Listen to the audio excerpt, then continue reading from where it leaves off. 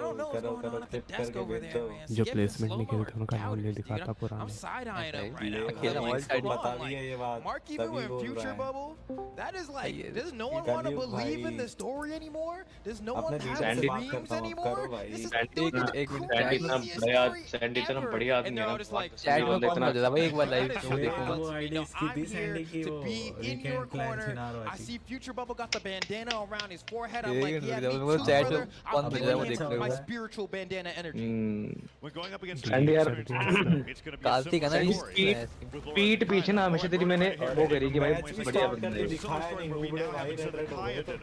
It's going to be Marky Moo and Experience. अभी बात करेंगे अभी घूर कर लुक के बारे में बात करेंगे ट्रैफिक की बात करेंगे देखना See how this is going to play out. The beginning is going to be pivotal to establishing some sort of understanding of how close this can be. And it's looking like we have a chance here on Experience. I like the spacing. Marky Moo does get the touch, and man, they are playing with fire here. But no one has lost the stock. But so much damage has been racked up on Experience. ऐसी speed चलाने वाला मिल जाए ना भाई मैं Brawlhalla क्या banker में Ruby बनता हूँ After that side light, and we're back to holding center stage. Sarah will spike Marky Moo down, gets the down heavy, gets the team combo. No, Marky Moo can't reach Experience in time, but a good start from Future Bubble. Can Marky Moo make it back? He can. Can Future Bubble get the stock on Experience? No, he's hit away by Zen. Okay, this is looking pretty good so far. अभी match के बाद discuss ये करने के Sandy ने धोखा दिया तो क्यों दिया उसके बाद तेरा शेयर की बात करेंगे Honestly, I don't know how he was able to do that one, but able to hold on to the stock for quite a little while longer. अबे मैच देखो Future Bubble still holding on. Experience subscription. The Marky Moo returns to the zone. That one connects, and that recovery from Zen will stop him from getting caught in between both of the Cider comes down. There goes Future Bubble. Can Experience hold on? He can. Doing such a great job on this first stock in game one. Zen playing the front line. Experience in the back line. Just denying the weapons from Future Bubble. Marquee moo ने और इसने जो भी है ये foots क्या नाम है इसका फ्यूचर बबल ये पहले लीड पे थे लेकिन एक्सपीरियंस ने पूरी लीड खराब कर दी इन लोगों की वही तो going toe to toe with the previous world champs. Ground pound hits. Downer does not connect though. Experience goes for the weapon throw. The neutral light under Marky Moo goes to the side. There he goes flying to the left side of the stage. Back to the stage. That's going to be it for a stock unless Future Bubble with the save gets the jump, gets the dodge. Experience almost goes down. A fantastic save coming up from Marky Moo's teammate. Neutral light connects. Both blue team members. पलट दिए इन लोगों ने पहले stock पे दूसरा कितना difference है doing a great job as a support. Wow, okay, not able to get that cider at the follow-up, but yeah, Future Bubble really extending the livelihood of the team. Unfortunate friendly fire there from Zen as well, but Experience does find the recovery. Marky's going to go ahead and bide some time. That neutral light is going to get the KO, and it is going to be a sweep, but as long as Future Bubble is able to bide some time, Experience अभी भी सब सकते हैं 50 से damage होगा बस Experience अभी and the damage that they have on the red team is all thanks to those last stocks. Downlight recovery sends Experience. अभी ठीक है 70 80 होगा 100 मान लिया will take him down. They can take Zen on the right side of the stage too. They clear the board of weapons, and Future Bubble not only extends the stocks for a very long time on stock 2, but gets a double knockout to make it a dead even game on the stock 1. And this is where you have to be careful. Future Bubble is playing so well on this spear right now. Marky Moo coming in, getting interrupted. It's looking bad for the blue team. They're able to split off into separate directions and try to reconvene in the middle. Oh wait, Marky Moo! He gets up! He gets up! Oh wait, he won't be able to make it back! He got the touch!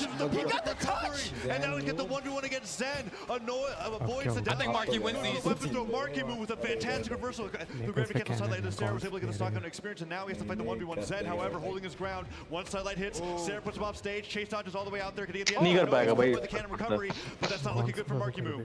Yeah, and I feel a little bit weird about this because I would like Marky to have gauntlets for this matchup. He avoids the neutral. He doesn't get the headline. Nice! Zen, unfazed by the 1-point situation, is unstoppable. In Experience, smiling, celebrating that game 1 was carried by his teammate there, who he said very clearly wants to be known as the GOAT in Brawlhalla history, right? And I mean, if you can get 2 back-to-back, character change होगा अभी क्या same character जाएंगे सारे I mean, that is a good argument moving forward, right? But they have to get through Marky Moo and Future Bubble. अभी तो तेरे role की बात करेंगे कि तूने वीकेंड वालों को धोखा क्यों दिया नहीं तो कल तो हमें भी दे सकता है It's so interesting, right? Because when it comes down to a 1v1 situation like that, I have a lot of confidence in Marky Moo's ability to win, but I feel weird about it when he has the cannon in hand because I'm like, that's not your singles weapon. It's not a singles weapon, but every single game that I've watched him play it consecutively, it has gotten better and better.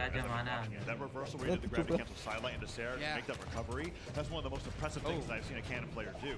And now we see here Experience having a lot of difficulty actually scrapping with Marky Moo in the 1v1. Future Bubble oftentimes there. Zen बहुत अच्छा खेल रहा है बहुत प्यारा खेल रहा है zen. ऑलमोस्ट 19-20 का फर्क है बस मेरी 20 This could be it for Future Bubble. Gets hit by another down air, and Markimu can't help him because he's also getting edge guarded by Zen. 19-20 का फर्क है. Then went for an N-sig off of that conversion. Yeah. 19-20 का फर्क है बकैती करना game में. तेरा 20 का बकैती लेवल है, इसका 19 का. ये फर्क है. Future Bubble has Future Bubble already on his second stock and also taking quite a bit of damage. Can't get the ground pound. Hater तो ये है Sandy.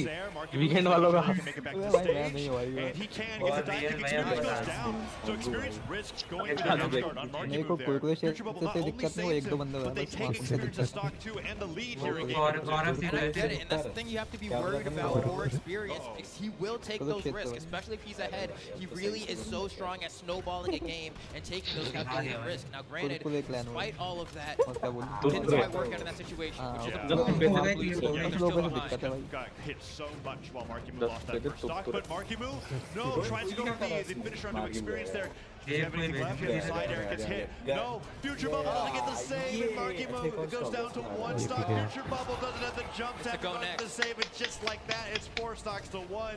Instead, an Experience almost certainly have brought us the match point. Yeah, this was a little bit rough because I think in that situation, right, Future Bubble goes down there, he had to save him. And I don't think he's even looking to like recover him. I think he's like just press nair, so you can go up, and he just doesn't press the button, right? The problem with the cannon nair, right, is that like it looks like it's very fast, but if you don't hit nair the first time, you're locked out doing it again for so long that maybe Markimu just wasn't able to do it. Ground pound gets him, and Zen with that ground pound brings them to a 2-0 score line over Markimu and Future Bubble. They are 1 game away from 3-0ing elimination finals and going up against Flores and Kaina in the grand finals here at the World Championship. This one's a little bit awkward. क्या बात कर रहा है? इसमें तो दिन final से BCX. I look at that game too, and I'm like, yeah, that one looked kind of bad, but it was based off of a good decision, I think, right? You went to go save your partner, it didn't work out. If Future Bubble did not go for the save there, then he would have just had 2 stocks to 2-1. It would not have been great. So he definitely went for the right play. You can't look at that and go like, oh, I did the right thing and I didn't execute. And say I shouldn't have done the right thing. That's not the case there. So definitely was the right idea. I think the strategy, like the team strategy from Markimu and Future Bubble that I've been seeing all weekend has been excellent. But in this case, they are just getting outplayed by Experience and Zen. Yeah, I mean, they're just. That's what it's coming down to. Although I do think Markimu's Onyx is holding his own against Experience. Let's see if they can get a game on the board. Can Markimu and Future Bubble do it? We're going into game number 3, an elimination final. Okay, this is the moment we've all been waiting for, essentially.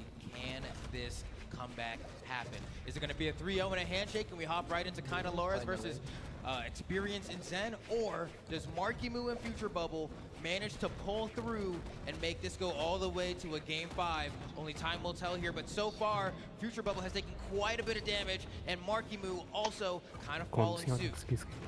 Ooh, good damage coming out from Experience. Okay, but Markimu gets the reversal, goes to the series, has to make it back, and Zen gets the punish there with the recovery. Not much more else from that. I thought he was going to look for a nair. Future Bubble with the weak link here in game number 3, but he finds that nair, so Experience flying, Markimu hunting it down, and Future Bubble stuck on the ledge. Dodges the end save. The ground pound on Markimu means that he's going to capitalize. Zen with that अबे इसने future ने इसको Markimu को निकाल दिया ground pound मार के.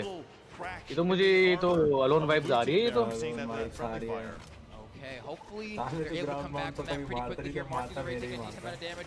Oh no, he gets caught. Okay, that second poke actually gave him another jump to be able to jump and get that side air and touch the wall. Otherwise, things are looking pretty scary for Markimu, but now they have a chance. Okay, neutral into side air. No, Future Bubble doesn't get the alley-oop. Okay. Goes to the ground pound. That's going to be Zen stock almost certainly less. Nice dodge. Can get it. Yeah, okay, Gets cool. the pogo though, and Future Bubble was there. Markimu was holding center stage. Experience going to get there for the save. Now team combo. No, he misses the downlight. The poke was the first. Markimu ने miss कर दिया. And Zen now has a weapon, able to keep Experience safe. Experience ground pounded. 1v1 का player है यार, same Sandstorm वाला हाल है इसका भी. This is ridiculous, right? It's coming down to a point now where it's like, if the blue team ends up नहीं खेलता. Boom अच्छा खेलता Sandstorm उससे. Point to just the lack of precision at this point of bracket, right? नहीं Sandstorm का 2v2 game नहीं है मेरे भाई, 1v1 गेम है Sandstorm का. Same Boomy तो वो खेल रहा है. अबे Boomy क्योंकि combo starter है, बहुत अच्छा उसका गेम प्ले. Boomy का 2v2 इतने follow-ups तो कितना अच्छा है. BCX जीता है बस. Oh, big damage. Let's see, I like that side air as well. वही तो शाइन फ्रॉम 2v2 में दिखता है नहीं कहीं भी 1v1 में तो तब भी थोड़ा शाइन कर रहा है 2v2 में कहाँ दिखता है वो मैंने रिटायरमेंट ले लिया अबे हाइड अवे तो बाहर हो गया ना 2v2 का प्लेयर ना hide away and Marky already coming down to orange. Okay, if they can take experience down here, they have a chance. Goes down for the center of the stage, but he dares past the end light, and Future Bubble starts to take some extra damage. Zen picks up a spear. See what Marky can do. Dash jumps in, goes for the recovery, can't get the recovery again, and Zen's देख playing experience देखो good बिल्कुल hands. Safe खेलेगा इस type Can थोड़ा they सा get देखो the वो नहीं करेगा experience? देख No, they स्टॉप बचा के cannot. खेलेगा Marky सारा gets blasted, missing a Ending में जाएगा तो sidelight, गेम and now संभाल Future लेगा Bubble off to experience the side of the stage. Can they make it back? The wall's so small.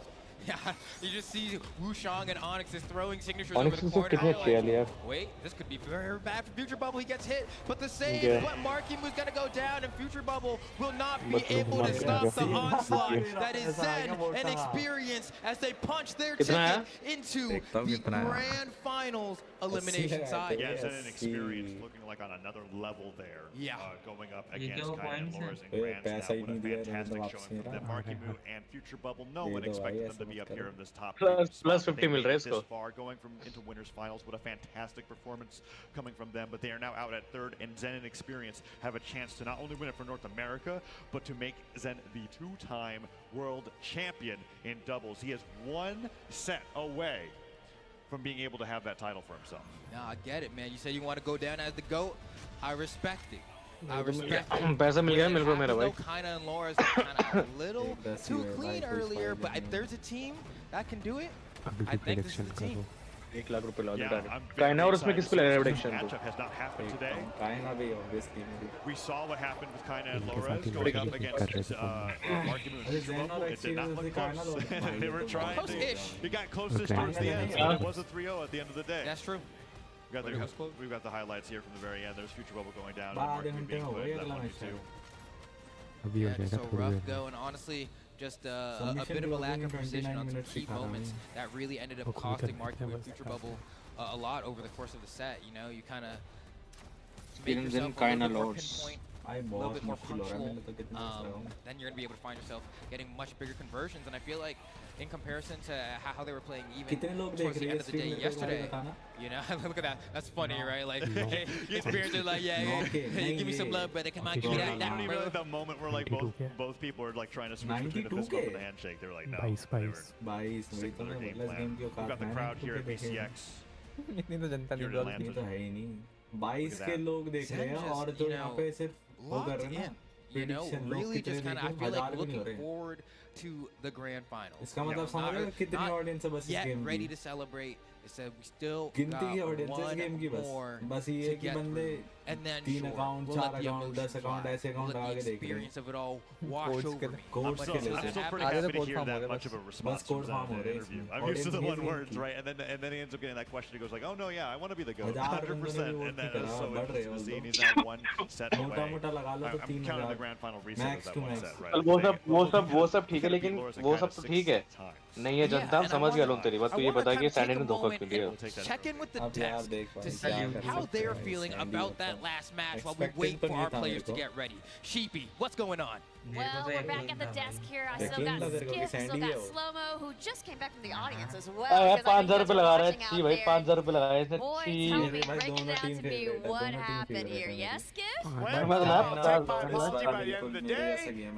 It's Zen's Experience all the way, baby. I'm telling you, if that was not enough to, you know, just change your mind, like I don't know what else to tell you. I mean, they're going to be going in against Kaina and Loras. It's going to be पाला लग रहा है इस बार जीत जाएगा मुझे हैं the way that they were playing so on point, Slow-Mo. It was brutal. It was. Like, so good. I hate to just put put a point on it like that, but that was. यार मैं अपनी chats भी पढ़ पाऊँ ऐसा नहीं हो सकता क्या टॉर्बिडो सेटअप करा दे on stream That team has been there before. Marky Moo and Future Bubble, it was an amazing story. मैं chat पढ़ लेता हूँ ना मैं so incredibly proud of yourself. Let's get the work done in the off season. We'll see. हाँ मेरे भाई तू बोलेगा तो पढ़ दूँगा नहीं बोलेगा I feel like a lot of अरे folks YouTube से भी तो अपनी were स्क्रीन keeping खोल an eye, दो maybe a closer eye on them, but to really place top 3, to beat out so many names, old and new. Wow, literally incredible placement. They really actually should be incredibly proud of themselves because they did an amazing job to make it all the way here to the World Championship. Yes, Skip, one more thing. I mean, they probably, you know, obviously didn't get it this year, but like the future for them is very, very bright. Next year, gonna be but like, no, they are absolutely going to be a problem. If not immediately next year with all the events coming up, like next BCX for sure. Like it's a big problem for the rest of the year. Let me tell you. Their friendship is definitely stronger after this weekend. They should be very proud of themselves. It was very impressive. All right, well, speaking of what's going to happen next year, all right, guys, because now we're about to head into our grand finals of doubles, and now we have Loris Kaina versus Experience and Zen, and we actually have a very quick interview here with Glitter. Glitter's on stage with Loris and Kaina, so Glitter, what's going on with them? Thank you so much, Sheepy. Welcome back, everybody. We're getting this interview set up here with Kaina and Lores to talk before our epic grand finals match for doubles. Let's get into it, okay? Everyone has been keeping their eyes on you guys the entire competition. Do you think that you're going to be able to close this out, put South America on top?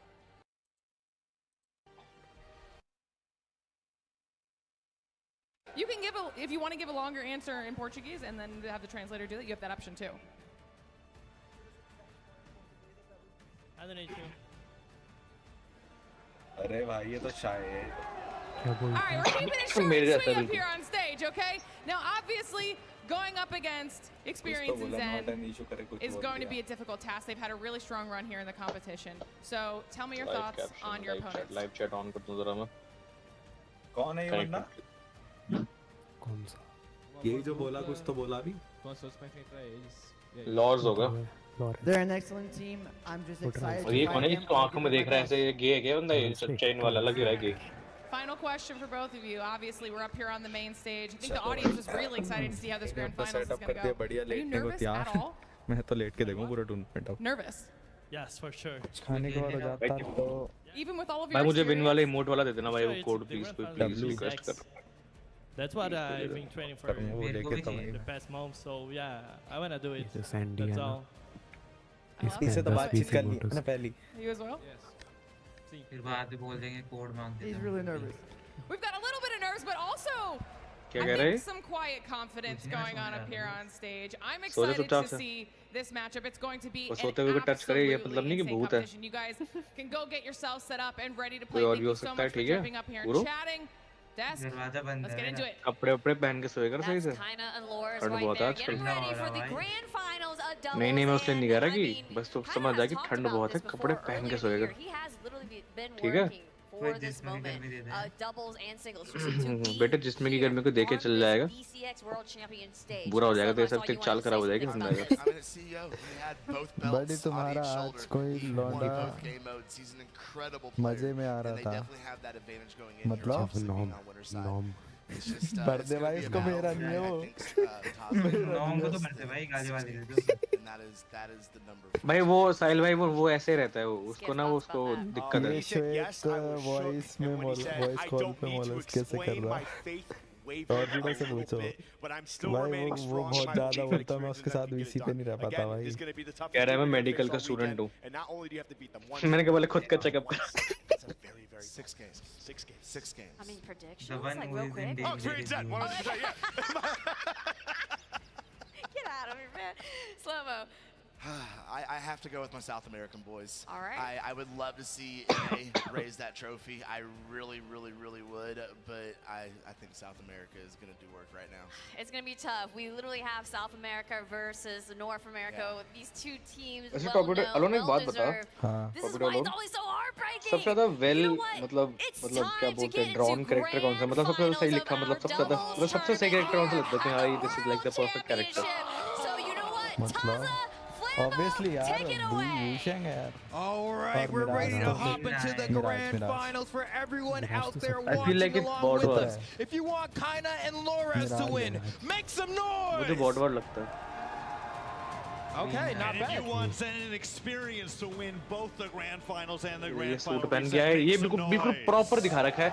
कालो और गोरे में क्या फर्क है? बिल्कुल proper dress sense में दिखाया इन लोगों ने इसने. We're gonna have to find out what's gonna happen through watching these two. मैं बता रहा हूँ ना मतलब भाई green white BCX 20. This is what only it one like team being is going to white. be crowned This is champion. what it And looks it looks like like being the black. Twitch Simple vote as is that. really in favor of नाम तो Kana and BK का Loras, दोस्त था, and हाँ, I BK do call not करके बुलाता blame भाई। them. That team has प्यार से looked भैया मेरे साथ खेलो unstoppable please. throughout the year, Please and play with me. especially this weekend. But with the way we saw Experience and Zen dismantle Markimu and Future Bubble, I do think there is hope for them. But as the desk was mentioning before, ये जो they have to weekend win पूरा है ना, not one, इसका but teammate क्या 2 होता है? sets, 6 games, Taza. एक That's a live lot of है, games to win. And Zen, while fighting Phase to be Zone the live है, MVP, Fire has Ghost to go live against है, a player who is fighting to be Fallout the channel. greatest of all time. Yeah. ये कौन है? Brawlhalla, Caster को China was BH, looking to take it not not just in Polish. 2v2s, but in 1v1s. हाँ, Always on देखेंगे both कौन है sides of the उधर। bracket today on Championship Sunday from the winner's side क्या to be देखेंगे? able to take both of those titles. इन्होंने He watch is party playing की better than 6x anybody that I've कैसे seen भी। before. Yeah, no, I mean, I'm तो ये inclined सब to भी agree देखते हैं with you. Torpedo? That एक team का looks देखा like, था मैंने phase on oh, you know, भाई। the way they play is poetry, but on the same side, Experience बढ़िया and बताते Zen हैं, क्या are गलती on कर a रहे हैं। wavelength. You know what I mean? And granted, we had those गलती interviews यही कर रहे हैं earlier, कि इस टाइम हम China's like, गलती कर रहे हैं कि am ये I लोग nervous? गेम He's खेल like, रहे हैं और yeah, हम I'm गलती nervous. कर रहे हैं कि It's हम ये BCX, गेम man. देख What do you mean am I nervous? It's like, dang, I didn't mean to like step to champ, bro. No hesitation. सबसे गलती बढ़ेगी पूरा हमारे साथ है। इसको अब तक सोचना नहीं चाहिए कि स्कूल जाना है इस बालक को। And what's at stake and what he needs to do to be able to get what he wants, Yes. which is that championship title. कुर तो दिख रहा है बंदा आके चश्मे See वाला the ही है। crowd दिखा तो here, दे all getting तू ही excited, था वो। ready to see what's going to happen between these two juggernauts that are going to face off against each other in just a moment's notice here. Look at भाई the लड़की कितनी face cute है white में, of white में लड़की Experience. कितनी He cute is थी भाई वो। locked in. He is ready to go. He is ready ये to clip भी try मजा and आता है। take this एक बंदा crown. लिख एक वो देख उसका मैसेज देख के वो केन का the girl in crowd. The meta of double gauntlet. तू ही है भाई वो तू ही है वो। बंदे लिख रहे हो that girl. That's thought to be dominating. भाई these are man of culture। कौन से भाई? It's going to be very exciting to see. No, I think it's funny, right? Because I feel like if Experience and White Zen वाली लड़की win, भाई cute then थी I भाई वो। get to be like, oh, Stay, okay, stay, stay. I guess maybe we should do something about that team competition, right? But on the other side, if Laura's and kind of do it, I'm like, nah, the rest of y'all are just buns. Yeah, I'm looking at Terrace. I don't see Terrace being like that same like existential threat to the 2v2 space. Kina's been playing Terrace regardless of how good we thought the character was, that's right? true. And that was something that we talked about on Friday. And Arun देखो किसी का दिख रहा है तो श्वेत राजपूत का message. we've asked Kina, hey, नहीं Axe got a मैं little एक्चुअली nervous. स्क्रीन से How are you बहुत feeling दूर with the से character? नहीं He's पढ़ like, पा I'd रहा rather मेरे पास lose, शेड भाई I'd rather lose playing my main than switching to a different Yeah. character that's supposed to be better. He is absolutely a believer in the Terrace. Side He's light brought down him से this ये कौन है far भाई? in both game modes. Absolutely just cold. Like you dropping Sandy bars. जो You know है। what I mean? हाँ Like, ये I ये felt क्यूट है that. ना? You know, I was like, man, this is the best lyrics I've ever है ना? heard. So hopefully he's able to clip pull कर दे, through, clip कर दे। but only time Channel will पे tell डालो, हम भी both these देखें। competitors. Look at the BCX stage. Look at that trophy waiting in the center. Alone. One of these two teams will have अबे a तू chance टॉपिडो किससे देख रहा है? तू to अपने hold तू अलोन की स्ट्रीम से देख रहा है कैसे देख रहा है up तू? into the skies.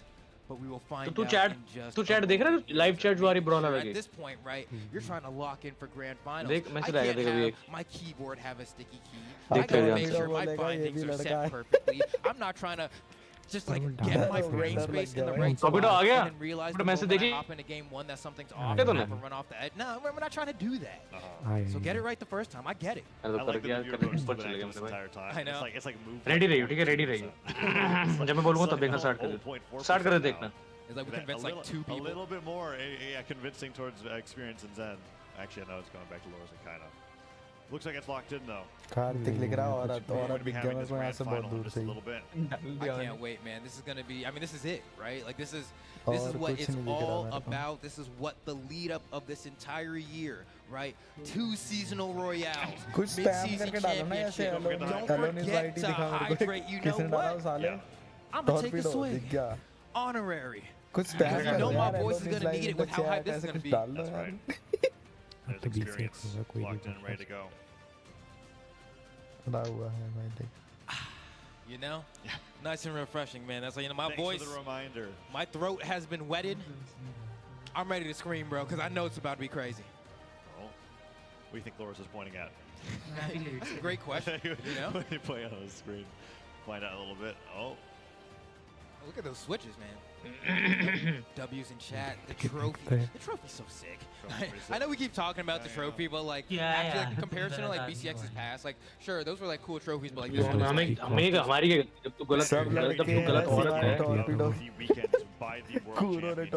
yes.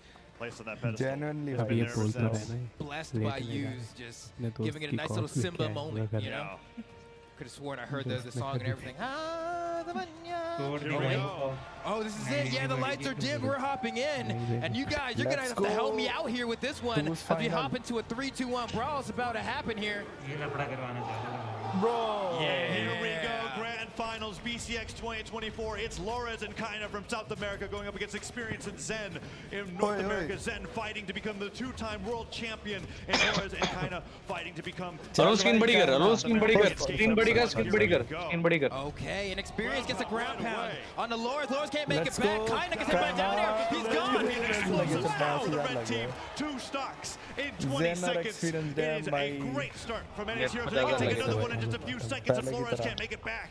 This is just game 1. It just started. How is it already this crazy? But Kaina getting interrupted by Zen here. Zen trying to prove why he's the GOAT of 2v2. We'll see if he makes it true. Side sig. Kaina trying to make it back to the stage. Laura is attempting to stabilize. Nair goes through. Nice catch from Experience, who was trying to get the team combo to get that stock. Ground pound avoided. And a reversal from Kaina. 2 Sairs will take that stock away from Zen. But Experience still holding on to his first. Yeah, and Experience has done such a great job historically even of playing the role of a stock tank here in these 2v2s and playing that support role when needed. Gets that neutral light on Lores. Wow, what a turnaround to be able to hit Lores off the left side of the stage and immediately pivot to take Kaina off the top of the stage. Experience gets to be scathed here in game number 1. Side air misses. Can he make it through?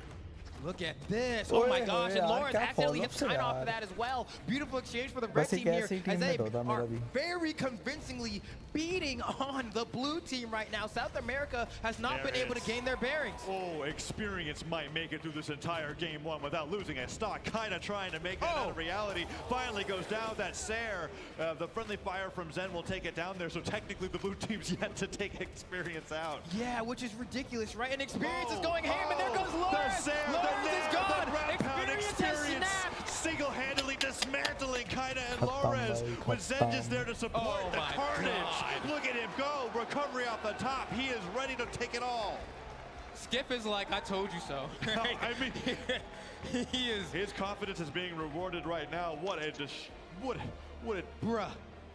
He's locked in. Okay, but we have to talk about Kaina and Lores. They're down a game, but Lores always takes that first game to ramp up. We see that every single game. He takes a little bit, gets destroyed in the first 2 stocks. Can Experience and Zen continue to keeping up that pressure, or Lores will be able to adapt, because he is one of the best mid-set adapters that I've ever seen when it comes to playing in 2v2s and 1v1s. Lores is a huge threat, but let's look at the highlights from that last game.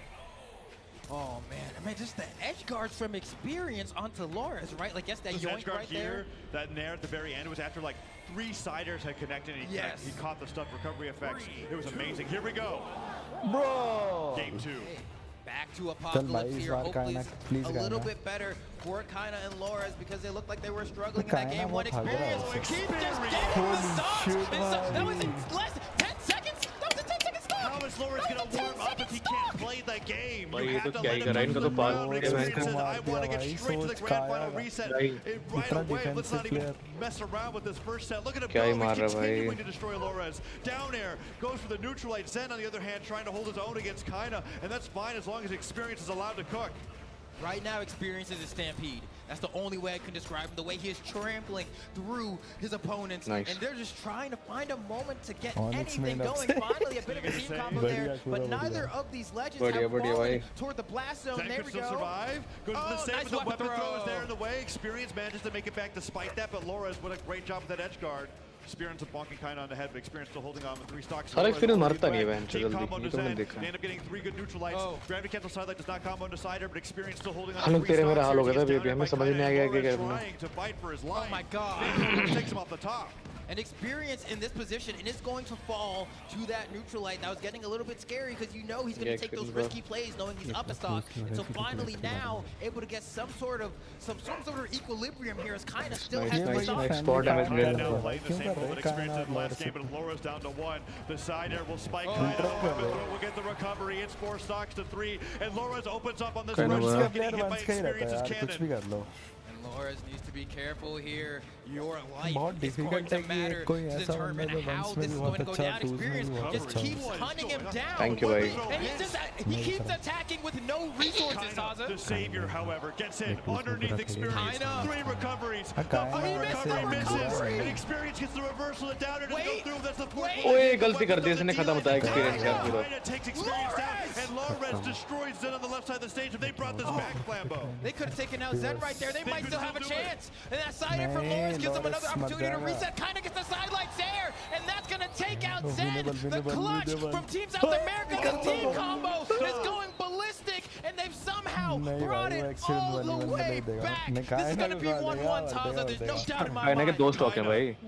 Right now playing so incredibly fantastic. The alley-oop on the Ser. Look at that. Coming in there. Kaina and Loras. I mean, I'd say Loras still has a lot of ground to make up for with how quickly he's getting destroyed by Experience's cannon. But Kaina is on another level. He looked at that last game. Bro, तुझे भी कुछ हो रहा है क्या देख? ये touch कर रहा भाई श्वेत कूरो को. Loras being able to finally stabilize on the last round. ऐसे मोलेस्ट कर रहा है. वो ऐसे मोलेस्ट कर रहा है. That one sequence, extended edge guard sequence on the left side of the कितनी stage. गंदी बात बोल रहा है भाई तो seriously alone. ठीक भाई. सब यार ये बात बोलते हैं. मजा आ रहा है. Full Cannon Ser only with one of them. Meanwhile, Loras completely destroyed Zen on the top. We're going into game 3. Yeah, it seems like this may just be the scenery for the entirety of Grand Finals here. Apocalypse has been the pick every single time. Loras almost getting yoinked by Experience yet again. It's like they're taking turns, right? Can kind of dismantle, or will Experience go crazy onto Loras, and then they just exacerbate those leads they're able to find here. But both support members of respective teams are doing their best to break up the mold. It's like button खराब है एकदम So far, this is the first game that we haven't had somebody lose their stocks in 20 seconds. The gravity cancel ends. Spot dodges out of the way. Loras and Kaina both trying to recover. Ends up getting hit away by that side air. Experience makes it back. D-Light Nair to switch to Kaina as he hits Loras away. Weapon throw comes through, but Kaina gets the edge guard onto Zen. Can Experience get one of these stocks here? No, he can't. He has to recover out of the way, and the weapons are starved from Zen. ऐसे खेलना पड़ेगा मेरे को lens के. Hammer के वो होते हैं ना लोग क्या बोलते हैं? मोस्टली प्ले स्टाइल नहीं हुआ है. अबे मोस्टली अबे तू जावा का गेम देख ले. अबे स्टेज कंट्रोल बहुत रखते हैं भाई ये लोग. अरे वो कुला इसका गेम नहीं हुआ है भाई. ये चलता ही नहीं हो. देख कैसे चिपक के खेलेगा. One good hit away. Oh, nice recovery from Loras to get back to the stage here. Experience gets caught by another spear recovery, and it is going to make him lose the opportunity for team one onto Zen, but Zen doing such a great job of floating around the stage. Yeah, using that platform to get out of Yeah, the game plan is very clear from Experience there. He feels like he's got an edge on Loras. He's down there, side air, dodge out of the way. Oh my God! I think Loras is getting used to the pressure. Not losing the stocks really fast and kind of getting a lot of hits in. Good side air follow-ups. Nice interrupt on Loras is down there. There goes Kaina. Edge guard to Loras could be huge. Kaina now on 1 stock. A big contrast to the last game. 10 घंटे का कल भी 10 घंटे का था. Again, getting a huge opening with that neutral light side air from Zen. Gonna push Kaina toward the corner. Okay, Loras going for the double edge guard there. There goes Zen. Can Experience make it back? Goes for the recovery. Side light box left on the stage. Nice there. That's gonna be the stock. Loras goes down. It's so close. वैसे मेरी favorite team का Even experience है ना, but across the board. Tight battle here in game number 3, and of course, if you are Zen and Experience, huge team combo. अबे use किया था इसमें 2v2. Gets the knockback, interrupted. The exit can't connect off the neutral light. The D-Light sider ends up hitting both Zen and Experience, but Loras gets caught. Low on jumps, has to chase launch all the way up, and Experience can't get the ground pound, and the landing dare whiffs. He's still hunting. Oh, the recovery from Loras is almost enough to get Zen. But look at Kaina. So damaged. Stomps here comes through. नहीं यार बाहर हो जाएगा मुझे लग रहा है. Zen Experience बाहर हो जाएगा बहुत जल्दी. He has to go wide and Experience. He cannot get saved by Zen. Zen मैंने कहा था Experience बाहर हो जाएगा जल्दी. Sidelight chase dodge down. Can he get Kaina? The recovery doesn't hunt him down. He's trying his best here. Nice Oh, save. बच Instead of गया, survive, Kaina jumps बच over the गया। weapon throw. Doesn't get hit by the second weapon throw either. Goes for the बहुत recovery. प्यारा He punish gets था the turn भाई। on the Loris. He gets the ground pound. Kaina, are you going to help him? No, the unarmed recovery is going to keep him alive and out of harm's way. And the down sig is going to seal the deal as Kaina and Lores get themselves one game closer to being the BCX 2v2 2024 champion. Lores finally making up for games 1 and 2 there, being able to be support for Kaina, who was down to 1 stock so early on, and then being अभी तो हाथ ही डाला था the उसका हो गया pressure पूरा। at the end and leading to the edge guard with the down tick. Kaina couldn't risk going off stage while they were edge guarding Zen there, and they managed to make it back, so here we go. Honestly, I have to give so much credit to Lores because he's playing the entire game with a heat-seeking missile chasing him, and he's not giving up on That's what I'm saying. defense. I'm looking at it and I'm going, I think Lores is starting to get used to the pressure that experience is applying, and now it's starting to backfire for the red team. Other folks in the team combo onto Lores, but still, it was a lot of experience hunting Lores down. And now Lores has been able to recover, been able to deal with it, and also be able to get knockouts. But that could be it. Doglet side here catches Lores in the middle of that gauntlet sidelight, and now Kaina has one jump left to make it back to the stage. That compound catches, experience gets the recovery, and Zen is saved. Lores tries to go down there, but he can't do the same feat. Instead goes for the side stick to try to get the knockout on his own. Experience and Zen, though, starting off with a very healthy lead. Experience not going to be able to get back to stage. Zen trying to buy some time, but Laura's really good with the pogos. Gets the recovery, and that's going to be a clean wipe. They're going to have to try again here. Yeah, and Experience doesn't opt to pick up that weapon, doesn't want to give up his iframes, doesn't want to get caught in the sandwich. Neutral light comes through. Lores, side light, D-light, sider. Good start onto Zen's second stock there. Experience trying to get some damage of his own. They're trying to catch Kaina, but the ground pound interrupted by Lores' nair. Stops Kaina from getting caught with that team combo. अबे भाई क्या share करने क्यों दे यार ये Team combo opportunity gets the nair into Kaina. Oh, but Kaina chase dodges down. Sidelight catches both of them, so he can't continue the conversion onto Experience because of how damaged Kaina is. Side tick saved by Lores. Stops that attack from following through. Can he get the edge guard here?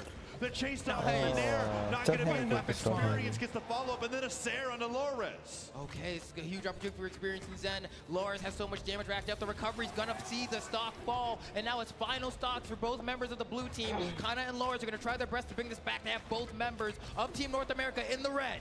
Oh, weapon throw, dodged out of the way, but they can get the edge guard here. The slide charge down heavy. Lores saves the game for the blue team as they are now 1 stock away from becoming the BCX 2v2 world champions. नहीं पर इस बार experience वो देखेंगे तेरा experience जीतेंगे देखिए You need to lock in like you never have before. Experience is going on to Kaina. Kaina swings back. Hold on. यार इसको वो मार दे recovery Lores gets him with the side light into recovery. The neutral light stopped by Kaina, but Kaina takes so much damage. Zen now the most damage on the screen, but he gets the spike. Can he get the weapon throw? Get Lores. The dodge Oh, the great start from Experience! Oh, but the grab pound from Kaina! Zen can't get back! Experience can't help him! Experience has to do a 2v1! This might be it, Taza! Is Experience clutch enough to stop this from happening? Can he do it? Lores on the left side of the stage. Kaina now in the center of the stage. Misses the end. Experience can only hit Sairs, and now he's disarmed. Weapon spawn comes in. He's got hammer चाहिए इसको काइना को hammer चाहिए होगी कि hammer के बिना touch नहीं कर पाएगा वो काइना Is that gonna be it? It should be. He won't be able to touch. And Kaina and Lores are going to be your BCX 2024 doubles champions. Well played, but deserving है भाई.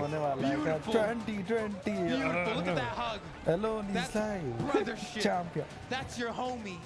That's Champion. the connection. That's the wavelength aligning, Taza. आज रात को गंदे तक में आएंगे. Gaddari moderator is back. Welcome to the stream, Anshu. And after mid-season, क्या कह रहा है कोरो कितने सपने आएंगे आवाज आ रही है लोग मेरी हेलो हाँ कितना लाख रुपया मिला है कितने डॉलर से इसमें विनर से Flores just finally taking it all in and going, that's right, they've done it undefeated through the winner's side here as a 2v2 team straight from South America here to Georgia here at BCX 2024. They are your 2v2 champions. Wow, and what a hard-fought battle from Zen and Experience. That one ground pound. Alone पता है कितना हरामी है अगर मान ले कि alone BCX champion बन गया 2v2 में ठीक है ये अपने और कैसे कर लेगा मैंने यहाँ इसको मारता मैं इधर पे 15 lakh being a turnaround Zen ended up getting edge guarded and Experience just couldn't make it happen. But watch as we see our champions go to wield the trophy of Mjolnir. 15 lakh 15 lakh हो जाएगा. Look at the light shine upon their faces. The glory settling into their veins. They're strategizing on how they want to hold it. तो ये पहली बार tournament है पहली बार BCX winner बनेंगे 2v2 में काइना loss Together, yes! Make some noise for the 2v2 world champions, Kaina and Lores! So beautiful, man. It gets me emotional just looking at these kids, man. They earned it. All year, doing nothing but beating them cheeks. They got it. They earned it. They're on top of the world, standing at the summit. And I can only imagine seeing having Kaina's face. अबे हाय काइना वो पहनते Christian वाली जो वो होती है वो बाली वो पहनता है ये कैसे बोल रहा भाई तू तो क्या हुआ भाई now reigning BCX BGMI BGMI तो नहीं Let's hear what they have to say. Take it away, Glitter. That's right. We have a new duo calculation तो ऐसे कर रहे हो जैसे जीत जाओगे ना जीते भाई पर देख तो ले कितना मिल रहा है ये पता है अलोन पता क्या होता है अलोन जैसे वही होते हैं जब दुकान पे जाते हैं ना सोचते हैं कि भाई दुकान वाले कितने कमा रहा होगा अगर एक कटिंग से इतने कर रहा है एक से इतने कमा रहा है आराम तू भी वही है भाई मेरे को क्या बोल रहा है तू तो एक ऐड का पैसे निकालने लग रहा है मेरी 2 ऐड आ गई 10 मिनट में कमा तो रहा है भाई प्रेडिक्शन का पैसे नहीं है अभी तक मेरे पास we said we're going to just do our best and we are here and we got this. We're just feeling amazing. Now, Lores, I want to hear from you as well. How are you feeling? You can speak in Portuguese, and we can even have kind of translate if you want. I'm feeling amazing to play with this amazing player and my brother, Kaina. It's incredible to hold this trophy, and that's all. I'm feeling amazing.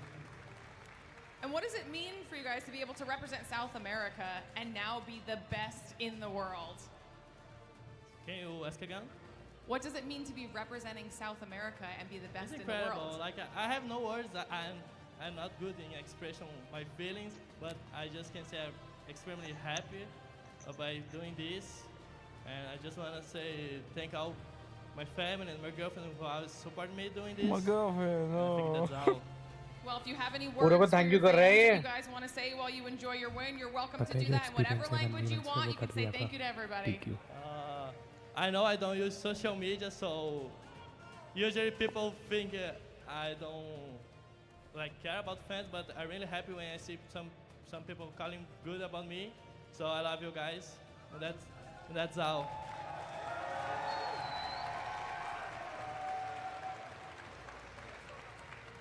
I love my family. Thank you all, and my father.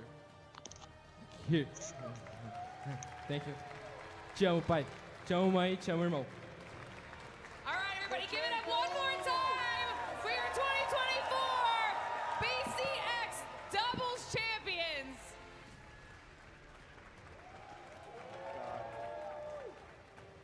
Congratulations to Kaina कहाँ पर हो and रहा है अभी Lores, BCX man. 2024 We're all a little emotional right now on the desk here. I got Skip, I got Slow-Mo. We were in the audience watching as well and ran back up here to obviously talk about what just happened in this grand finals. Oh man, that game one, I thought I was feeling incredibly validated. I did feel that for those next 3 games. It can't explain exactly. Like it was so back and forth. It was actually सारे brawler बंदे phone में खेल रहे होंगे भाई सही कह रहा है मेरे को ही करवाना पड़ेगा ये भी And like I can't even be mad. Like I'm so happy for them. I really am. Granted, it's not what I was hoping for exactly. But like, I'm so happy for these two. They absolutely deserve it. Slow-Mo, I know you feeling it right now too.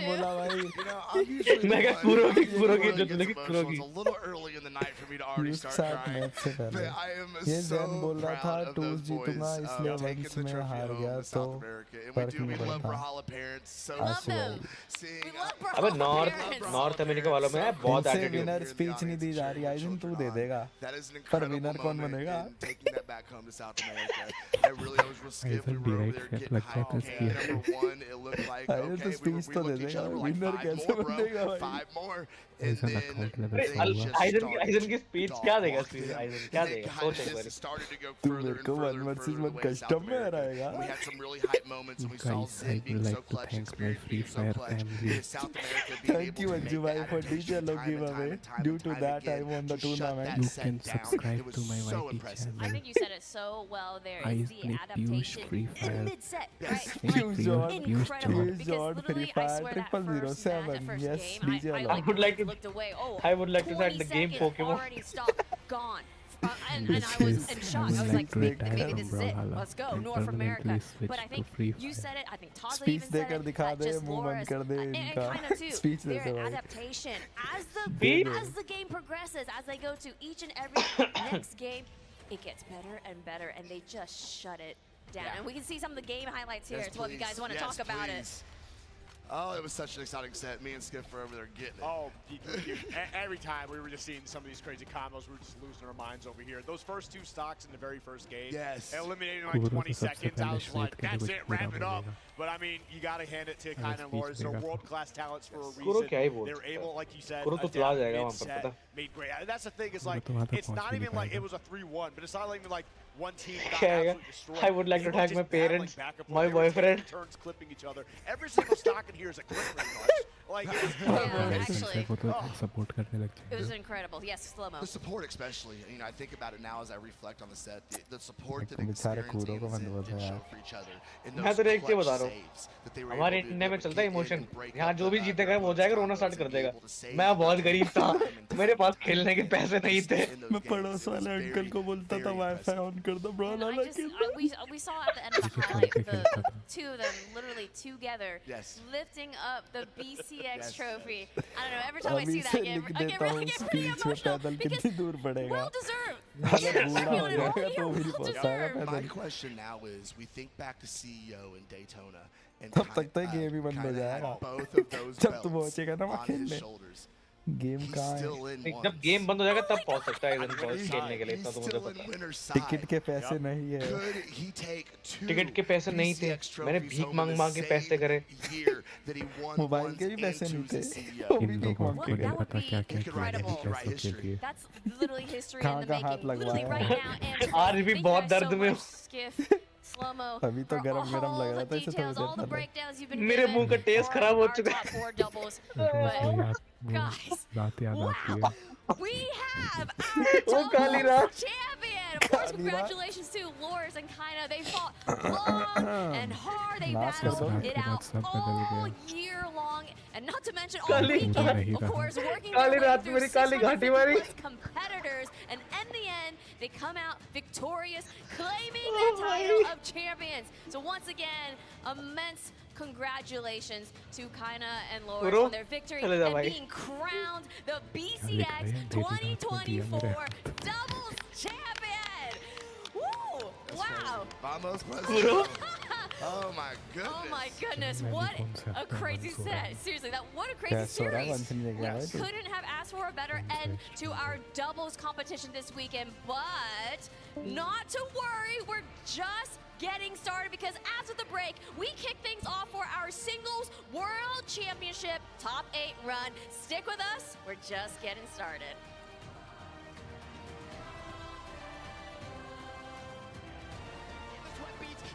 Only a neutral line is it. Oh.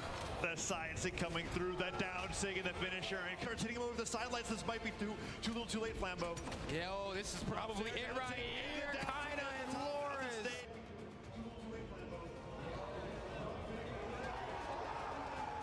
So D-Light ground pound means Experience is already deep into the red here, beginning of game number 4.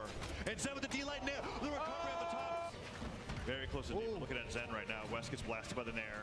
What else are they going to be able to find there? Zen's been playing a little bit on the back foot, it feels like. Oh, that's it. West goes down, the double knockout. Experience fine.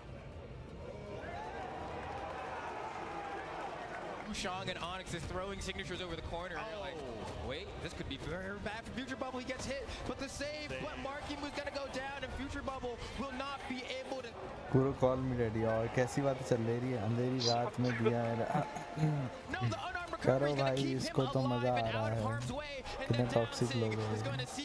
बस भाई मत करो ऐसा. Bro, बोल मेरे को. Eigen तो baby girl है मेरी, ये तो मोलेस्ट करते हैं। It should be. He won't be able to top.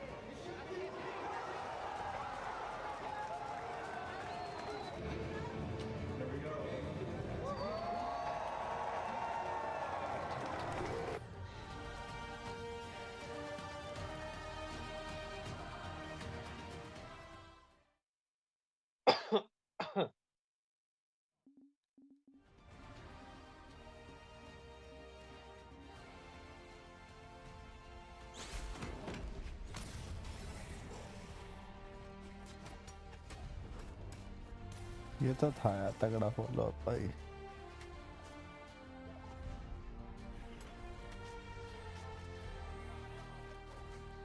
कैसी स्ट्रीम पर आ गया मैं। सब रिकॉर्ड कर लिया, बुली का केस में फर्स्ट भाग कैसे निकलवाऊंगा। आजा गेम में, अब टाइम लगेगा ही नहीं, गेम में आ जाओ। क्या मैं भी आया बना कोड बनाओ।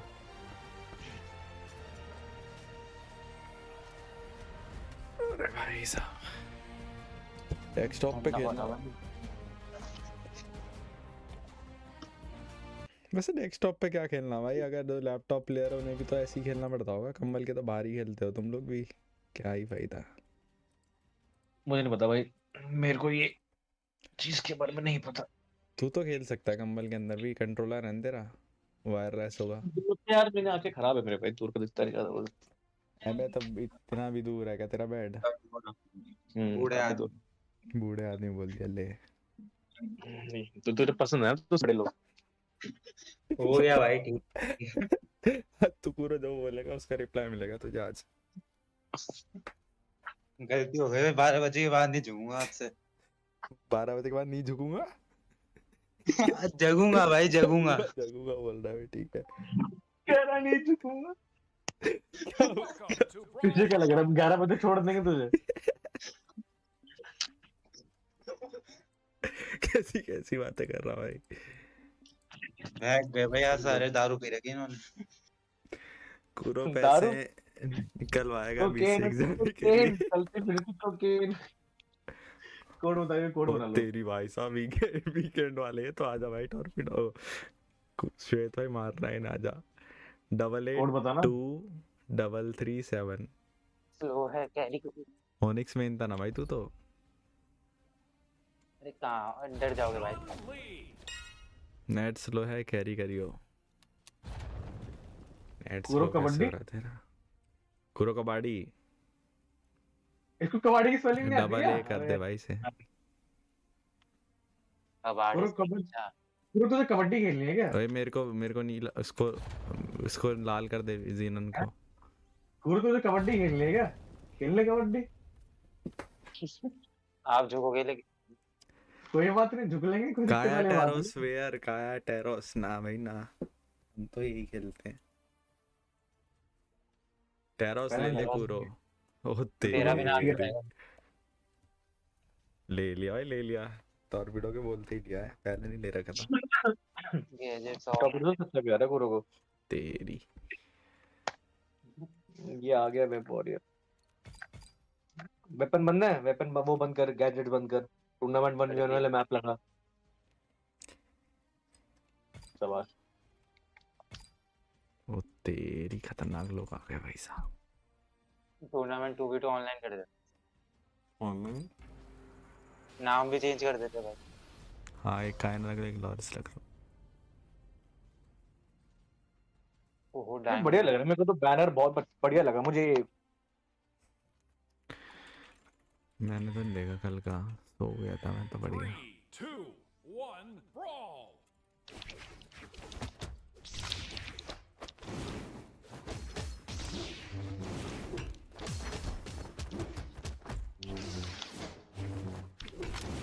कहाँ मार रहा तूने यार?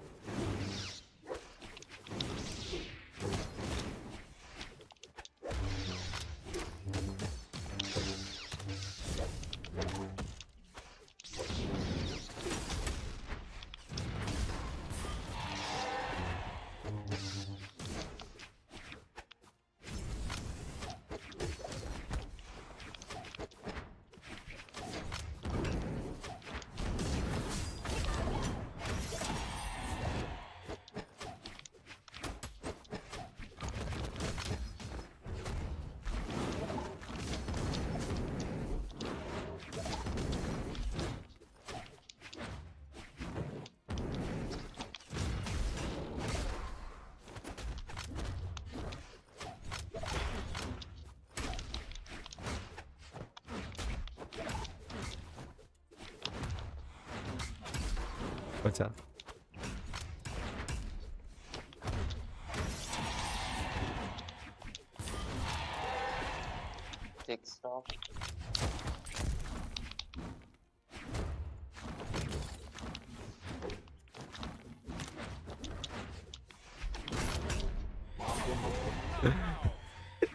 ये गलत गेम प्ले है।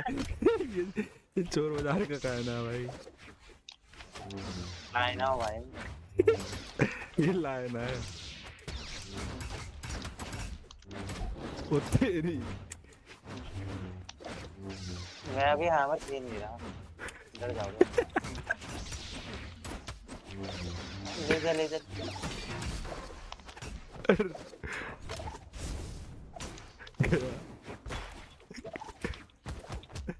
अरे गया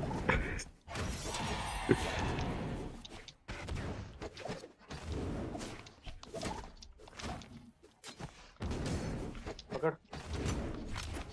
नेक्स्ट ले लो क्या? नेक्स्ट लेगा। बीके वो है। बीके बनूंगा। कान ने तो एक किसी नहीं मारी थी। ट्रू भाई, एक डीसी देखा था बस मैंने उसका पूरे गेम में। 140 का डैमेज है इसका, वी खूरो का बाड़ेगा है ना। ये कौन सा भूमि? भूमि अब भूमि की बेइज्जती करेगा, चल ठीक है।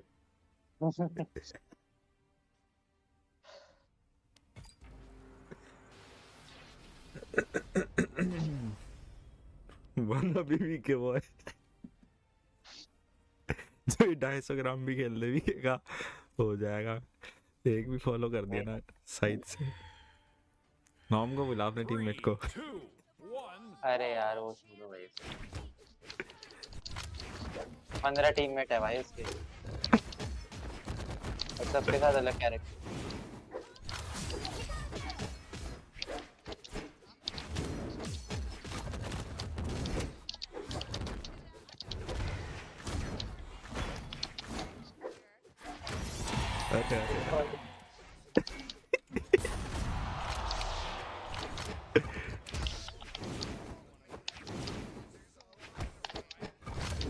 बन गया हमारा गेम।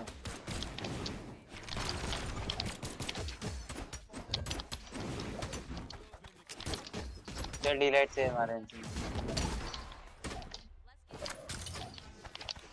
कुरो का बाड़ी गया। अरे यार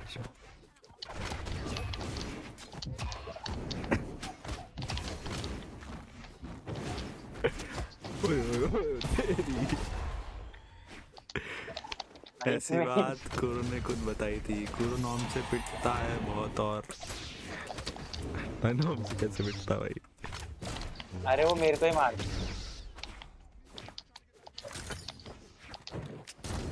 अबे यार श्वेत क्या कर रहा है भाई? रुक जा ना, मेरे को मजा आ रहा है करने में। ले कर ले काम।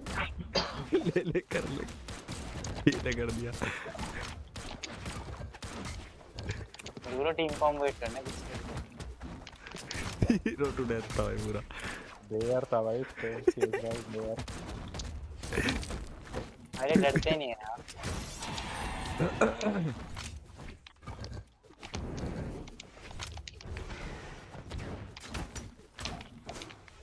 तेरी ये भी गुस्सा हो रहा है। हो गया भाई। अरे भाई तो गोल किया भाई तू बचाने के लिए। सुन रहा हूँ भाई मैं। ऐसा भी होता है लॉरेंस बोल पड़ा। वहाँ BCX के बीच में चलो बचा ले बैंड। बचा अगर सोचे तो माइक भी लग रहा होता उनके और उनकी भी आवाज आ रही होती। बचा सेव अरे भाई से तुम्हें आपस में क्यों नहीं लग रहा भाई? वो नहीं था भाई, वो जो जैवलिन थ्रो था बोनस। टॉर्पिडो कह रहा है इसको BCX जाना है। अरे भाई जीत जाऊंगा। अरे भाई साहब दिखा दूंगा मैं अपना। को बुलाओ भाई को बुलाओ। juggernauts that are going to face. ओ भाई ये देख, यही लड़की देखने के लिए तुमने रिकॉर्ड कर ली भाई। W कर दो W। गुस्सा आ रहा भाई मेरे को। फनी वन में जाएगा या 2v2 में? बता भाई किस में जाके खराब करेगा तू गेम लोगों का? हार जाएंगे भाई, मैं इसलिए नहीं जा रहा। कूरो क्या हो गया भाई, खेल क्यों नहीं रहा तू? ज्यादा गर्मी आ गई क्या अंदर? गरम लग रहा है भाई, क्या बोल रहा था तू? भाई मैंने कर लिया भाई वो क्लिप। इससे तेरे को मैं मना कर रहा था कि कपड़े, इसलिए मैं तेरे को कहा था कि कपड़े सही से पहन के करियो, मतलब सही से पहन के मतलब लेटियो। हाँ तभी तो गरम लग रहा है, कपड़े ज्यादा पहन। गरम ज्यादा लग रहा है क्या? गर्मी ठंडा हो रहा है थोड़ा सा भाई। क्या किस चल रहा है? मोड में 40 का डैमेज जाएगा कर ये तो बताए। किस मोड में जाएगा भाई तू? उसमें जाइए तू टेंपल रन में। अबे स्कोर नहीं देगा क्या सब सर इसके टूर्नामेंट में? सब सर्वर का टूर्नामेंट करा देते हैं। अरे कराओ सब सर्वर का, देखना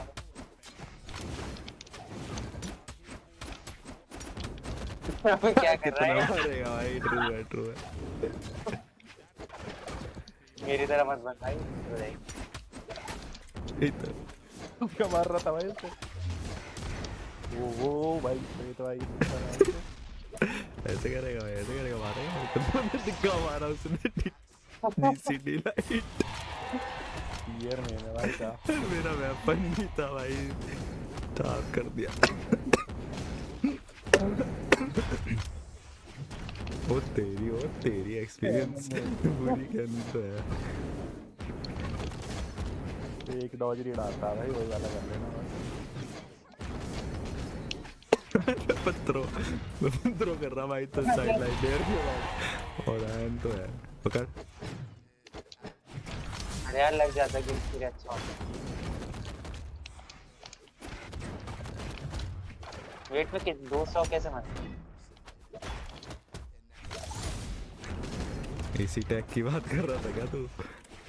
अरे बहुत काम है। अरे नाइस, अच्छा सेव था यार। सेव तक है, ठीक है करा है मैंने।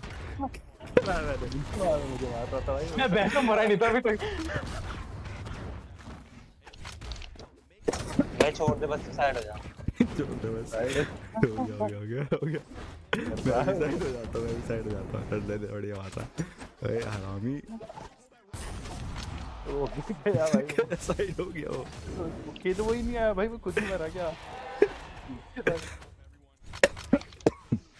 I am fighting my inner demons.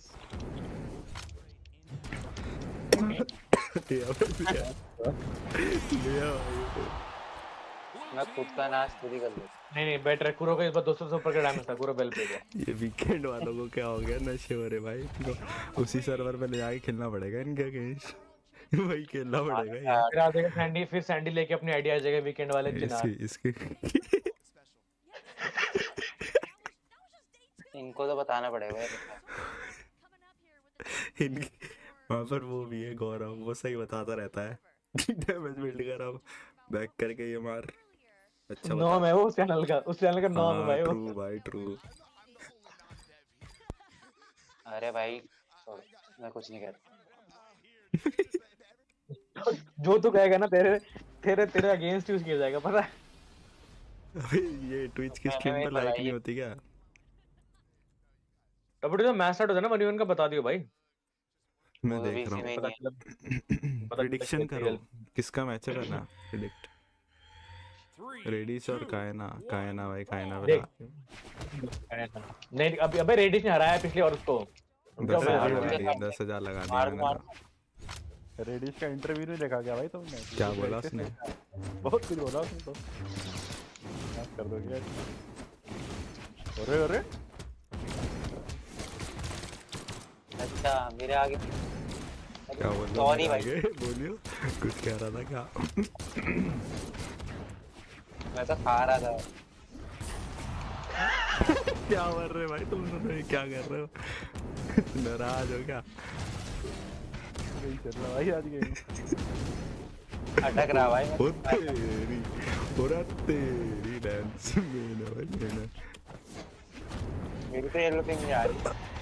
Shit कहाँ चला गया? मैं गलती से मैं थोड़ा बकैती लग गया था।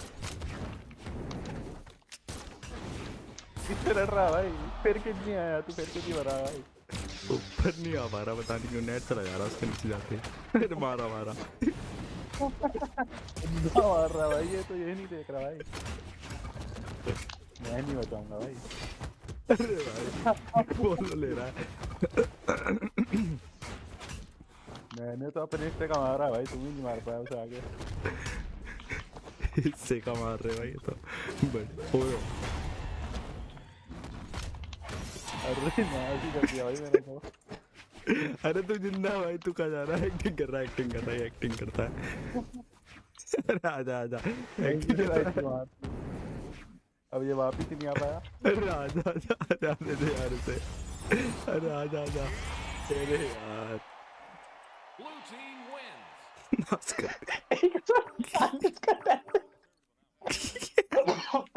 भाई 2 एक्सीडेंट है भाई मेरे में, खेला भाई कुछ तो। खतरनाक खतरनाक। 2 एक्सीडेंट के बाद भी उसमें कुर्सी का डैमेज था। नहीं मैंने उसका याद था।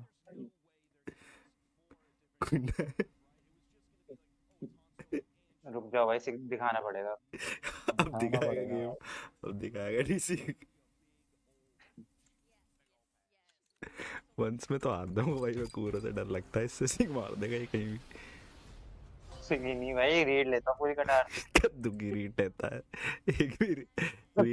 रीड आई तो ठीक है, नहीं आई तो डीसी यही करता भाई तू। अब नहीं नहीं, वो तो अब डॉज पे, अब तो अब डॉज भी सीख गया। देखते हैं। I mean chase up. उससे पहले क्या सिंह मार रहा था? उससे पहले इनसे। ओए भाई ये 1v3 ओ भाई ओ मार रहा भाई। ओए ओ तेरी ये खेल लिया मैं। ये चेंज डॉट कुछ तो करा इसने, चेंज डॉट वाला। आपके डॉज के लिए चेज डॉज यही है। अरे आजा आजा आजा आजा, बचा ले आजा इसे भी आजा। अरे यार गलत है, गलत आदमी ये करके दिखाओ भाई, तुम कॉम में हो जाओ। अरे हाथ पर पकड़ दोनों। लटक जा तू। पकड़। बचाना भाई, क्या देख पड़ता यार। बढ़िया मार देगी, बचा। Felt cute might delete. अब मैं वापिस ही नहीं आ पाऊंगा। अरे यार तेरी डॉज लिया। मेरी तरह नहीं है ना भाई, लेकिन वहां से भी आ जाओ। अरे भाई मुंह पे लगा बिल्कुल। एंगल तो ना के आ रहा भाई। मेरे पे कटार से मिल रहे ना। बस फिर बैक दिया। गुइचागू है। सेव है भाई। मिलते फेंक देता हूं। पकड़। गेम नहीं लगेगा। एक बार बचाऊंगा। वो लेट आ गया, वो लेट गया वो। लेट गया भाई। ओए फैंसी गुइचागू। ओ तेरी। अरे मुझे मारा भाई। खतरनाक लोग है भाई तो। आएगा नीचे आएगा अपना। आजा अरे खुद ही चला गया शायद ऊपर ही। फिर से ज्यादा कोई नहीं होता। मैं नहीं कर पाता भाई, जो कर रहा है। इसने भी तो करी थी, वाला मारू जल्दी बताओ। इसने भी तो करी थी बीच में ये वाली मैच। अरे हाँ करी थी भाई। मेरे स्किन वाली नहीं है बंदा।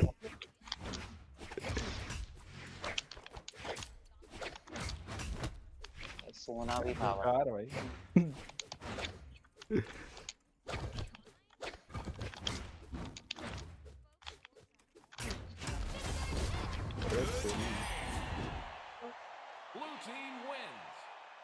नहीं भाई, कूरो का डैमेज इस बार 240 है, बेटर है पहले से बहुत बेटर। बढ़ रहा है 2-3 तो बढ़ रहा है, पहले 200 कुछ था।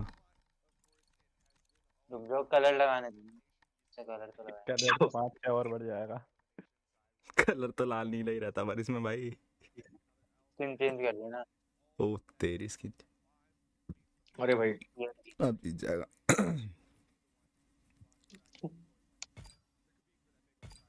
मैप भी अलग ही लेना।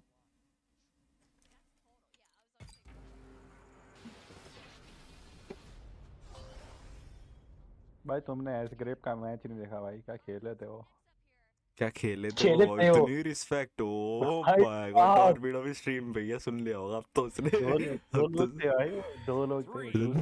देखा 2v2 था क्या? भाई उन्होंने क्या खेले थे वो भाई।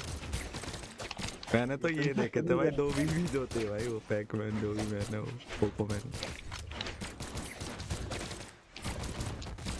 भाई मैं तो वो कर रहा था जी। अच्छा तुझे पता भी नहीं है ग्राउंड माउंट कैसे लगता है बेटे, तगड़ा वाला है मेरे बैग वाला। वो उल्टा कुछ नहीं आए थे, रिवर्स ग्राउंड माउंट था वो। अरे वापिस आ गया भाई। आ जाएगा। अरे नीचे नहीं हुआ भाई, डेढ़ और रुक जा। अरे यार आ जाएगा नीचे, आ जा। अरे चल बढ़िया अभी भी नहीं आया। अरे यार मैं रिसोर्सेज गलत थी। ओ तेरी फॉलो अप तो ले रहा नीचे यार। लिया क्या तूने यार मारा है ये यार, शेयर मारने दो भाई, मार दे शेयर मार दे। अरे मार दिया चेक कर रहा था, लगता है कि नहीं। श्वेत लेजेंड क्या हाल है ब्रो स्काई? ये भी लगेगा, देखो ऐसे मार एक बार और मार दे। ओ भाई 3 शेयर मारे ना रो। अरे लगा कि नहीं आता है भाई, मैं तो दिखाता ही। एक बार और चेक कर रहा था, लगता है कि नहीं। एक ग्राउंड पाउंड में तुम्हारा कर भाई। रुक जा चेक कर रहा था, लग रहा। अरे श्वेत भाई कूरो कहाँ वेपन फेंका तो नहीं, मैंने देख लिया भाई। तेरा मैप हो गया ब्रॉल 11 में वेपन। ओ मारा भाई। कितना अच्छा ऊपर भी देखा। अरे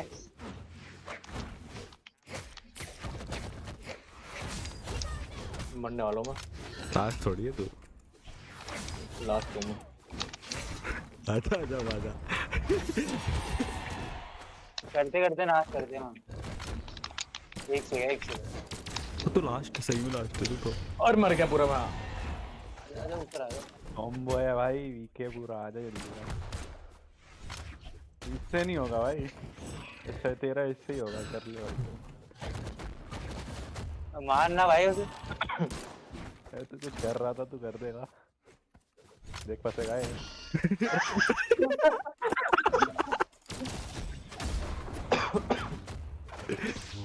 मैं स्पेसिंग करके भाई पूरा एंगल बना रहा हूँ, मेरी इधर दिया। यार क्या मारा था भाई। ले ब्लास्ट ले ले। तो मुझे थोड़ी आता भाई आगे का, तेरे के बाद क्या है क्या लाता है।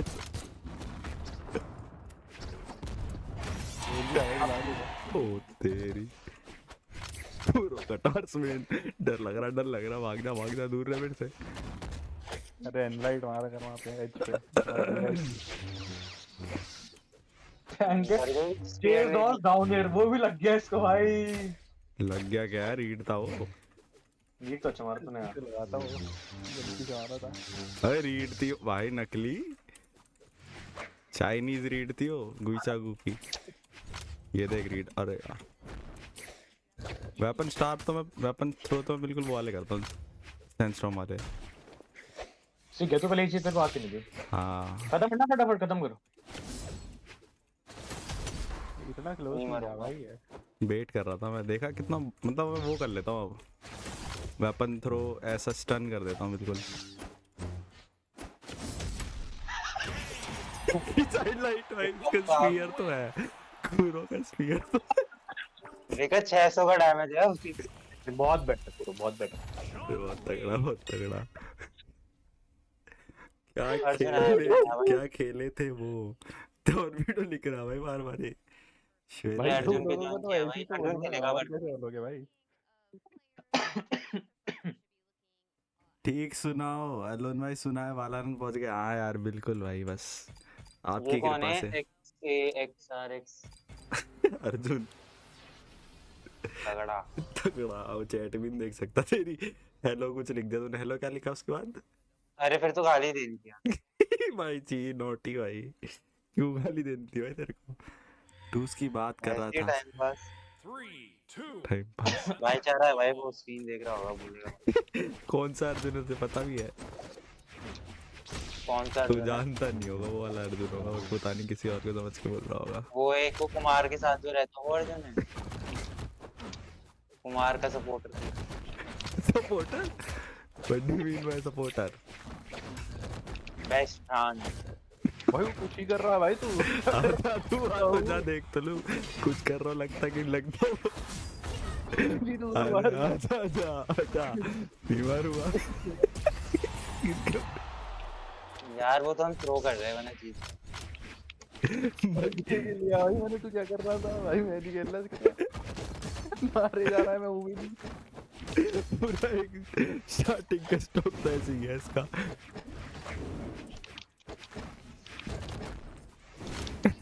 करो कॉम्बो करो, बढ़िया लगता है। ये गया कूद गया। अरे यार यार कनेक्ट नहीं हुआ, रुक जा ये मरेगा कूरो। अरे यार और देरी देखो मर जाएगा, देखो तुम देख रहा मर मर गया। मैंने मारा भाई, तुमसे नहीं हुआ था वो, दोनों मारे मर गया। इसको ये भी लग गया। सेव था पूरा भाई एक बबल देखा नहीं। नेट जा रहा है एक्टिंग कर रहा है नहीं जाता इसका। एक दिन स्क्रीन शेयर देख ली थी मैंने इसकी, झूठ बोल रहा है। एक मार दी जल्दी से, स्टॉप हो जाएगा भाई। नहीं मार पाएगा एक भी, नहीं हो जाएगी भाई, एक मार दे। स्क्रीनशॉट डालो, वीकेंड वाला एक वीडियो मरना चाहिए। श्वेता एक बार बच जाऊंगा मर जा, मार दो। अरे यार हाँ वीकेंड कितने हल्के में ले रहे वीकेंड है वीकेंड ही है भाई।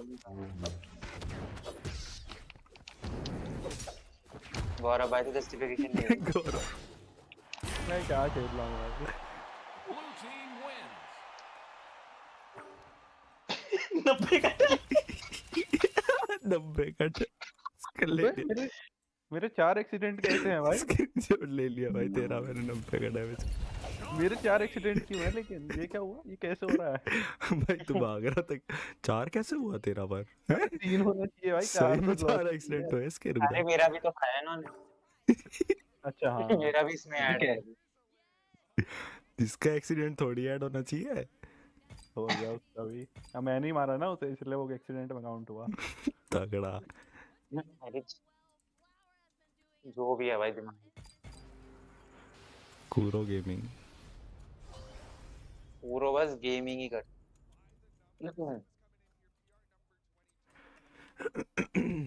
शायद भाई चुप नहीं है भाई, अब से कुछ हो गया क्या? है नहीं अपने मैसेज कर रहा था मैं। क्या खेले थे वो? बार ये लिख रहे भाई कार्तिक है तो। कोई बात नहीं भाई, और मार दिया, मैं तो मर रहा हूँ, इसने मार दिया।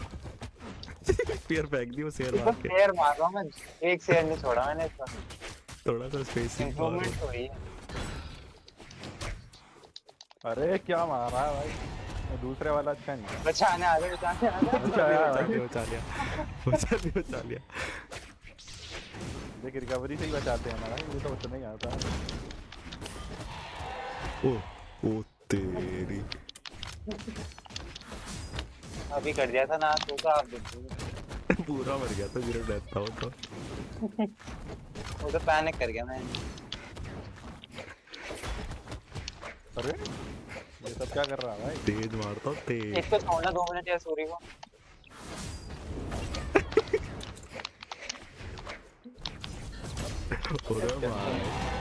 अरे आ गया क्या? आ जाएगा भाई, ये को बचाना पड़ेगा। मैं मार के आ रहा हूं यार, इसने मेरे को इंटरप्ट कर दिया बीच में। और जंप से तू क्यों मर गया? अरे मैं तो लगा एक और जंप पे वेपन थ्रो कर रहा था। डॉज पता है मुझे। अरे अलग कर दिया, एंकर रीड कर रहा था। आज नहीं ये करा ये तुमको करा तो बचा बच गया लाइक इसको छोड़ दे इसको बच गया भाई गए नेट जाने में रिकवरी से पहले ही चला गया था इसका दोनों मर गए अभी तो थोड़े ना डॉज अभी डॉज नहीं बनेगा कॉम्बो है बढ़िया कॉम्बो भाई फिनिश कर रहा है तो खतरनाक हो रहा है शायद तो फॉलो अप है भाई कहां से निकल रहा है भाई ये गंदा मारा भाई रुक जाओ मेरे को आरसीओपी बनाने दो मेरा 2 का ज्यादा डैमेज है ना मेरी आईडी से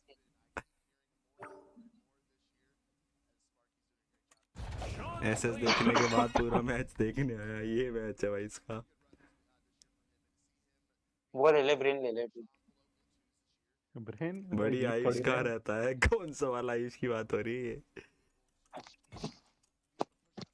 आयुष का तो भाई अच्छा उल्टी बाल्टी अभी कर दिया था अभी बढ़ दिया था अभी आ रहा थोड़ी देर में 1:30 बजे क्या काम है तेरे घर वालों को देर से अरे कल संदूक जाएगा मेरे पास सामान रखे संदूक में ओके क्या क्या रखवाते संदूक में होता है सामान बताऊंगा ना हाईवे पे टच प्रॉपर्टी दिखवा दी वो तो मेरे नाम होगी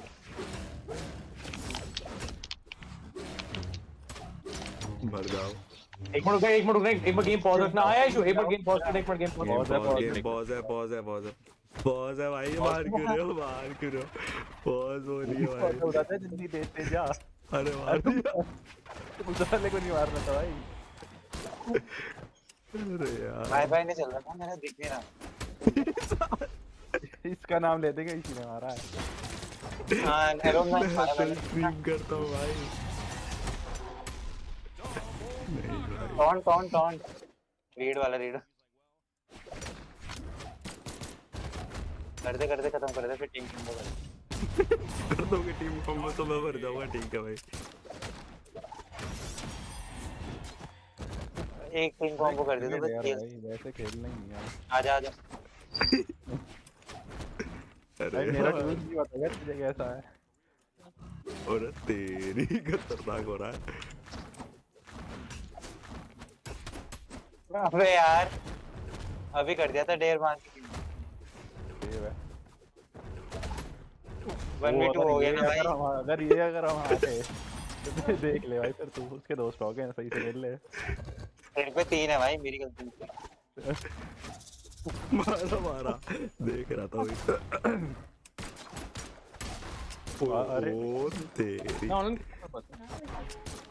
चलो अरे नहीं ठीक है तो तेरे को मार दे शायद इन लोगों ने मेरे को मैंने मारा भाई अलोन मैंने कहा अलोन ने खुद मारा भाई गलती से मारा वो हम मानते हैं मेरे थे 1v2 करना अभी पूरा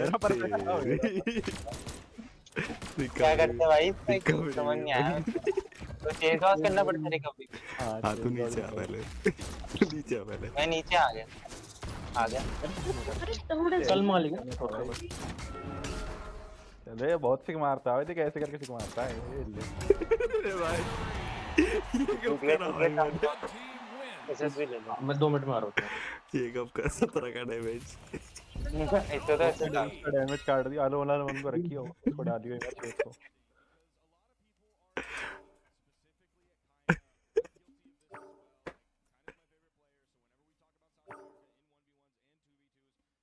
रिजुल मारने जाएगा यार 1v2 कर दे तू ओलाला ना भाई तू कर देगा भाई ये क्या चल रहा था भाई कौन किसको मार गया ऐसे भाई किसने धोखा दिया मुझे भाई भाई इन दोनों ने मार दिया तेरे को तो पता नहीं क्या भाई श्वेत की जरूरत ही नहीं है अकेला ही खेल लूंगा मैं ठीक है वो तो मुझे पता है मेरे को धोखा किसने दिया ये कूरो ने धोखा दिया क्या मुझे ब्राजा था क्या कोई नहीं मैं तो वो खेल रहा था वो उल्ग्रिम क्या कहता उल्ग्रिम हां हैक्स भी देखिए आप अबे लुल्लग्रिम है तो लुल्लग्रिम दिमाग खराब तो पिटेगा किसने धोखा दिया हमारे श्वेत को भाई अरमान को बताओ भाई कौन दे रहा बड़ी मैं है एक लुगाई आदमी। इसको हर कोई तोड़ता भाई।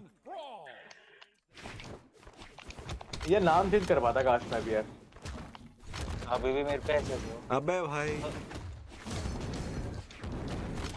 भाई यार रुक जा 2 मिनट। अरे जा रहा है नेट। एक्टिंग कर रहा है एक्टिंग। आजा आजा नेट जा रहा तो नीचे आजा तू। आजा ऊपर आ तू। अरे यार हाँ हो गया। गोटेड नहीं यार भाई, गोटेड नहीं यार, दूसरा नहीं लगेगा। कितना तगड़ा ग्राउंड में मारता लोन भाई।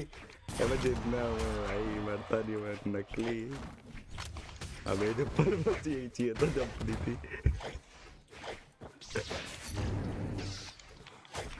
अरे बोल दो भाई पूरा। अरे भाई साहब मैंने भी ले लिया उसका फॉलो, तूने मारा वाला बैठ आओ देख लो।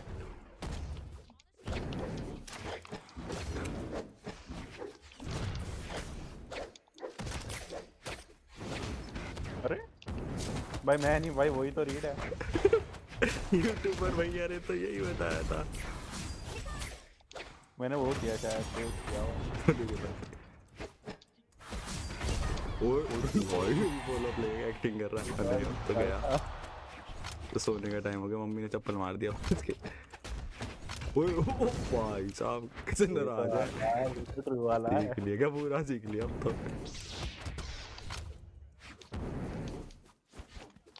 गिर जाएगा एक दो बारी, ट्राई और करेगा। अरे नाइस।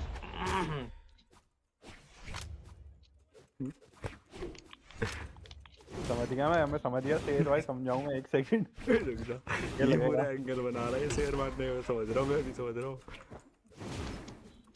ये लगेगा दी लगा। अरे चीटिंग कर रहा है भाई बीच में, ये उनके लिए भाई रुक जा भाई। अरे रुक जा ना यार, गया नहीं हुआ यार, जंप नहीं हुआ पता नहीं क्यों। खड़ा नीचे खड़ा बढ़िया मरेगा भाई। बूम खींच दिया भाई तूने वो हवा में से नीचे। ओह सॉरी नहीं अलोन भाई, सॉरी। मैं तो सेव करने आया था भाई। अरे पूरा मर गया। अब मैं क्लच कर दूं इसे, दोबारा स्क्रीनशॉट कर मैं डालूं। एलोन इज लाइव में। मैं तो वीडियो डालूंगा भाई।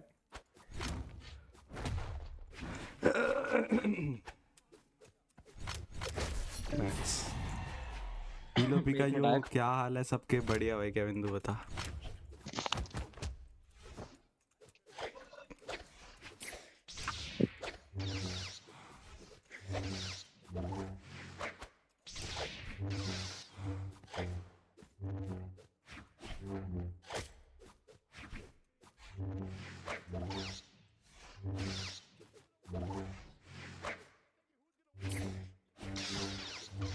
नहीं हो रहा भाई।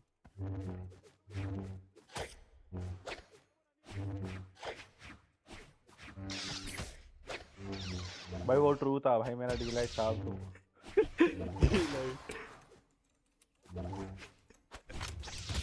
सारा भाई सारा।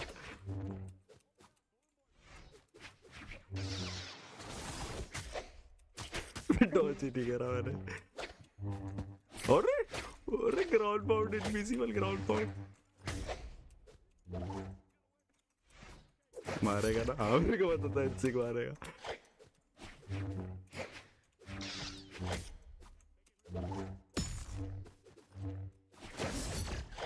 अरे लग जाएगा भाई, ऐसे मर गया भाई इससे। डालूंगा मैं यूट्यूब पे। गंदा मार दिया। मैं भी आ जाऊँ? आजा आजा आजा, एक बंदे की जगह है। ले लिया भाई मैंने एसएस। एसएस ले रहा भाई, गंदी बातें होती है एसएस लेना भाई। छी, मैं बेचता थोड़ी हूँ भाई किसी को। गंदी बातें होती है ये। सेंड इधर भी सेंड। 90 घंटे बेच लियो ने, देख तो लिया किसी को। कूरो का ही देगा भाई, कूरो का ही देखा।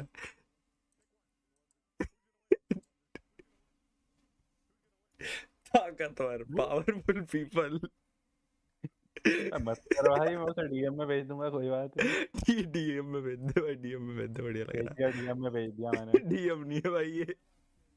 मेरे को भी दिख रहा है, तो मजा आप लियो। तो ये थ्रेट देखनी आती है? हाँ अभी पता चलेगा। आती है? हाँ भाई आती है, सीख गया हूँ पूरा डिस्कॉर्ड। वेट कहाँ गया? हो गया क्या? कार्तिक से 1v5 का एसएस का पूछो। टॉर्पीडो क्या कह रहा है? भाई ये तू चला जाना भाई, ये क्यों है? इसने एक दिन 1v5 किया ना, तो मैं सुन लिया मैंने वो बात। तो भाई ऐसे ही खेल लेते हैं हम। वो फ्रेडी अब हमें ही मार रहा था भाई, उसे कुछ तो है। भाई वो बंदे वीकेंड वाले फ्रेडी से जीत के एसएस डाल रहे भाई। उन्हें वो तो मैं नहीं करवाया था, ये करो भाई तुम। अच्छा 1v1 करवाया था तूने साले उनका? और क्या? मुझे लगा रैंक वैंक में मिले होंगे। नहीं नहीं नहीं, कस्टम था भाई। अरे टीवाईएफ से भी पिटा भाई फिर वो, और श्वेत से भी पिटा था। कौन? तो मैं गया देख रहा था। अरे वही गौरव। अरे तो उसका गेम थोड़ी है अभी इतना बढ़िया। वो तो ग्राउंड पाउंड मारता है भाई स्टेज पे। ओ सिक। डिलीट क्यों किया पे देख लिया। अरे फेलियर तो बोलने लगा भाई, इसे वीसी बोला ना। वीसी पे आ भाई, इसे अनबैन करो, इसे अनबैन करो। अब ये लड़ता नहीं है, भी ठीक हो गया है। अनबैन करना सीखा था भाई मैंने, रुक जा मैं करूंगा अनबैन। तेरी किस्मत पे है भाई फेलियर, इसे याद है। अगर आप आया तो हो जाएगा। एडिट सर्वर प्रोफाइल यहीं से होता भाई शायद। स्ट्रीम पे खोल दूं ये? कहाँ जा रहा है? खोल दे, कुछ नहीं आता। कुछ हो जाएगा भाई, कुछ वो भी खा जाएगा मेरे को। नहीं नहीं आता, कुछ नहीं होगा। कर दूंगा मैं, अनबैन कर दूंगा मैं, सीख गया हूँ पूरा, रुक जा। कहीं से तो होता था। अरे एक प्लेयर तो बुला भाई, अब उसे गौरव को बुला लूं क्या? यहीं कहाँ से होता था भाई अनबैन? यहाँ पे तो मेरे पे ऑप्शन ही नहीं है। राइट क्लिक कर उस पे, तेरे सर्वर पे लोगो पे, तो वहाँ पे भी नहीं बैन होता। होगा। फिर सर्वर सेटिंग्स पे जा और वहाँ पे बैन होगा। आता भाई मेरे को। यहाँ सर्च कर ले या कर दे स्क्रॉल, तेरी मर्जी है। तुझे मेरी स्क्रीन कैसे दिख रही है? तूने स्क्रीन शेयर करी है उस पे। मैंने कब करी? आइजन है क्या ये? आइजन की स्ट्रीम देख रहा हूँ। आइजन सिखा रहा भाई तुझे। मैं क्या तुझे इतनी जल्दी कैसे मिला? इसने ढूंढा। अच्छा है भाई मैं नहीं ढूंढ सकता, तेरा तेज।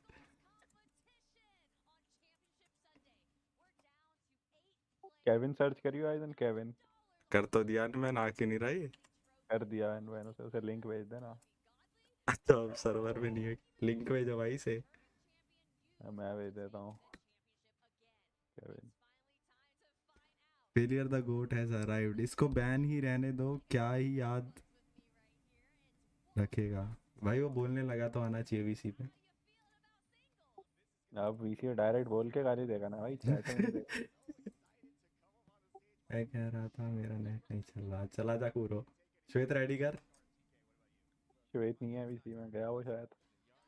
ये आइजन आ जाएगा इतने। डिस्कॉर्ड लिंक डिस्क्रिप्शन से उठा ले। आइजन तू आ जा। ये कूरो बैठा तो है भाई। लीडर कौन है पता नहीं कौन है, तो गया। फेलियर भाई कैरी करना है क्योंकि मेरा नेट सही बोलने लगी यस यस भाई। लोग खेलते खेलते उम्र खराब हो गया, पता नहीं। ब्रॉल आजकल कम खेलता रहता हूँ, कोई सीन नहीं। मैं तो कुछ भी खेल लूँ, ये तो कर ही देगा। क्या करेगा? ये तो कैरी कर ही देगा, कुछ ही खेल लेता हूँ। ये तो खेल लेगा भाई अकेले ही। 1v1 चल गया, अभी चलाते 1v1। अभी नहीं चला। जीत गए थे भाई, पूरा भाई जीत गए थे हम लास्ट मैच। 3 जाके देख भाई तुम। फिर तो नहीं जीते भाई पूरा ट्राई। ये कौन है? Caspian DC.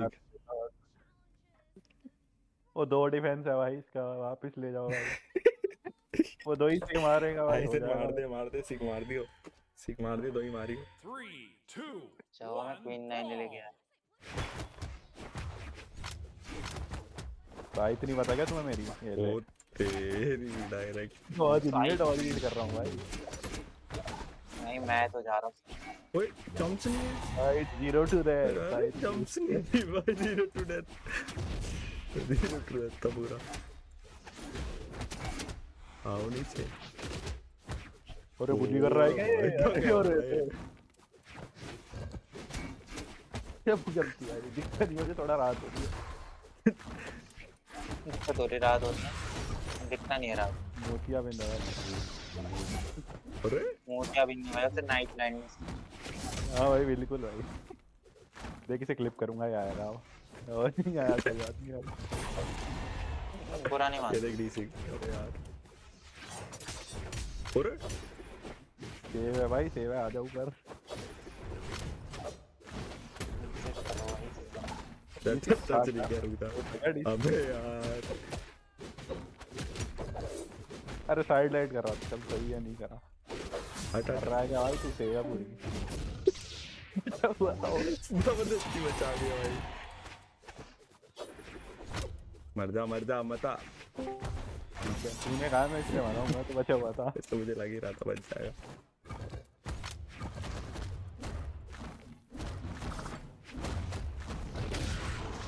भाई मत मार भाई मैं नहीं कर रहा वो वाला डॉज एक्टिवार से। वही वाला करता हूँ मैंने देख लिया।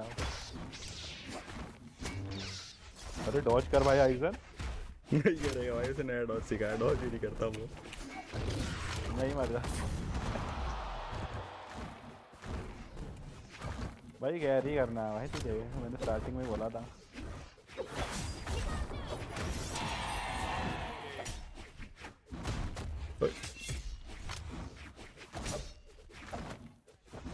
मैं पैसे भी खेल रहा हूँ भाई तू खेल आराम से। पैसे भी खेल रहा भाई बात। है भाई वो स्क्रीनशॉट भी डालना है फिर।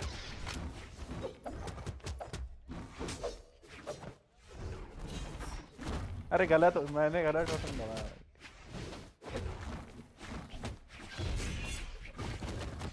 मेरे वाले से बढ़िया है। अरे नहीं नहीं भाई नहीं मैं बचा लेता भाई तुझे तूने गलती करी। मैं बचा लेता भाई मैं नीचे हार तो कर दिया मुझे कर दिया।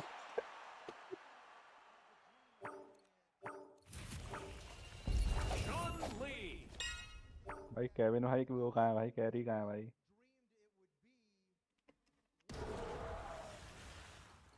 वीसी पे लो भाई से अब तो वीसी पे आता है केविन किडफिश।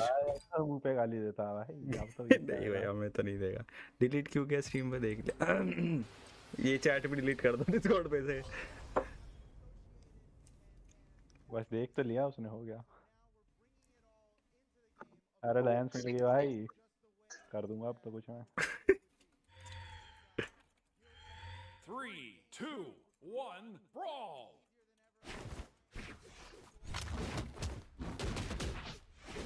भाई अंधा मारता है भाई आइजन वो मारे ही जा रहा है वो अब भी मारे जा रहा है। मैं तो देखने लगता हूँ भाई हवा में खड़े होके कर क्या रहा है वो। अरे मैं भूल गया वही करता है वो तुझे डेयर लग जाता दूसरी साइड वाला। मैंने एक्सपेक्ट तो किया तो।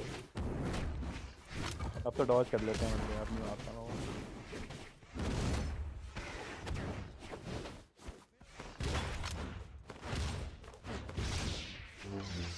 डॉज नहीं है मैं तो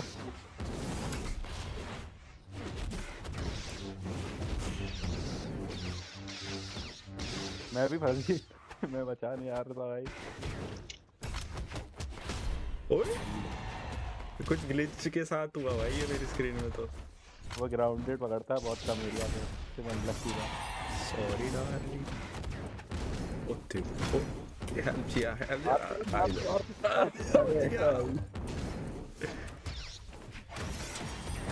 जी आऊंगा बचाने। टच कर दिया क्या नहीं।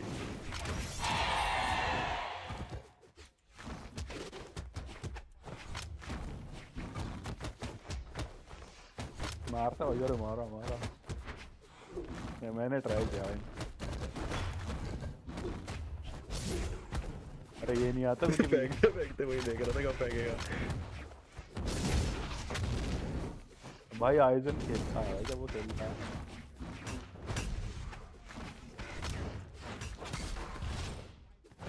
ठीक मारूंगा डाउन वाला मैंने बताया भाई।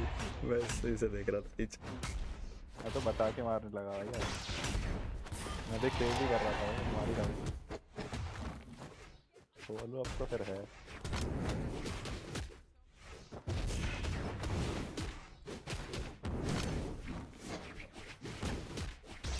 भाई मैंने 3 दिन खेला नहीं ब्रॉलहला कुछ अभी मेरे तो हो नहीं रहा है।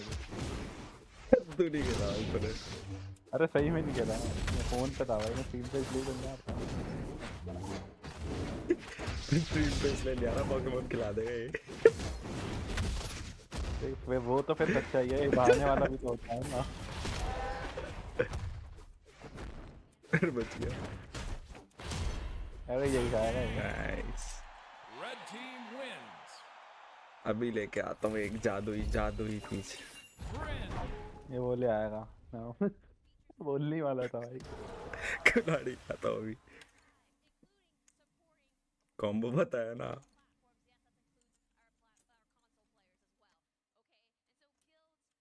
ओरायन के साथ कुछ है ये कॉम्बो है भाई हमारा आजा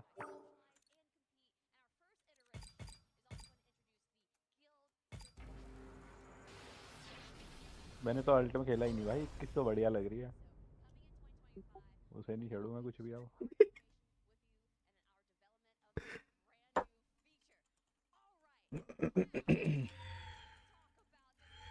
3, 2, 1, brawl. भाई ट्रू है भाई वो मेरे साथ क्या हो रहा है आईजन भाई आइयो साइड में एक बार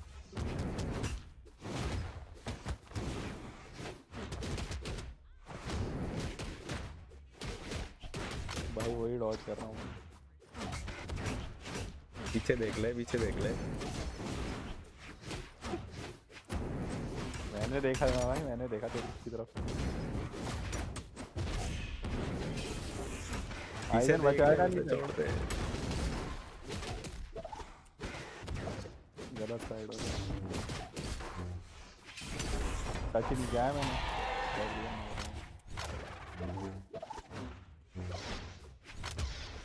प्लेयर तो ऐसे वो जोर से मारा भाई जोर से मारा पूरा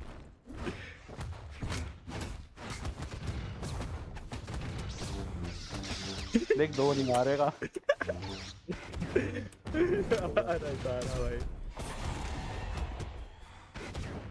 केविन खेलता है भाई अब भी अलग ही खेलना है इसकी मूवमेंट इतनी फास्ट कैसे रहती है पर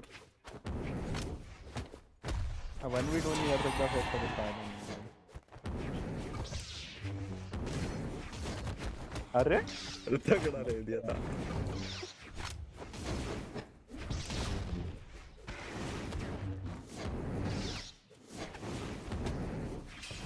रिकवरी आजा मैं तो आया आ गया मैं आ गया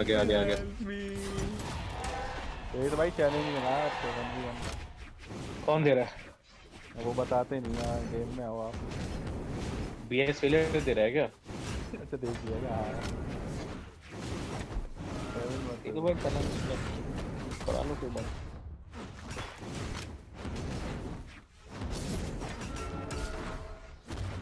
मेरी गुलाड़ी नहीं देखी है इधर तूने कुछ कर जाऊंगा अलग ही दूर रहे मेरे से अच्छा है क्या मेरे पे मैं तो गिव अप कर दिया था भाई अरे यार की जगह ये शेयर है ये कैसे लग रहा है वही सोचा ओ तेरी 20 फ्रेम डॉट से भाई कर पाया तो एक्सपेक्टेड नहीं था ना भाई वो कहां से वो तो शेड से सीखा है मैंने कहीं से भी साइड लाइट कर देना जी काम करता है भाई वो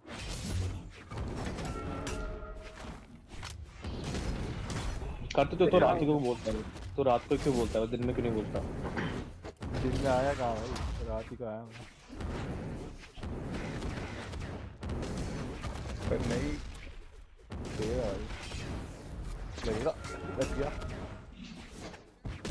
भाई तू मर बचा भाई कैसे इतना वो ट्रायल किया भाई अबे लोन तो मरा नहीं अभी तक बता अरे मार दो अरे यार विनने बनता है कितना ना यार ये दे दो लास्ट स्टॉक पे चला जा भाई तू साड़े खेला भाई फेलियर कुछ तो खेला भाई आई हॉट वाइजर मेरे भाई सब डाउन दे रहा है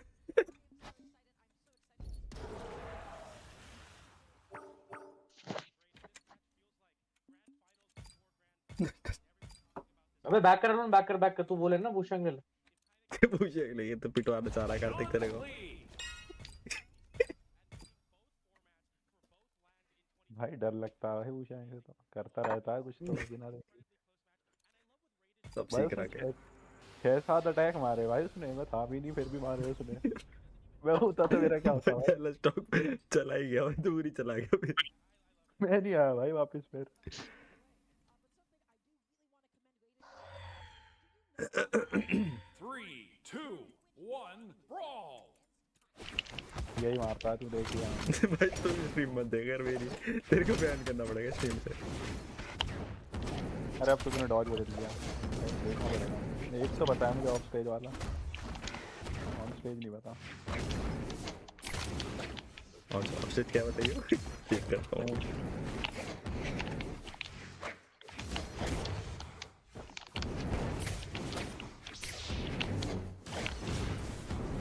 भाई पहले तो श्वेत कितना बढ़िया खेलता था भाई, बस अब हाँ सिर्फ अब दो, सिर्फ अब दो। और फिर कौन रिकवरी मार दी उसने, डरा दिया। वो तेरी महंगी महंगी चीजें करने लग गया तू है ना भाई, वो लगता नहीं ग्राउंड पाउंड मारना मुश्किल है।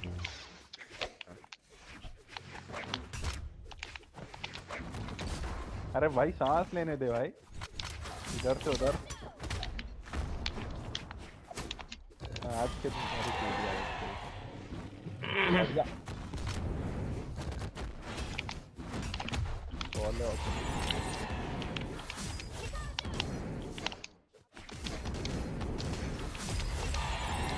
मैंने भाई पूरी कोशिश की बचाने की। सारी जंप खत्म थी, इसकी बच गया ये।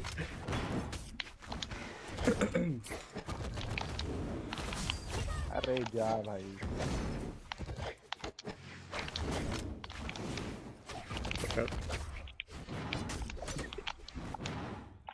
पीछे लगा रिकवरी मार रहा था मैं।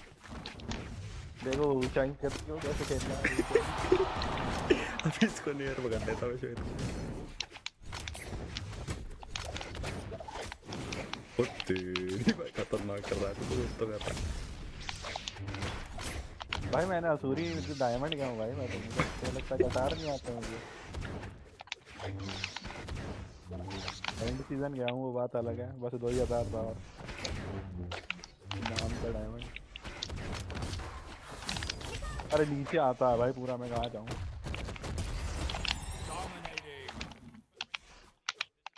पैसिव खेलते हैं फेलियर भाई, पैसिव।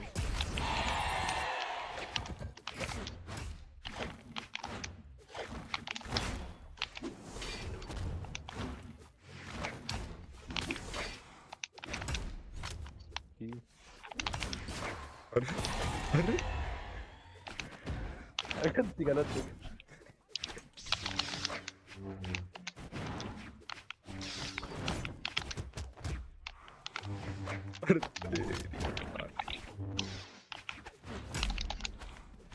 ये भाई उसे तो मारने थे भाई, जीत तो गए तो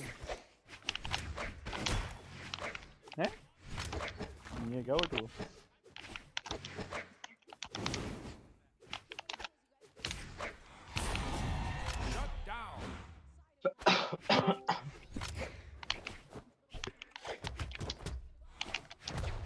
केविन भाई तू बोल दे एक बार, फ्लैश करना है तो बोल दे तू। बस सर्वर म्यूट दिया जल्दी, सर्वर म्यूट से जल्दी बोल ला भाई, बोल ला भाई। हेलो हाँ भाई, क्या हाल है?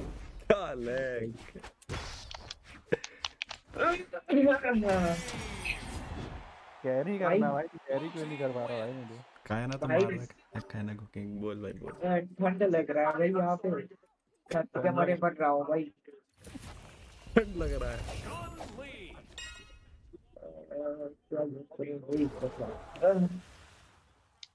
वेन है भाई, स्किन लगा लो। What's up fam bro? कूरो कह रहा है कायना तो मार रहा है। कायना मैं टूर्नामेंट देखना है क्या? क्लोज कब होंगे ब्रैकेट तब देखेंगे, अभी तो नकली पकली आ रहे होंगे।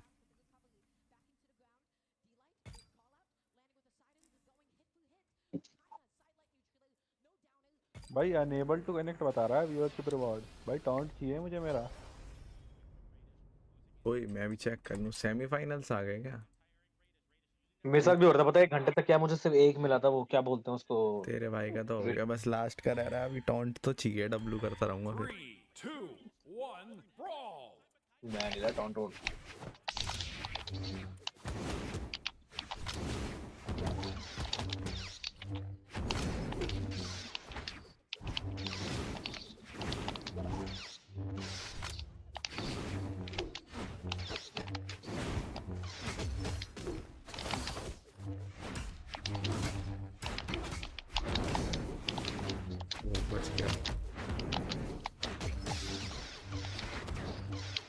वो नहीं करूँगा भाई मैं आपसे। अब अगर तूने पनिश किया मुझे ऊपर आते हुए कर दिया भाई। मार दिया। केविन भाई मैं तो आ रहा था बचाने भाई, मेरे को लेके मर गया भाई। दोनों भाई साथ जाएंगे भाई।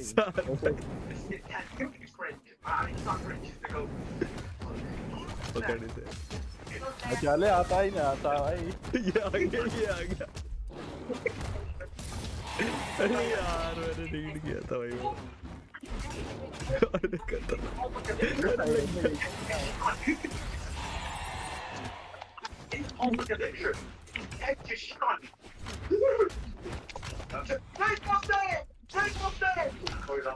किसकी टीवी चल गई?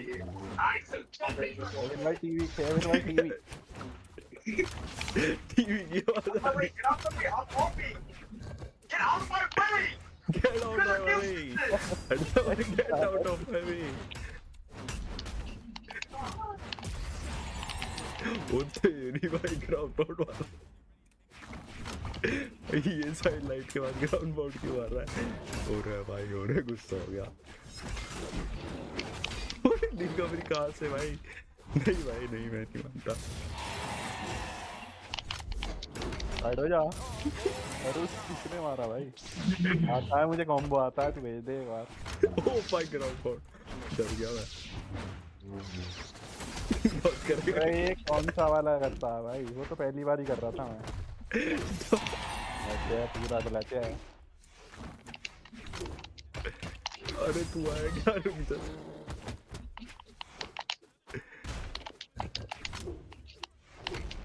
लास्ट हो गया तू भी। ये अलोन तो रूम है, इसको मार दे भाई कैसे करके। उधारी पे लिया भाई उसने, टाइटर उधारी पे लिया, वापस मांग रहे। मैं भी चला main stream BCX better. BCX देखे कि लास्ट चल रहा है, कि लास्ट मैच है क्या? तो खत्म हुआ भाई, इमोट कैसे मिलेगा? मैं जा रहा देखने, मैच देखते भाई, खेलते हैं थोड़ी देर में, मैच देख लेते। फाइनल चल रहा भाई, काइना चल रहा है बीच, काइना का मैच नहीं छोड़ सकता मैं इसका। काइना वर्सेस रेडिश, पहला मैच है ये। इसके बाद खेलते हैं ना, 30 मिनट का तो गया था, मर गया भाई काइना। कौन जीत रहा है? काइना जीत रहा है, वो तो रेडिश कैसे जीत रहा है काइना से? हमें भी दिखाओ, चलो गेम दिखा। अब मैंने देखा तोतली आई है, तोतली लिटिल डैमेज चुप रहा भाई, क्यों तूने ध्यान लगवा दिया उस पे? मैं अब तक देख रहा था, मेरे को उसी के लिकली सुनाई देता है।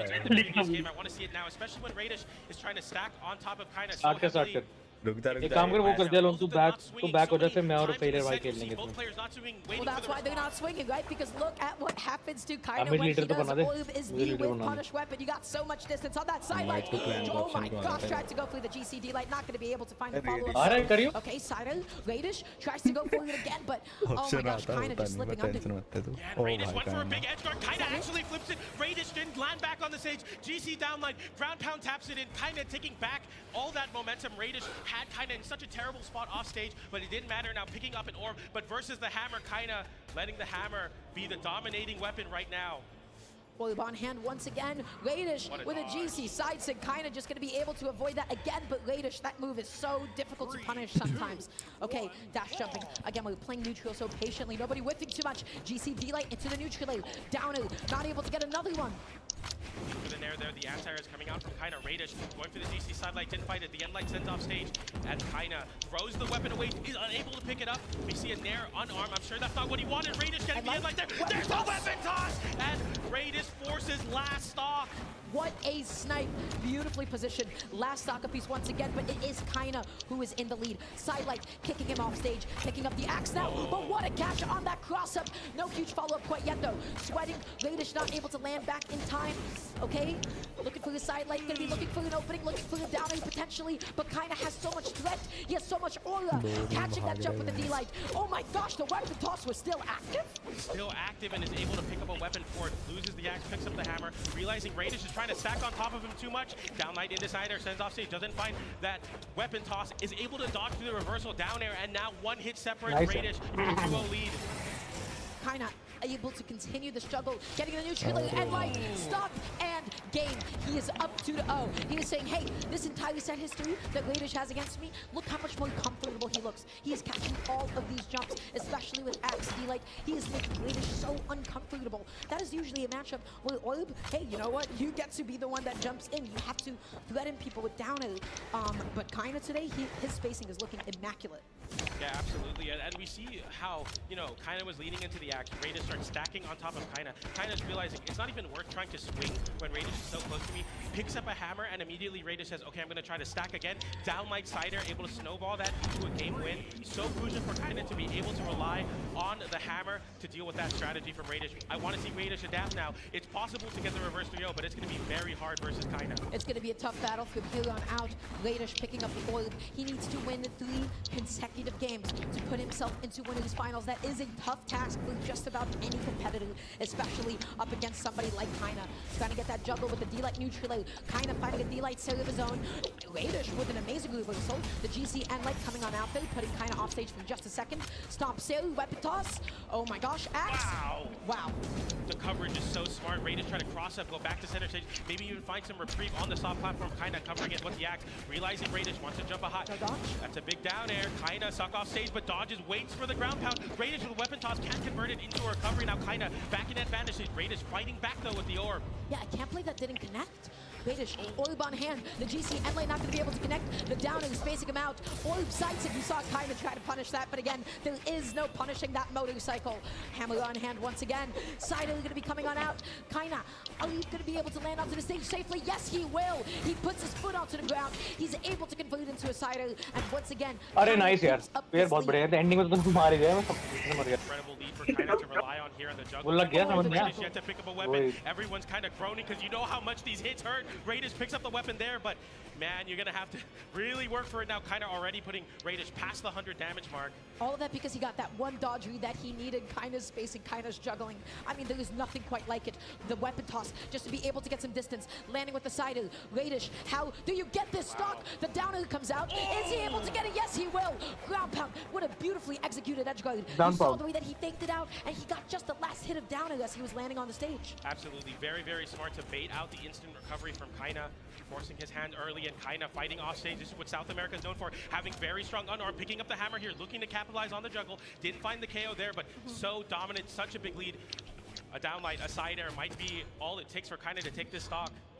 Love that N-Light just to be able to cover that cross-up because Kaina keeps on dash jumping over Radish. Nice way to get that opening. No jump call out the N-Light. Wrong direction that time around. Kaina was just in front of Radish. He continues to control the stage is what I would say until he finds the scoop. The down air landing, and now that is Kaina with a massive lead. 2 stocks to 1, 2 games to none. Is this set just going to be a 3-0 for Kaina? And Radish on his winner's side stock needs to make something happen to just force a game 4. Kaina the first person ever to punish that signature, even when it's charged. And Kaina now having Radish in the corner, side light, down light, so much damage. Kaina holding on to the ground again. Radish is just not able to land safely in so long. He tries to go through the weapon toss. The boots have been working out exceptionally well for him. Okay, good opening. Kaina, again, just dodging past it, able to get the side light, able to deal so much damage. Radish committing to that ground pound. It doesn't work out. The weapon toss doesn't keep him safe. He's exhausted.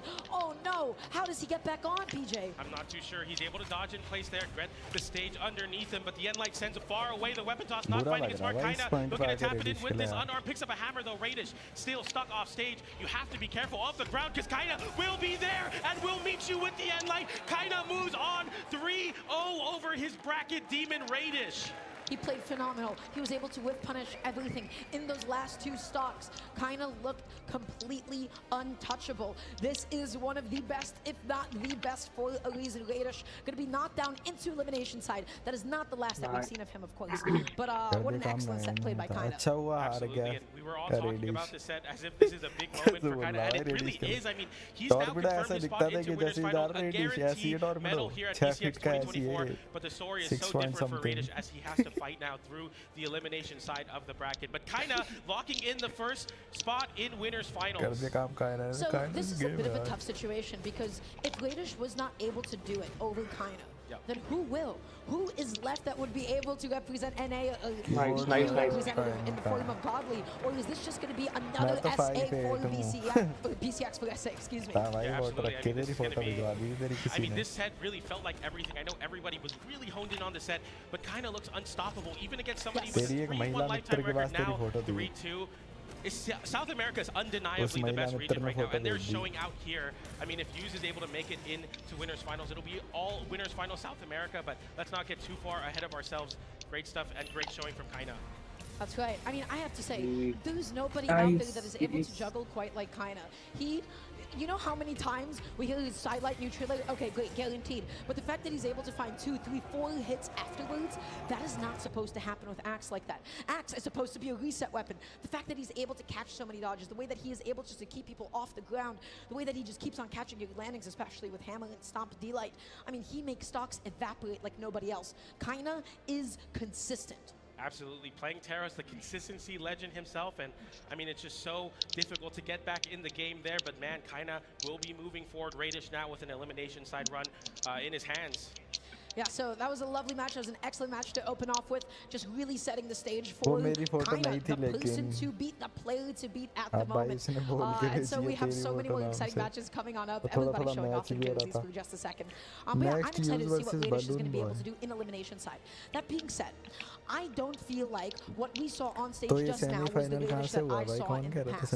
I was seeing a lot of undershoots, right? So wasn't fully leaning in, wasn't always fully drifting into a lot of his attacks, and Kaina was able to punish. I was seeing a lot of whiff side sigs, and by the end, Kaina, you know, the first player to ever punish whiffed orb side sig on Red Raptor, the motorcycle, he was able to get a huge punish out of it. So I want to see Radish slightly dial it back. I love the neutral that the two of them were playing. I love the footsies that we saw between them, and I love the way that Radish was catching these cross-ups. I just want to see him really collect himself going into elimination side.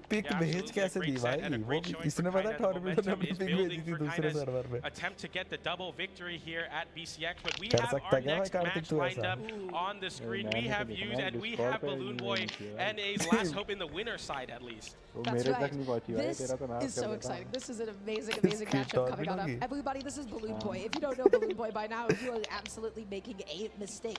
Representing Zarya, by the way, there's 3 bows in top 8 of the 2024. There's Balloon Boy, there's Impala, and then there is also, oh my gosh, my mind is Flower, that's right. Oh, we'll talk about that later. In the meantime, Balloon Boy going up against Yuz. This is just a run back of the Autumn Royale that we had just a few months ago. Yeah, absolutely. And then that said, I believe Yuz was able to take it over Balloon Boy, so Yuz having a lot of experience. And we talk about Kaina so much, but Yuz is the world champion of 2023, so now Yuz is going to look to try to make it a back-to-back year for himself. Balloon Boy, though, you know, the narrative around North America and the up-and-coming and new kids on the block. You have Marky Moo, you have Balloon Boy. At the Royale, Marky Moo was able to shine, taking the Royale. Now Balloon Boy an opportunity to carry North America with him in the winner's side, rocking the Zarya once again. And look at those viewer vote now in chat. 85% for Yuz. Oh my goodness. What is that? But we... I think that's a check. Okay, I got a little scared there. Vector at top 8 of BCX would be crazy, but not quite. Yeah, that would be absurd. I don't even know what to think of that. But so let's actually talk about this. Let's talk about Yuz for a second. What makes Yuz so special as a player?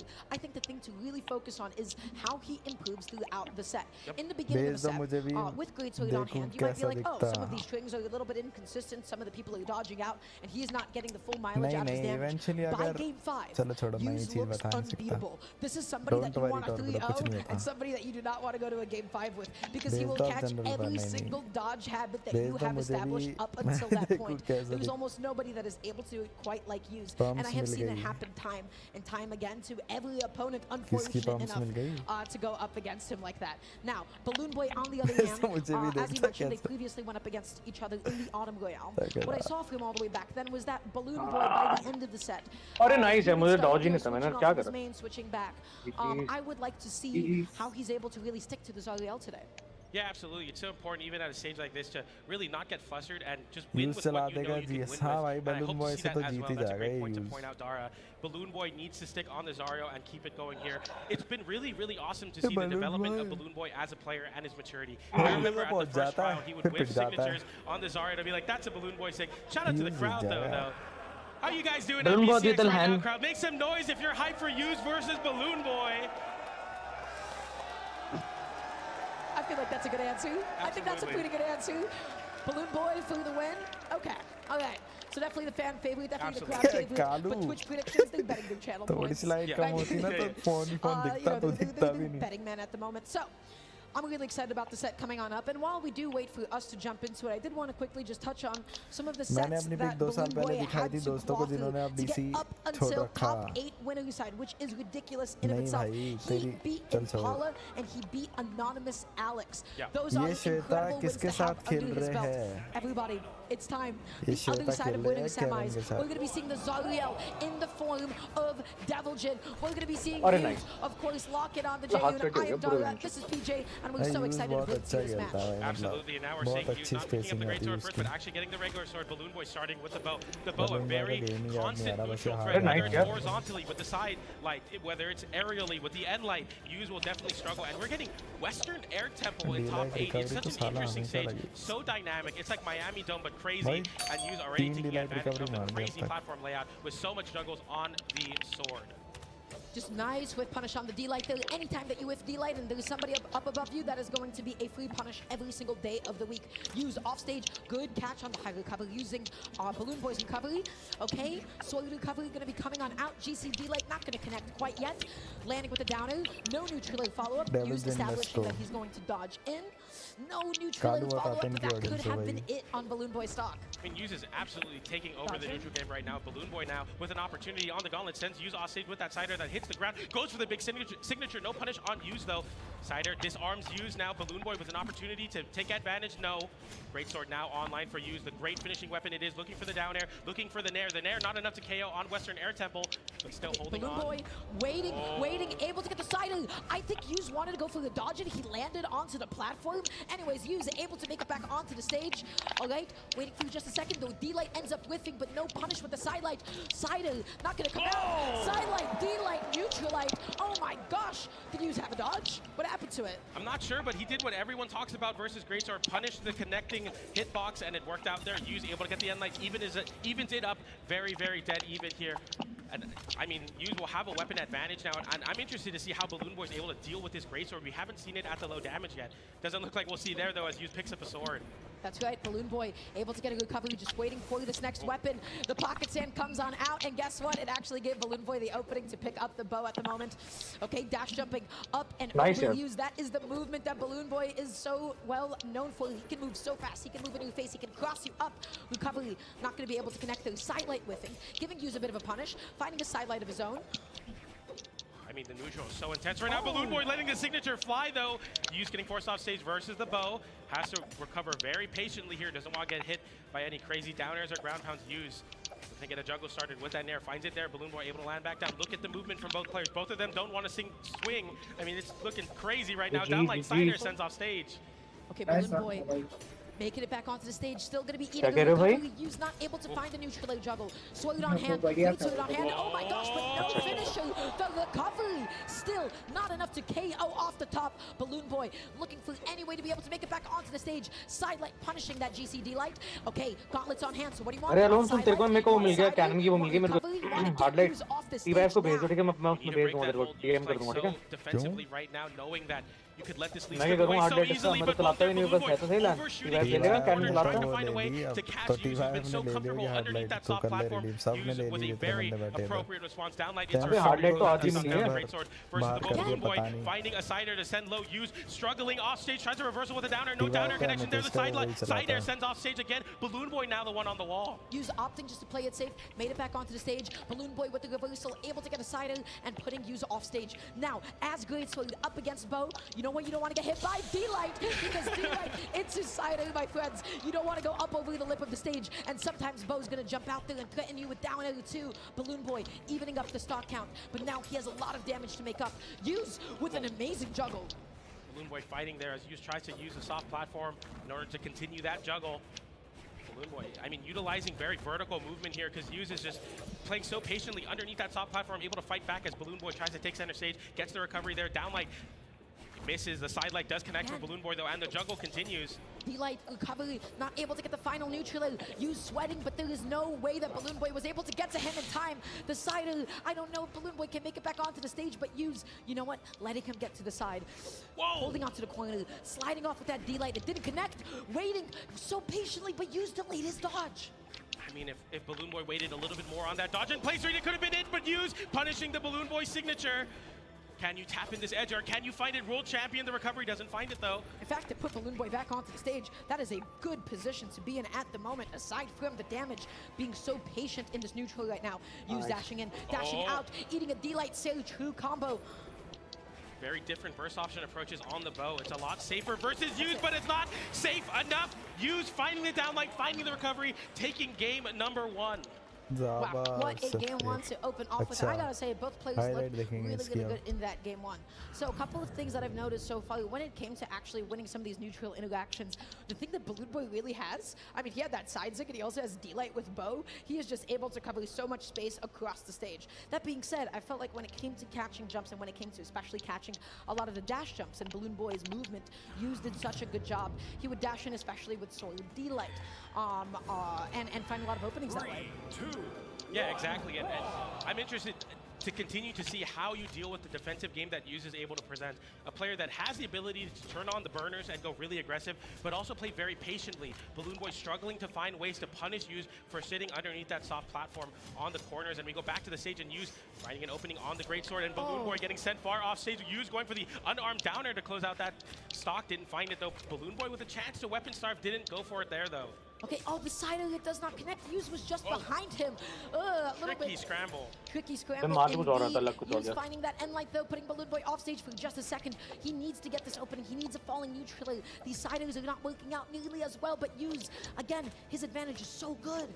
Absolutely, we see the nair there from Balloon Boy getting punished by Use. Use looking for the edge guard, gets the recovery, sends Balloon Boy back, but saying, I'm not done with you quite yet. I'm not going to go for the edge guard. Play it safe, get the damage. Downlight will KO. Recovery will start to KO as well. Nair almost able to do it there, but switches back over to a sword, and more nairs, more juggling for Use.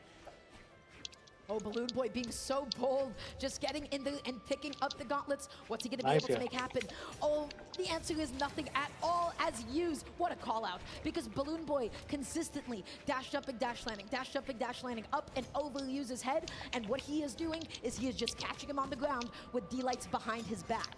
Absolutely, and for all the drama that stock was, Use, I mean, barely 100 damage, maybe if that. Balloon Boy struggling to really find any sort of damage on Use right now. Use catching the dodge there, sending back off stage, going for the downer, didn't find it. That's the nair to continue the juggle. Balloon Boy struggling versus not only the sword, but the great sword as well. The Use combo with the down air into the nair, and Use continues to dominate this match. Balloon Boy cannot find a way in, can't even find safety in a dodge, as Use will eat that, take that 2, and take that stock, 3 stocks to 1 for the former world champion. He's just so ready to call out the timing after Balloon Boy just dodges after the second, after the bridge. So 3 stocks to 1 at the moment. Balloon Boy, he is struggling to make it back onto the stage. Use is denying him the 2-piece, not able to finish it into the recovery. Balloon Boy needs to get the stock now to have a chance. I mean, completely faltering off stage versus Use. Use की बहुत ज़्यादा spacing है. Doesn't give it. Uses a jump instead, but Use waits for the dodge, going for the side air, didn't find it. Balloon Boy gets back to center stage. Use with the signature to try to find a way back, but Balloon Boy strikes back with a signature of his own to get the whip punish, confirm the stock, and potentially make the, I mean, one of the biggest upsets ever if he can find it. And light, but no neutral as well. Balloon Boy stuck at the edge of the stage, and Use is continuing to pressure him again and again. And light dashing back. Oh my gosh, tries to go for the finisher, wasn't able to find it, but it does not matter. This lead might be indomitable. Gotta find something here. Gets the big connection, gets the string, and Use was so, I mean, he's so dominant in that game. A 2 stock for Use. He is looking in true peak form right now. There is a bit of an issue going on, which is the discrepancy in the damage. Use is finding, I mean, you saw what happens after just 2 great sword strings. Balloon Boy already deep into the orange, deep into the red. When you have a weapon like gauntlets, and you're not connecting side light neutral, when you're not able to get a lot of your follow-ups, a lot of your core, you will be behind against a weapon like great sword. So this might be another SA3-0. Use is playing out of his mind at the moment. He is keeping Balloon Boy out, and so the question is, does he have that fight in him? And you're going to do a lot of fighting, and you're going to need to do it fast. Use in the corner. Balloon Boy for the first time really addressing Use, leaning into the corner as a way to find some safety. You won't find it here. The crowd coming alive for that nice little string on the gauntlets. Use flips the situation immediately, gets the cider there, but we go back to center. A lot of respect from both players. They realize it's all about that movement. Amazing. Balloon Boy jumped in there, jumped out, waited for Use to dash in, and then he was able to go ahead and get that punish. And like side light bridge, okay? Oh, tries to dash in there at the end, like not gonna be able to find the Balloon Boy with the whip punish. Tries to go for the end sig, it was unsuccessful though. Like there कौन जीतेगा BCX use Kaina Godly Marquis and the dodge as well. Use takes the first stop. A lot better than the last game in terms of damage here, but Use is able to snowball these leads so effectively. Balloon Boy once again, I mean, finding more openings but struggling to deal with the output of damage that Use is putting out with the greatsword. You got bow on hand, you need that D-Light, but it does not matter. Use controlling the stage. Balloon Boy running out of options. He uses up so many of his jumps when it comes to landing, and Use has no problem with that whatsoever. The weapon toss, trying to keep himself safe, spacing out the side light, whips that side sig, and look at the punish. Look at the punish. It does not stop. With the greatsword there, gets the poke with the side light, gets the dodge burned as well. Going for the offstage nair. Balloon Boy flips the situation and now has the wall to use, but hasn't been able to find any sort of pressure when Uses in the corner, getting out of it. Taking a nair though, not enough to KO. Looking for that recovery, looking for a way to confirm this stock and still fight for your chance to make this comeback happen, but Use won't give it easily. Balloon Boy, you need that D-Light, you need that side light, you need that recovery, using the weapon toss as a way to be able to get in. The D-Light connects, but Balloon Boy, I think a little bit too far away to convert that into a cider. Okay, recovery, call out, that's it. 2 stocks each, but you have so much damage to make up here. If I'm Use, I'm picking up that sword, and I'm looking for the D-Light, and I'm looking for recovery. I mean, Use even there, you know, realizing you're on the sunset of your stock, still holding on, forcing Balloon Boy and testing his patience. Big open up there though, gets the side light, no extension on the dodge read. Use getting the recovery, doesn't KO though. Balloon Boy with the gauntlets in hand, we've seen what the edge guards can be, but it won't find it in this stock. The recovery comes in from Use, and he is 1 stock away from an all South American winners finals. He is calling out that movement. Every single jump is going punished. Balloon Boy back onto the gauntlets. Oh, what a leap.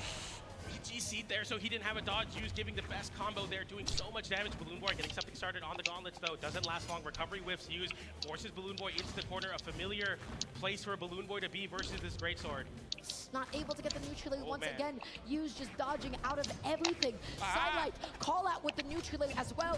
Use with a sidelight, but there is no follow-ups after gauntlet sidelight. Balloon Boy a little bit behind the damage, behind it an entire stock, and Use looking so consistent.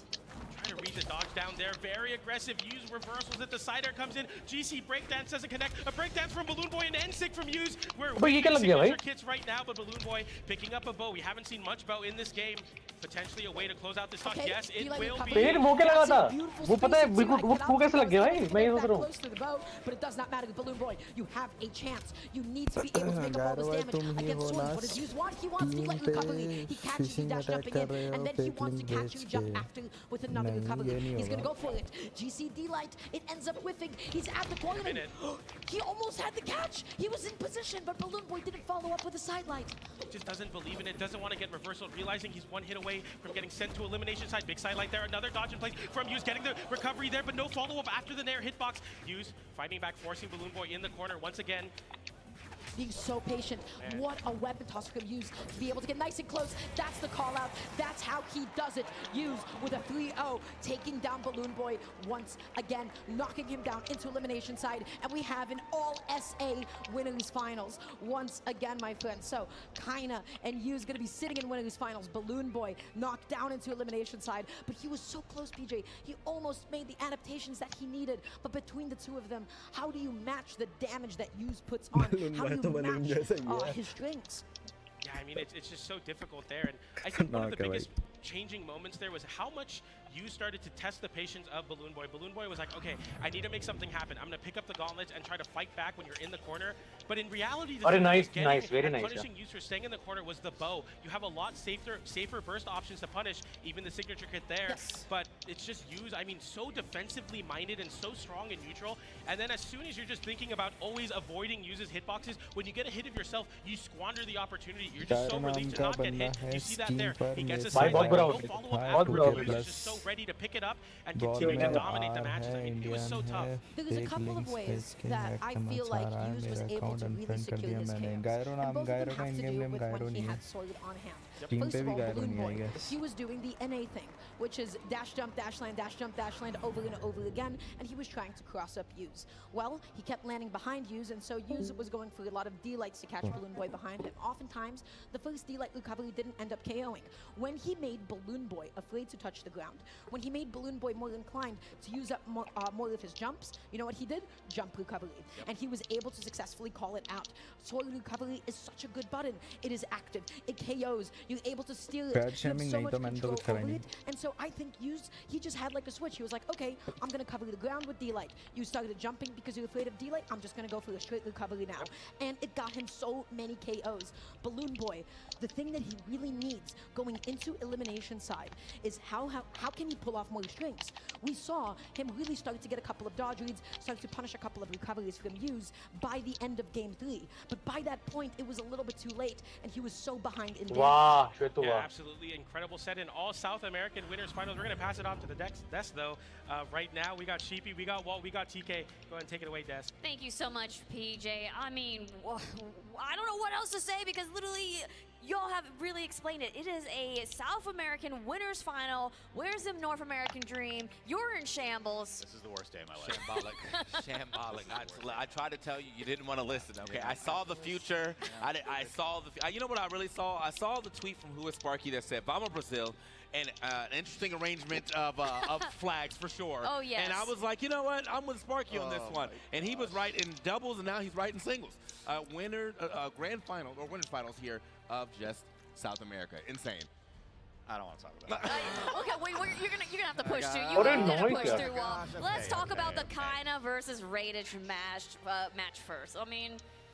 Yeah, so here's the thing. Okay, Dara had mentioned at the start of the set, South America as a region definitely doesn't have a ton of experience against Orb.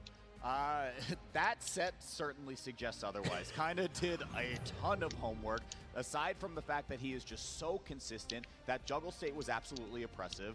And yeah, TK, as much as it pains me to say it, it wasn't close. It made me very upset. I feel bad saying it myself, but that's just like what happened. I mean, one, Kaina's axe was going absolutely insane, and I think the first 2 games, the hammer did come out a little more in the 3rd game, but for the most part, I mean, there was a moment we talked in the interview, Raider said, I'm trying to lock in. And for that first game, I locked. He looked a little locked. By like stock 2, he looked like he locked. And then, yeah, by game 2, I think the door was back open. So I can't really help you out on that one. Yeah, I mean, he's still in the tournament at least, but it just that winner's side did not look great for him. I think a lot of it too, like it looked like Radish was trying to do a lot in the first 2 games. I didn't get to do a single call, which just upsets me greatly. And honestly, some of the movement just seemed a little bit uncharacteristic to me. I think there were a lot of just attempted ground pounds off stage, which you really just don't see from a player as patient as Radish. All that being said, those aren't excuses for how the set outcome ended up being. Kaina is still just looking like this unstoppable force in the bracket. He's only 2 sets away from honestly making history. He'll be the 2nd player, I believe, to double trophy, or at least the most recent one in the last 5 years. Woo! And then let's now go to the match that we just saw. Hughes versus Balloon Boy, another South America versus North America. Oh my gosh, the heartbreak here. TK, you want to break it down for me about this one? Look, so, we were talking to the crowd, and we said, crowd, how you feeling? What are you looking at? And I saw a lot of Balloon Boy supporters. I'm even a Balloon Boy supporter, for sure. But when you looked at those channel points, the people were betting with the money, okay? They said, I see Hughes. He was a champion before. He can become a champion again. And in that set, he played like a champion. I mean, the sword looked absolutely insane. The great sword looked absolutely insane. It really shut down Balloon Boy in a lot of his options, a lot of his offense. Nice, bro. I mean, there was some moments of greatness there for Balloon Boy as well. He definitely got a clean, I think, D-Light in finisher in the first game. But outside of that, it really was just the Hughes show. Yeah, I mean, to me, this was just such a showing of the tenure that Hughes has in this game, right? Yeah, I thought of a lot of it as like education versus experience. We've been calling Balloon Boy and Markimu these new kids on the block that have taken over the Brawlhalla scene. But Hughes done been around the block like a few times at this point. They did play at the Autumn Royale. That was a 3-0 in Hughes' favor. And while this was the same outcome here, I do think an important takeaway, even though Balloon Boy will be falling to the elimination bracket, is he's starting to find a stride. He's starting to get some more experience under his belt. Again, this is his first open LAN ever that he's competed in. And I think when you just stack someone like that up against a player who has been here before time and time again, it's a tough tough draw to face down, but you're gonna have to do it if you want to keep showing up at the top of the game. Man, it's just heartbreaking. Come on. I know Balloon Boy is not out quite yet. Now he has to make an elimination run. It's just always tougher to be down there, and sometimes it also breaks your mental too. But I'm still rooting for Balloon Boy. I'm still rooting for North America. So we'll have to see soon. Thank you, the audience over there. We'll have to see soon what's gonna happen. So y'all, we got 2 matches down, many more to go. Our champion is in this room, and we'll soon find out who that person is. Coverage of the BCX singles competition continues after this break.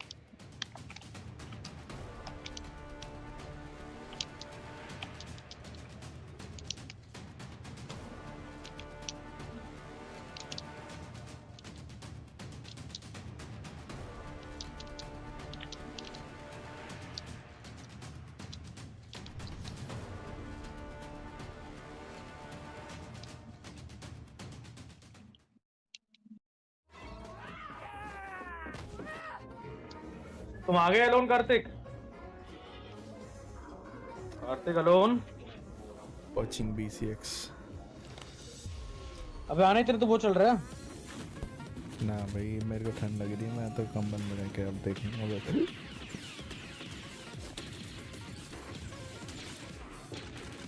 Game तो daily देखते कभी मजा करो BCX देख के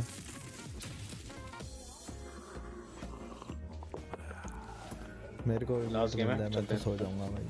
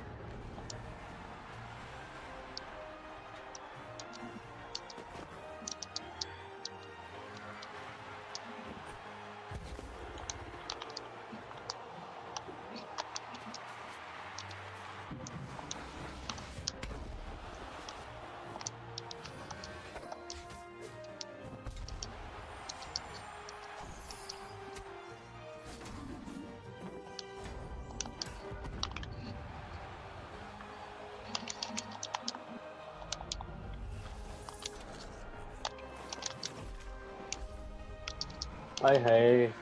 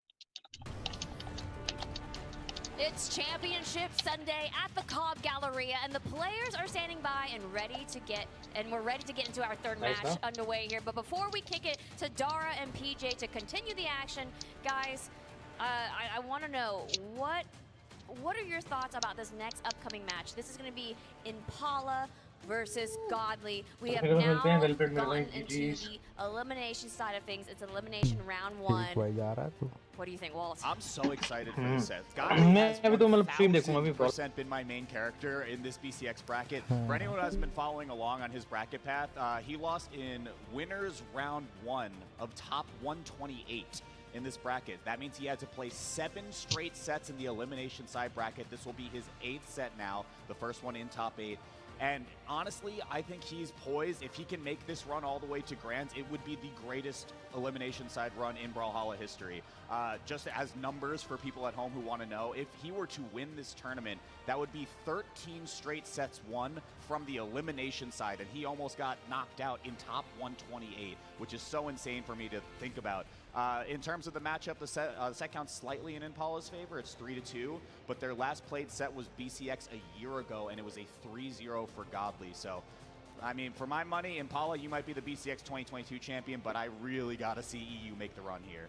I'm in the same boat. I mean, as you were talking about that run, I mean, that's the run. There's only one thing that can rival a run that deep, and it's the Mariana Trench, okay? Because that's how deep he had to come back from to go ahead and get into this top 8. Now, the thing is, though, like, as you said, he can make it all the way up there. He's made it there twice already. He's been second in one BCX, third in another. But I'm sure he really wants that first place spot, and this will be an insane historic run for me to do it from where he started to where he's going. But Impala has already reached that peak before in 2022. But as of right now, I think Godly might just be playing with a little more fire, a little more determination to, you know, kick it even further. So I'm going to also have my money on Godly. I'm going to know what the chat thinks in a little bit once we get those predictions up. And I'm not saying Impala can't do it either. Impala but for my money, I'm going with Godly. I actually want to let you know that predictions did show up, and it actually was really close, though. It leaned a little bit more towards Godly at 57-point-something%. I don't even know, but it was so close. And in my hearts of hearts, I'm actually extremely, genuinely thrilled to see Impala back in the game, back in the action, and I kind of want to see how far he can go. So we'll see what's going to happen here. So, guys, the game is ready. PJ, Dara, let's get into it. Take it away. Thank you so much, Tess. We are getting into Godly versus Impala, a very well-tenured matchup here for BCX, and an incredibly important one. Want to talk a bit about Godly, and a wise man once said, a humble Godly is a dangerous Godly. Falling in the round of 128, making one of the longest losers runs in Brawlhalla history to make it here versus Impala. So exciting to see.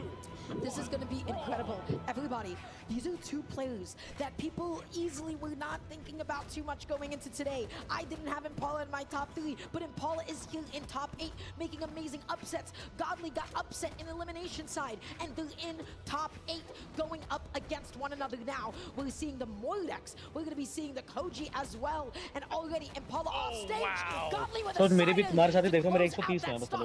He goes out there, he goes deep, and Godly, he wants it today. The weapon that's connected both of the legend picks for Godly this tournament.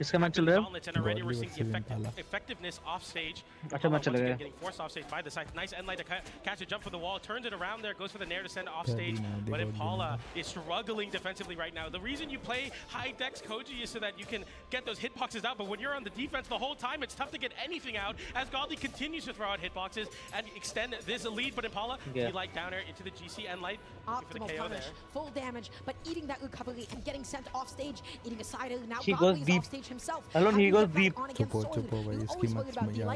goes up and above, landing with a downer, but when you're on this stage, when you got such a short ceiling, that recovery is going to go ahead and take some names. And Paula down and damage. Godly is unarmed, but all he needs is a D-light recovery. He needs a side light to push him off stage, but he's going to be picking up the scythe. How does he close?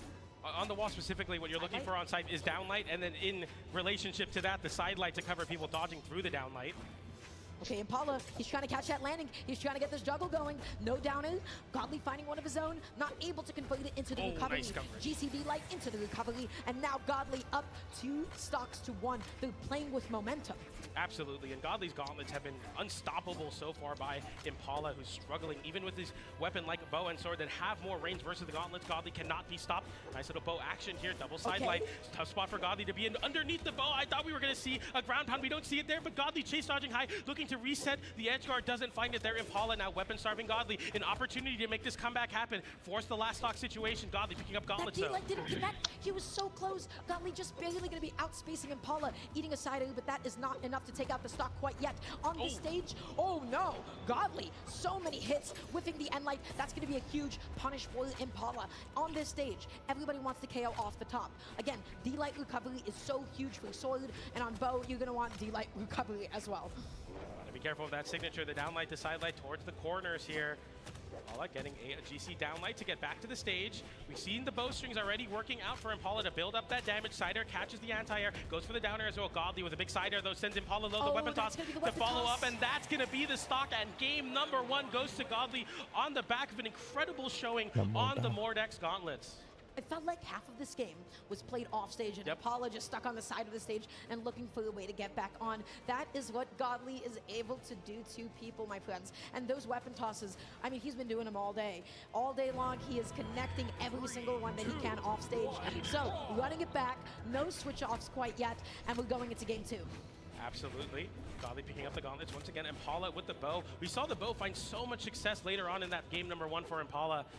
A great way to build some distance between the gauntlets from Godly, as well as get so much damage on these very confirmable strings here. Nice little sideline into Nair, sends off stage with the sider, gets the downer as well, and the ground pound. Is that the stock? Yes, it is. In a blink of an eye, if you don't dodge that sidelight into Nair, you will lose your stock for it versus Godly. No matter the dodge off stage, Godly has an answer, be it a ground pound, be it a neutral, be it a downer. He has everything. Impala, let's see if you can fight back now. Sidelight coming out, sider as well. Godly off stage. Oh boy, indeed. Okay, I mean, it goes somewhat back to some calm, but as soon as I say that, Godly fighting right back off stage, getting the ground pound there. Impala barely able to make it back, but hasn't touched the stage in quite a while. Another ground pound, another weapon toss. Side air sends down. Godly looks to tap it in there, but drops it. Impala just barely going to be making it back just because Godly didn't connect the GC D-Light, but you see how hungry he is off stage, playing like an animal, dodging the neutral. Impala looking for possibly KO Godly, but oh, what an option. Yeah, a great way to kind of interrupt the movement from Godly, trying to close in and find those KOs, especially with the gauntlets holding forward. GC sick, get some space, get the KO there. Godly with the scythe, gets the side air there. I feel like that's the first hit we've seen from the scythe, and it confirms the stock. Godly up a fresh, clean stock over Impala. Yeah, on these gauntlets, this is the king of gauntlets, and Impala is suffering now, picking up the scythe. D-Light active input, okay. Impala gonna be off stage, goes through the high recovery. Godly just opting to pick up the gauntlets. In the meantime, Impala is left weaponless, whiffing the end light, continuing to be starved. Impala wants that weapon, but Godly has other answers for Impala. Off stage, whiffs the ground pound, goes out there for the reverse down air, and Impala able to reset neutral ever so gently. Yeah, I mean, even unarmed fighting back, Godly throwing the weapon away, saying, I want to see some gauntlets here to find this KO, or maybe some unarmed no, picking up the gauntlets now. A downlight separates Godly from taking another game, and endlight will be a start of some action off stage. Impala getting the wall back, Godly respecting Impala recovery. Okay. Oh, and waits for the dodge through. Godly takes the stock once again. The gauntlets look all too clean. Is there any stopping of Godly's combos right now? They're on fire. Yeah, he has places to be. He is sitting there. He is calm. He is collected. He is lethal, my friends. Up 2-0 in games, and he is all over Impala. These gauntlets, is there anybody who can play gauntlets like Godly? Is there anybody who can make this happen like him? I mean, this is just, I mean, we think about Mordex, we think about the scythe, but Godly's like, I don't even need signatures, really. I don't even need a scythe. The gauntlets will be all I need to take out Impala here. Impala looking for a response right now, looking for that side like there. Godly flips the situation. Nice dodge from Impala, realizing a second side air was coming. Going for Neutral ends up whiffing. Impala gonna be looking for another one. Sidelight just pushing Godly off stage. No jump call out this time around. Punish on the D-Light gonna be coming on out now. Okay, Sider coming out once again. Sidelight, no dodge for just a second. Impala is denying Godly of the stage. Everything is getting whiffed. Everything is getting called out. Sider, Impala, can you close? No downer. Godly goes. What are we doing? Oh my goodness, going for the ground pound there. I don't even think he would have KO'd, but Godly really wanting to go for that ground pound, looking for a way to flip the situation, but Impala coming online with the Koji here on the sword. I mean, it's looking really difficult for Godly to find a way in, but the scythe will be a different change of pace for Impala. He waited out the ground pound. He knew that Godly was going to go for it, and in fact, he found a little punish as well. Okay, Impala went through the recovery at the same time, so no with punish on the signature, eating it down off stage so deep. आने वाले जितने बंदे जीते ना लोग आज तक वो सारे पैसिव प्लेयर हैं पता है almost. Sidelight there whiffing. Now Godly in the position of Impala in the last couple games, just looking for anything to connect, anything to find the KO. Sidelight active input, no conversion. Another sidelight connects though. No edge guard confirmation, even with gauntlets. Impala holding on to the stock. Handsome तक भी वो है defensive है game plan handsome का and Godly in the best possible position to punish it. So अभी तो खेलना पड़ रहा है क्योंकि भाई स्पीड के साथ मैच करना पड़ेगा तो हार जाएगा PS वाले भी plan join कर पाएंगे बहुत तेरी नाम भी चेंज कर पाएंगे and when he's up against Godly's gauntlets, dashing away from the कब से Ocean plan join कर पाएंगे PS वाले so important and crucial of picking apart Impala's defensive game. Even when Impala's trying to swing back, he can't. As I see that though, an arm downer sends Godly off stage, going for a little bit too much there, getting caught with the recovery, but still a damage lead, looking for the KO confirmation. The nair barely won't be enough, neither will that recovery as it whiffs. Oh my gosh, Impala. Okay, he makes it back onto the stage. Godly is still stuck off stage. Impala jumps out there, faking him out. No punish on the landing because Godly opted for the jump instead. Okay, Cider, that gives him the opening to get back onto the stage for just a second, but he's being patient, and Godly continues to deny him of a weapon. Looking for the jump call out with a non-committal sail. GCD light, weapon toss, side light, no recovery follow-up. Impala can't touch Godly. Oh, goes for the big signature on the whip down light gravity cancel, but it's just high enough. Not enough vertical for Impala now. Hoping for some vertical on this recovery, but doesn't find it there as Godly gets the Cider into the wall, and the lead you worked so hard for has been evaporated by Godly. The best that you can hope for now is even. So bow on hand, you need D-light, you need N-light, you need neutral to take the stock off the top, but when it's neutral from that low, it's still not going to be enough. Okay, that neutral, that's going to be able to do it. There it is, one stock apiece. Impala down 2 games. Godly, he wants this run. He has been here since elimination from pools to round 2, my friends.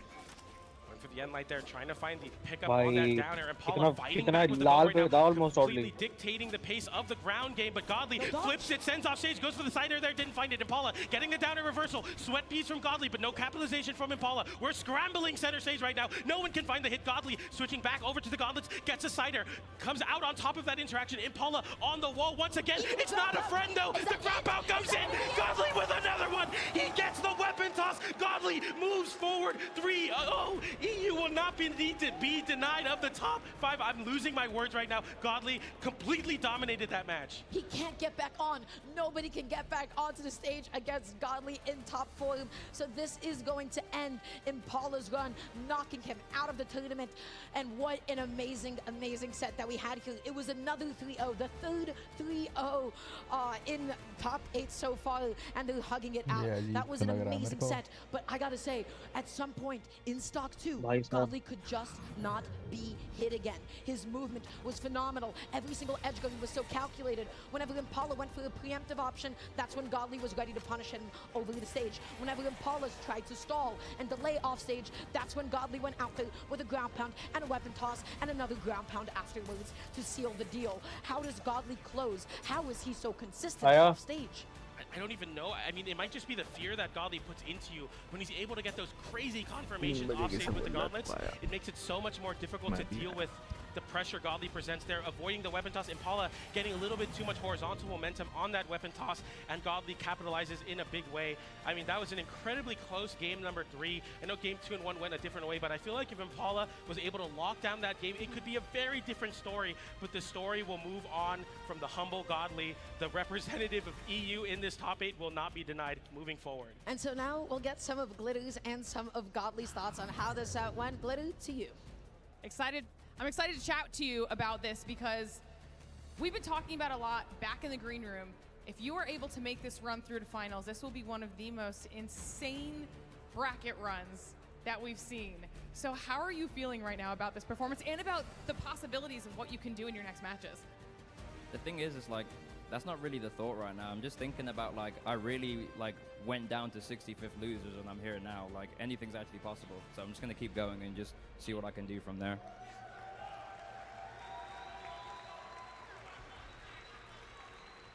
You've got a lot of fans in the crowd right now. We've been listening all weekend long to people cheering for you. What would you like to say to them for all of the support that they've been giving you this whole time? Hey, they've been getting me through, man. When I went down early, I was like in 65th losers. They're all telling me, yo, you can still do it. You can make the impossible run. You're Godly. You can do that, right? And they're still supporting. They're still supporting, and I'm here now, right? So that's what matters.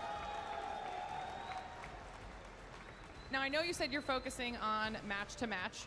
This one's now knocked out. Next one around the corner. Do you think that this gives you a little bit of momentum heading into your next matchup? Yeah, most definitely. You always need to be able to, you need to play one game to get the momentum, because at the start, it looked like I had momentum, but I didn't really have that much momentum. But now it's definitely up there because I've just got my win, you know, and I'm feeling a bit confident, and I need to just do what I need to do. That's it. I'm in losers. I just gotta lock in. That's it, and just win. I think a lot of eyes are going to be on you throughout the rest of singles. So congratulations on continuing on this insane run. Best of luck in your next match. We've got to keep things going, though. We've got so much more singles action in store. So casters, let's keep it going. Thank you so much, Glitter, and thank you so much to Godly. You heard it from the man himself. He almost went down at 65th in elimination side. It was in phase 2 pools, and he has been clawing and fighting his way up until this point. And you are seeing him now. He is at the top of his game. He is at the top of his performance, and I'm so excited to see how he does coming on up. Now, we have an incredible set coming on up with 2 players. One of them is Markimu, the underdog of NA, the new Mordex that everybody is talking about and everybody is watching. And look at the viewer vote, 89% in Markimu's favor. Now, Flower in top 8, representing Yumiko, the 3rd bow of today. This is something that nobody had in any of their predictions, but Flower has made it happen. He has had upset after upset after upset. Would you guys like to listen to some of them? Because I have them written down, okay? And I would like to get a nice little reminder myself. Flower beat S-Grape, he beat Sack, he beat Rain, and he beat Munir. He is EU's #1 enemy at the moment, and he has clawed his way to get up until this point. So, the question is he going to go down to Markimu? Is Flower going to make something impossible happen today? Yeah, I mean, Walt turned down for Walt, gave him a nickname for a reason, the EU Slayer. He talked about it in his top 8 qualifying interview, saying, I was kind of hoping for an all-EU bracket, but my friend, you will not find anything here, as you are now up against the up-and-coming #1 in North America with Marky. At least feels like #1 as he just took the Royale, but oh my goodness, Flower, I mean, you see this here yesterday, was just on an incredible run versus some of EU's best. Rain, the #1 prospect from EU, it felt like, and Flower was able to take down that, and he almost gave away a little bit of his game plan, and I hate to give it away here, but I believe Flower has a really strong usage of the Yumiko signatures to punish more aggressive play, and especially versus someone like Markimu, I'm really interested to see how he can break the mold versus this very defensive and very strong signature usage Flower. Yeah, that's right. It's all about those D-Sigs and manipulating your opponent's movement. Now, when it comes to movement, Markimu, my friends, is king. He is fast and he is ready to go. The question is, can Flower keep up with Markimu? I don't have the stats on if they played against each other in the past, but if I'm also not mistaken, this is Flower's only top 8 so far, and it's at BCX. Yeah, I mean, once again, an incredible run. We haven't been talking about it a lot. You know, there's so many crazy storylines that always happen at BCX, but it's Flower in top 8. I can't believe we're saying that, and Markimu now is going to be facing him down. So, the set history between the two of them is 4-0 in Markimu's favor. Oh, wow. This is the Mordex that everybody is paying attention to, okay? The way that he is able to string along 3 neutralizers in a row, the way that every single string off stage is just a combo clip to go ahead and post online, he makes it happen every single day of the week. He is aggressive, he is calculated, and he is so slippery, he is so difficult to hit. Yeah, absolutely. And I mean, you know, he started off this weekend by saying, you know, I forgot about the Royale. I'm so locked in on BCX. I'm not even thinking about that now. He was able to make a top 3 finish in 2s, of course, and now Markimu will continue through the elimination side. I mean, Markimu feels like what everyone wants their Mordex to look like. Just finds every single extension that you want, and overall just does an exceptional job in just completely devouring and picking apart people with the Mordex. It's so cool to see more North American Mordex representation, and now here in the elimination side. You wish this was you. You wish your I wish this was my Mordex. I wish that was my scythe. I wish those were my gauntlets. That's what Markimu brings to the table. That's right, and so I'm really excited to see the set coming on up. Now, if we were just to trust the numbers before, Markimu is the one that has a historic set record up against Flower. Flower is on the run of a lifetime at the moment. This is what he wanted. He wanted top 8 at BCX more than anybody else. And so everybody, here it is, elimination side. Game #1, Flower finding an end light, reaching in with that side light. DC gonna be coming on out, but Markimu makes it back onto the stage safe and sound. Marky Moo there going for a lot of momentum with that sider, but now getting called out by a lot of these signatures. That's a sign of dire straits for Marky Moo if he can't deal with that down stick anytime soon. Marky Moo side light there. Flower flipping the situation, down light into side air. Right now he's completely taking over the stock and looking for the confirmation. The side air doesn't connect, the down light doesn't connect. Marky just using the movement. Flower just being nice and patient off stage, using a preemptive neutral, dodging past the ground pound and setting up with the desync again. Marky Moo, look at how he was so patient landing. He didn't fast fall. He waited for Flower to do something. He's leaning into these ground pounds instead of riding the side of the stage. Side light comes in. Flower backs up, expecting Marky Moo to mash something out of this advantage. Okay, how does he make it back onto the stage? He wants that stock. That's going to be it. Neutral into the weapon toss. This is Marky Moo. That is his edge guard, and that is what he just does to people. I mean, that was crazy. Flower had so much of a lead there going into the first stock, with Marky Moo able to take it with the gauntlet. Connection into the signature kit. We talked about the hammer signature kit. Same thing with the bow. Okay, but now you gotta close out the stock. So as Bo, you want a neutral? Yes, that's going to be it. Beautiful, nice low ceiling. D-light into the neutral is gonna be more than enough to be able to KO. Gonna be keeping up with the bow.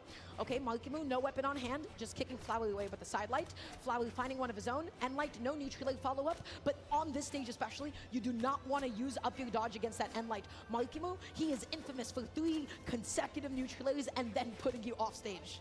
And like they're continuing the juggle right now. Marky Moo, I mean, this is not a matchup you really want to see as a bow player, but as I say that, Marky Moo saying, you know what, I want the gauntlets right now. I want to end this off stage. Flower with the signatures, and Marky Moo has not been addressing the signatures well. Even when having enough time to react to them, running into them, getting a little bit too antsy, especially in disadvantage, able to avoid it there with Flower. Reads the dodge in place.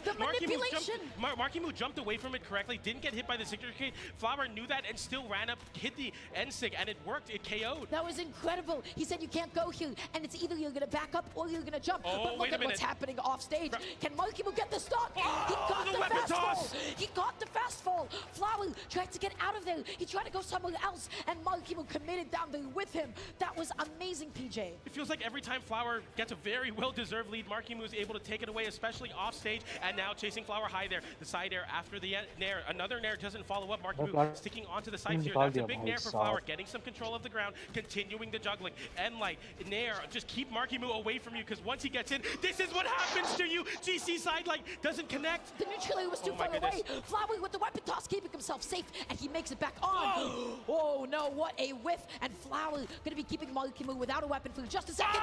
Double side light into the recovery, and he takes game 1. What an amazing showing. That's what Marky Moo does. He takes advantage of the fear in your heart, the instant dodge. Flower just saying, please let me get out of this one interaction, but Marky Moo doesn't even afford you that. Sidelight, GC, sidelight recovery. We were all taught that as the first gauntlet mix-up, and it works for Marky Moo to take it game number 1.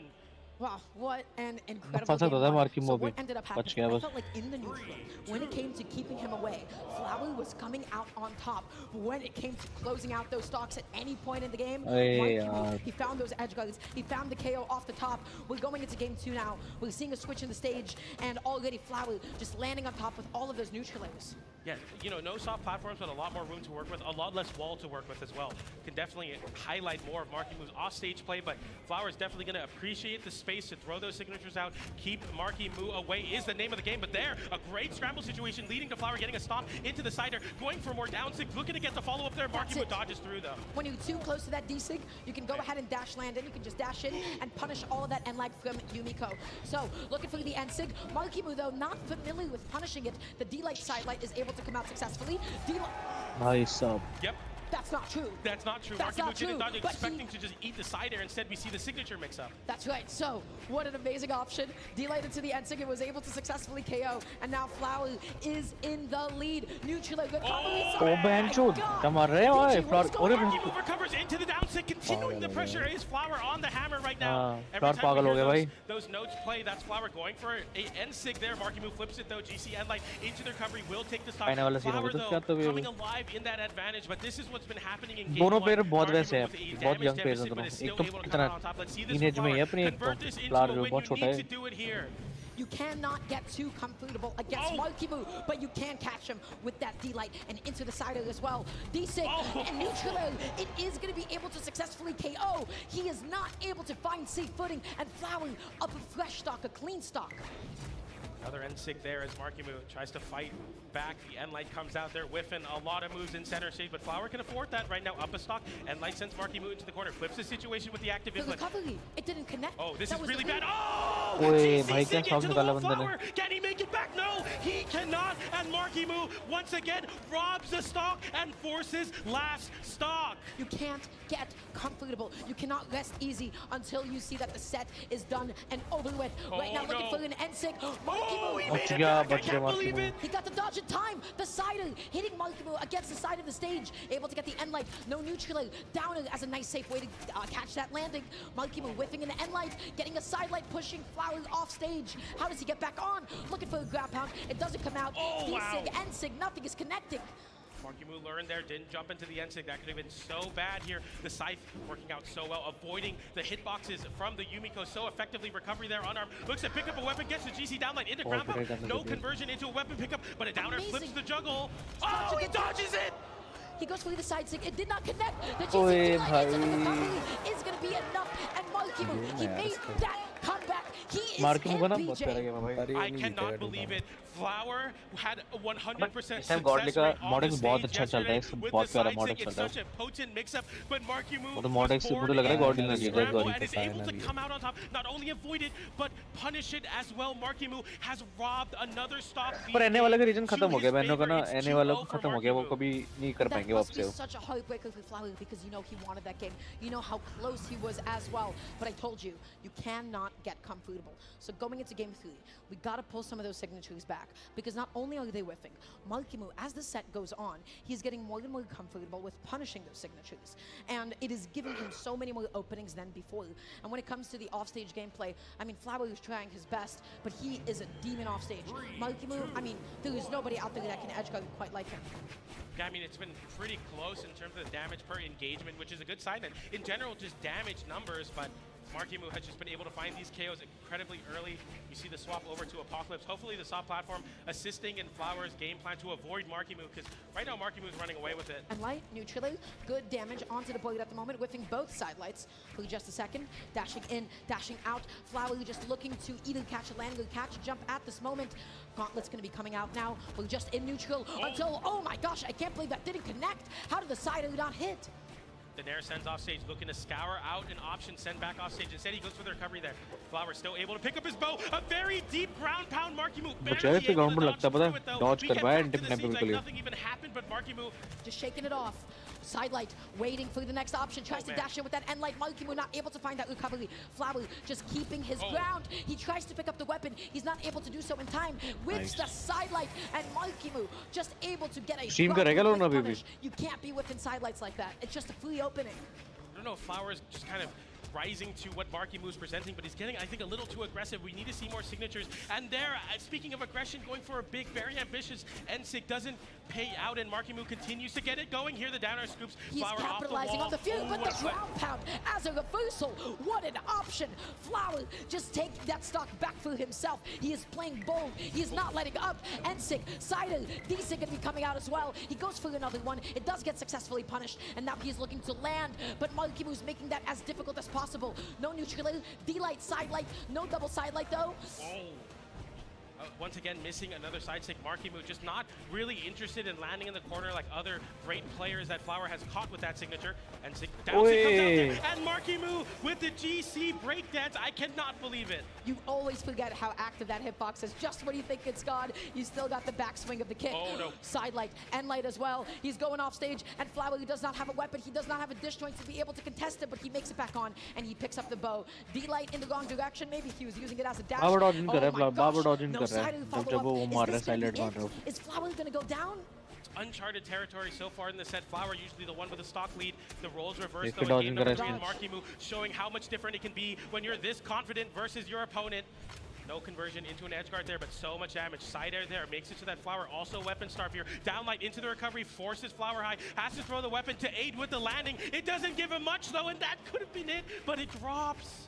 Oh my gosh, punishing the D-Light with a GC D-Light himself. The N-Sig comes out. Marky moves off stage. Flower needs to secure this edge guard, and he waited. He was patient. He didn't get too antsy. The comeback might be imminent, but if we saw anything from the previous sets, we know what happens here, my friends. D-Light, neutrally, Cider. It's happening. Markimu having to recover low there. Goes for the scoop with the downer. Doesn't find it. Markimu fights back his way into center stage. Flower now on the wall. You have to be so careful here. Oh, the delay whiffs. The NSYNC connects. Okay, setting up with the D-Sync. The recovery. He's sweating on the way back down. That's it. Recovery. He Alone? clutches it out. He closes it out. And that is another 3. बहुत अच्छा करता flawed ने. Markimu continues the dominance in the matchup, and oh my goodness, what a set! Both games, Flower having a stock lead, forcing Markimu back against the wall. Markimu made it happen time and time again, and in this game, last game, Flower was almost able to do the exact same thing, but it just didn't work out versus the unstoppable NA force of Markimu. Oh my gosh, that was so close to PJ, but nobody's making any comebacks today. We got nothing but 3-0s in the beginning of this top 8, but I have to still commend Flower for the incredible run, the sheer amount of upsets, and you can see why. And I'm so excited to see how he progresses throughout 2025. I want to see how he's able to dial it back, but still, when he gets a little bit of momentum, you can see how far he is able to take it. Markimu continuing his top 8 run, and you can see exactly why. When it comes to बहुत अच्छा खेला flower, बहुत अच्छा when it खेला है, comes to बहुत reading अच्छा the खेला flower. options off of a side light, when it comes to landing with those GCD lights, I mean, he makes Gauntlet and Sight look that consistent. Yeah, exactly, and I'm sure we all want to hear what NA's hero has to say about that. Glitter has Markimu right now on the stage. Glitter, go ahead and take it away. I'm excited to hear what Markimu has to say after that as well, because that was a heck of a match, back and forth the entire time. And we were just talking about it, a nice little mental reset there now in singles, moving on in the competition. Talk me through what happened to that match. So I don't know what was really happening. It was very close games because it was like one red every game. I felt like I could have played really like a lot better, but Flower's playing amazing, honestly. Like he almost beat me every game. He kept hitting these really clean, like almost 0 to deaths. Like he played really well, but I think I could be playing better. Well, now you know you've got some momentum under your belt, and you get a little bit of time to sit back and watch the next match and then continue on in your own side of the competition. Are you starting to feel better now? I mean, you're one step closer, now bare minimum top 5 in singles. How are you feeling? I wouldn't say I'm necessarily starting to feel better because I feel like I could have done better. But, you know, I guess I'll just try to reset and see if I can do better next time. Now, I don't know if you were watching when we did the transition video from doubles to singles, but we had Skiff running around asking who they thought was going to win singles, and the amount of people that said you, the amount of support you have coming from the crowd is insane. So tell me what that's been like to have all of the love from the community coming to you. I really appreciate it, and I think it's really supporting because, well, at the same time, it does put a lot of pressure on me, but I also love it, you know, because it encourages me to play better. And I'm really just happy to be here, and I love the crowd, you know, I love the people, everyone who's cheering for me. I think the crowd is very happy to have you here. I know we're all happy to have you here, putting on a show every single time you get in your matches. So congratulations on the win, on staying in the competition here so far. It's going to get even better from here. We've got another match around the corner. I hope everyone in the crowd is still hanging in there with us. These games are only going to get better. Let's get it back on over to the desk. Thank you so much, Glitter, and I love, Markimu, you're so humble. You're like, I just gotta do better. What are you talking about? You just 3-0'd. You just 3-0'd Flower. Okay, we gotta break this down. We gotta talk about these last 2 matches that we just saw on the elimination side. All right, we're gonna start first with Godly versus Impala, and I'm gonna look to y'all, my boys here. Walt, TK, break it down for me. Dude, God mode activated. How about that? Oh my gosh. I mean, Godly still proceeding on this absolutely insane tear through the elimination bracket. Once again, as a reminder, he said it himself up on the stage there. He almost got knocked out of the tournament at 65th. He is 8 sets deep now in this elimination side run. Could potentially make one of the greatest Brawlhalla tournament runs of all time if he continues onwards. But the big thing I got out of this is when he was interviewed by Glitter. It's focus on the task ahead. He doesn't think about what could, should, or will be. Just get the W.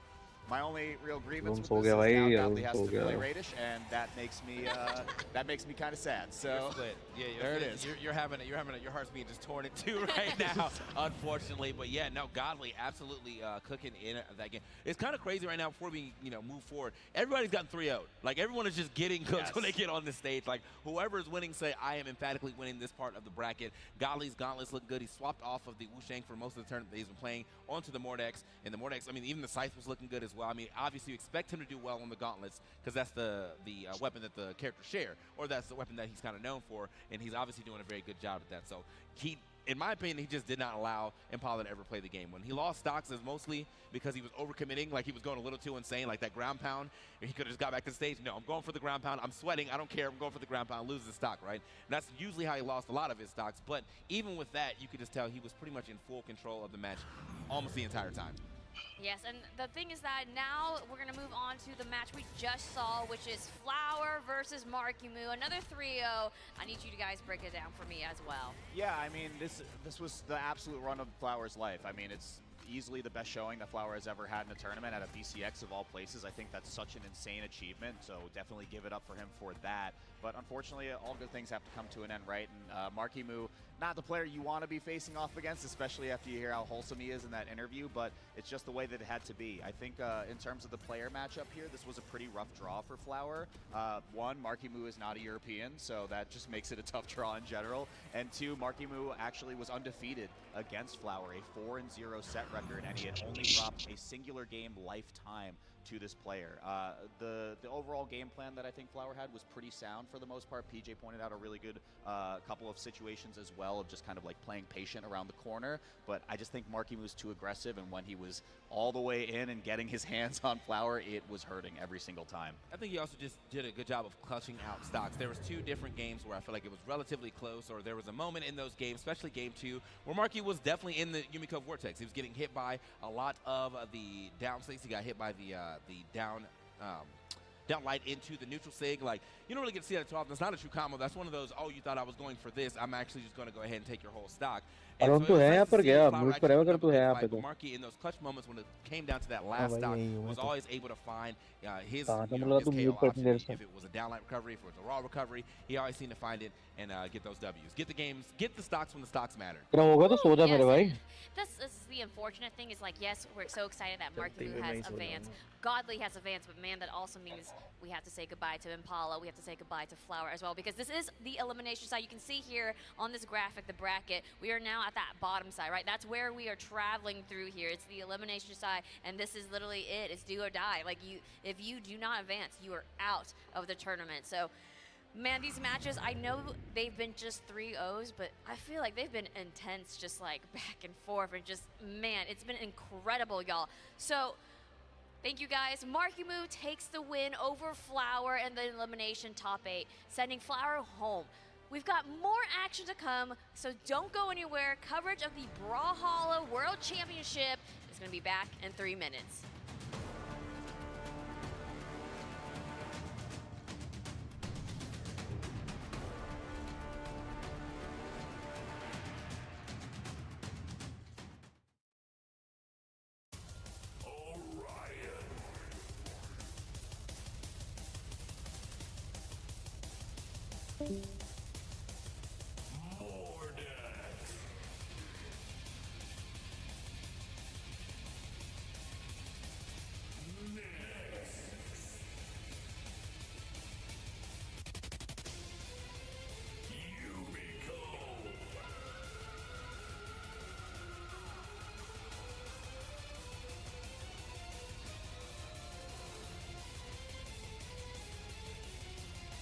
Plushies are available for pre-order now. Each Legend plushie comes with an exclusive sidekick to match up with, including Kitsune, Lucy, Valkyrie, Exalted Lion. Visit brawlhalla.com/plushies today. Are you tired of old challenges?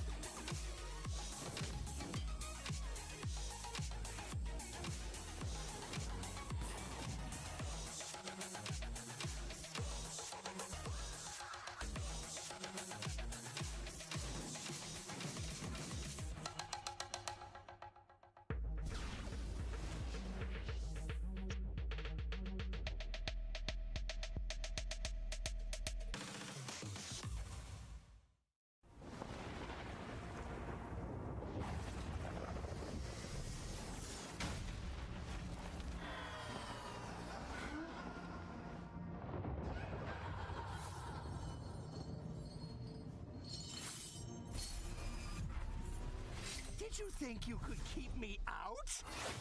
I can't tell if you're sweating or crying. You're stronger than I thought.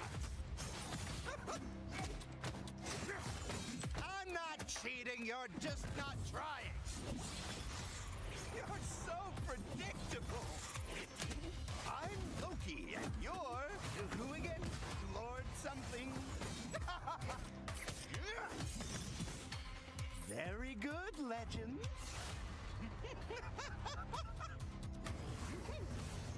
I think he likes you.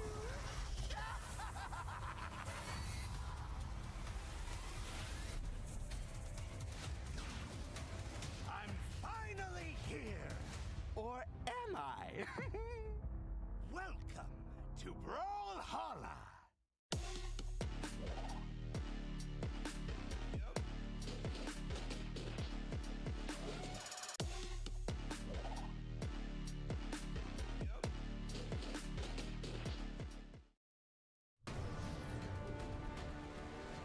Welcome back, everyone, from the break. It's just starting to get heated here as we move on through the top 8. Now on the elimination side of the bracket, we've got Radish taking on Godly next here. And so, Walt, DK, what are your thoughts about this matchup? Will Godly keep up his momentum, or maybe Radish? He's got what it takes. Man, what are you thinking here, Walt? I'm gonna poke at you. It's the worst day of my life. I'm not gonna lie. Oh my gosh, I mean, what a guy. I love Godly. I obviously love Radish as well. These are two of my favorite players in the competitive scene. And the fact that one of them has to exit today as fifth is just, it's a tragedy, honestly. I'm so upset about it. In terms of head-to-head, they've traded sets before. It's 1-1 lifetime. It looks like Radish won at the Winter Royale this year, or last year, and Godly 3-0'd Radish at the Spring Royale in 2024. It feels sacrilegious for me to say this, but I want Godly to stay on the run. Oh. I really want Godly to stay on the run. Yeah, this is like the most let's go both players set I think I've watched throughout the tournament. I do also enjoy both of these players as competitors, as the characters that they play. But unfortunately, I'm gonna have to agree with you. I'm not saying that I want Radish to lose, because if there was a way to have them both move on, I would have it. But there is not. And for the storyline only, do I think I want to see Godly keep going, because this is a very deep losers run that he's already done, and I just want to see how far he can actually take it. And if he took it all the way to first, historic Godly run, like, you cannot deny that would be sick. I mean, man, you're right. It really would be actually incredible if he just makes his elimination run, gets all the way up into the grand finals. Like, I think everyone would actually be mind blown. So, I don't know who to give it to, but right now I'm trying to keep rooting for North America, so I maybe might lean to Radish, but we'll see. We'll see what happens. So, guys, the game is ready, so I'm going to pass it back to PJ. Dara, take it away. Thank you so much, everybody. We are in elimination side. This is it. 2 more sets before we're officially locked into the top 4. Godly up against Radish, EU up against NA, and Godly is looking at the top of his game. Radish got knocked down into elimination side up against Kaina, and look at these predictions. People love EU, people love Godly right now. Yeah, the run is incredible, and it wants to keep. I mean, Godly obviously wants to continue, but so do the fans. It seems 86% going into the favor of Godly, of course. And like a wise man once said, a humble Godly is a scary one. We're going to get into game number 1. We got the Mordex, we got the Red Raptor. So we start off on Small Fortress of Lions. It's time. Let's go. Radish picking up the boots. Godly going to be on the site. And Light catches the dodge. Neutral, but no follow-up into the recovery. And Radish is able to land back down nice and safe. Oh my gosh, already opening off with some heat. Getting that D-Sig as a closer. Okay, off stage for just a second. Comes back on with the downer. Downer as well. They're just moving all over each other. Yeah, absolutely. And Godly immediately swapping over to the gauntlets. That's the one thing that connects his 2 legends together. Wushang and Mordex both having the gauntlets, and Godly showing out here. Gets the side light after and the side air. Sends Radish off stage, the weapon toss. Catches the recovery, looks to tap it in with the side air. Doesn't find it, doesn't even need it. Radish unable to make it back, and Godly taking the first strike. Not close enough, and this is exactly what we know Godly for. He was able to find the side light. He was able to get that edge guard, and he is looking to make it happen again. Waiting for that whiff, waiting for that opening. That was the most optimized punish I've ever seen on that whiffed orb side sig. Godly finding that GC side light, landing back down to neutral. D-Light down, looking for the jump call out, but does not find it. Sidelight Cider for Radish, not enough to confirm the KO yet. Looking for it high there, but Godly able to Cider back to the wall. But Radish finding the downer to hit the wall there, and the GC down sick. It is back, it is here, and Radish takes a stock. Amazing opening though, and now all of a sudden it is completely even, picking up the oil, whiffing that D-Light Cider. Okay, Godly slowing down the pace of the game for just a second, waiting for, misplacing that N-Light, a little bit unfortunate. Sidelight, looking for the neutral, doesn't find it. D-Light setting up a juggle, they're just exchanging hits, exchanging blows. Radish whiffing that recovery gives Godly an opening. And now when he has those gauntlets, PJ, what happens? I mean, bad things happen to whoever's facing down the gauntlets, it seems. Radish with an N-Light there sends Godly away, keeping the space between the Cider connects. The Sidelight into Cider does as well. Radish. He's keeping the beast at bay. He is keeping him away, picking up the orb once again. Okay, goes out there, fakes his way back onto the stage. Downer, no neutral follow-up. Recovery, able to scout that out and find that KO. Godly keeping himself steady in this game one. Even when Radish has the orb, he's able to find these connections, but Godly just seems that much more consistent at finding the KOs, even on these string weapons like Gauntlets and Scythe. Radish now looking for the boots conversion here off the downlight, whiffs it, and hasn't found any sort of work so far on the boots. Eating that weapon toss, Godly looking for that neutral, you know he was fishing, and Radish just able to quickly clean up that stock with a Cider. It is one stock apiece at the moment, but they're both playing nice and gently. Nobody's going in too quickly. N-Light into the D-Light as well. They're on top of each other. Sidelight coming out. No follow-up into the neutral quite yet. Cider just gently pushing Godly off stage. D-Light, they're just going blow for blow. Absolutely nice dodge there. Bring the downlight. Okay, Cider doesn't find his connection. Radish now an opportunity to keep Godly off stage. The Cider connects there, looking to start a juggle with the recovery. Godly not giving it to him and winning the scramble, looking to stack on top of the orb right now. Holding on for just a second. Nice dodge up. Radish, though, not able to catch that landing with the sidelight. Again, this game is so even until he finds the recovery. Radish going for the high recovery, able to land onto the stage. Neutral, no GC, N-Light. Oh my gosh, Godly. He's not able to catch Radish going back down onto the ground. Whiffs another recovery. Okay, Sidelight sends off stage there, a weapon toss, but it doesn't get any momentum. Radish now with an opportunity to whiff into punish. Sidelight, Nair, Cider, he's clutch and takes the game away from Godly. Godly was able to find such a big start with stock number one, but man, Radish took it back. He's not just clutch, he is optimal, because I don't know if that Sidelight Cider just by itself would have KO'd. So he got the 3-piece, he got the full combo, and then he was just ever so slightly able to put Godly into a bit more damage, and he was able to push him a little bit further towards the left, and so he secured that game. This was a very gently paced game one. We didn't see any massive attempts. We didn't see any massive plays. We're going to be running it right back to the same stage in this game two, and Radish has taken a game off the indomitable Godly. Yeah, the losers or the elimination side run has been major for Godly, and Radish now going to get something going, but looking down the boots here, and it's looking really, really tough. Going for the downer there, trying to flip the situation onto Godly off stage. Godly just comfortable holding that center stage versus Radish. The soft platform has been a problem for Godly to deal with so far. Sidelight, no neutral follow-up. Radish just pushing him off stage with that Cider, trying to patrol with that D-Light. Not going to be able to find it though. Okay, backing off, coming in, coming out, just waiting for Godly to whiff a button, and Radish able to go ahead and get that punish. The recovery not scooping him up quite yet.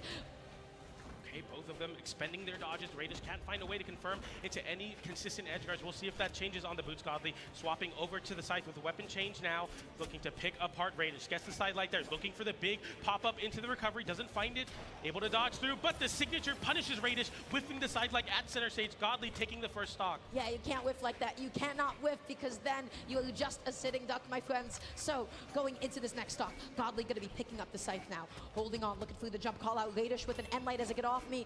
Okay, neutral N-Light. Okay.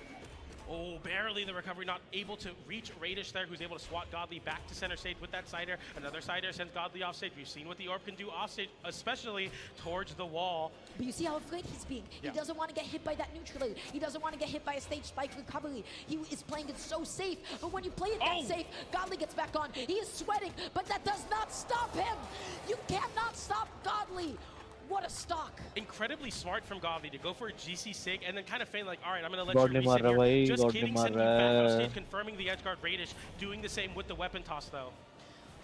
But look at this lead. He is an entirely stock up against Radish at the moment, so Radish has a lot of work to make up. So he's Boots. What does Boots like to do? Boots loves to carry you off stage. Will he do that up against Scythe? Well, we'll just have to go ahead and find out. He's going out there with the down air. Was that a misplay? He goes out there, he gets hit once, twice. He gets put back off stage. Neutral, Radish is able to finally put his feet back onto the stage. But Godly, he looks not pressured off stage. Absolutely, side like there. Radish fighting back with the down air, just trying to make something out of nothing here. It's so difficult to really understand this, but in order to make this comeback, you need to take this stock off of Godly right now. Slowing down the game for just a second, whiffing that Enlight. Sidelight going to be coming on out. Radish going to be off stage. Enlight, no neutral, excited follow-up, excuse me. Oh, the Enlight ends up whiffing, and Godly just keeps on putting him off stage again and again. He keeps on coming out on top. The down air shoving him off stage. The weapon toss comes on out. The GC Sidelight is not able to connect. Oh, he touches! He makes it back. But it's not enough as Godly anticipates the high recovery with the unarmed side air to close out that stock. And all in all, Godly having control of that match, and even though we saw some explosive plays from Godly, it just didn't seem like Radish ever had a chance there. That's right, especially when it came to the offstage gameplay. Godly, he was chilling. He was sitting, Absolutely. He was hugging onto the side of the stage there for a little bit. He was getting all of his resources back, and Radish was not committing offstage. And the question is, well, what can you actually do? Up against Scythe, this is the weapon that says, hey, this is disadvantage. Nope, it's actually gonna be my advantage. It scoops you back off stage with the neutral air. It's able to spike you with that recovery against the side of the stage. How do you make Godly uncomfortable off stage? Yeah, absolutely, because Godly just basically has free reign off stage. Well put, Dara, as we get into game number 3. Godly picking up some gauntlets, Radish on the orb. We saw a lot of boots in the last game, realizing that the orb was kind of struggling into some of these matchups, but now Godly starting off aggressive, sending Radish off stage, getting a little bit of punishment for it, but I love the idea. Keep it off stage, keep the variance high. Don't let Radish slow down the pace of this match. That's right, Radish not able to get that neutral, unfortunately going the wrong direction. Oh, they're just going blow for blow once again. Sider, he dashes into the D-late, but it ends up whiffing.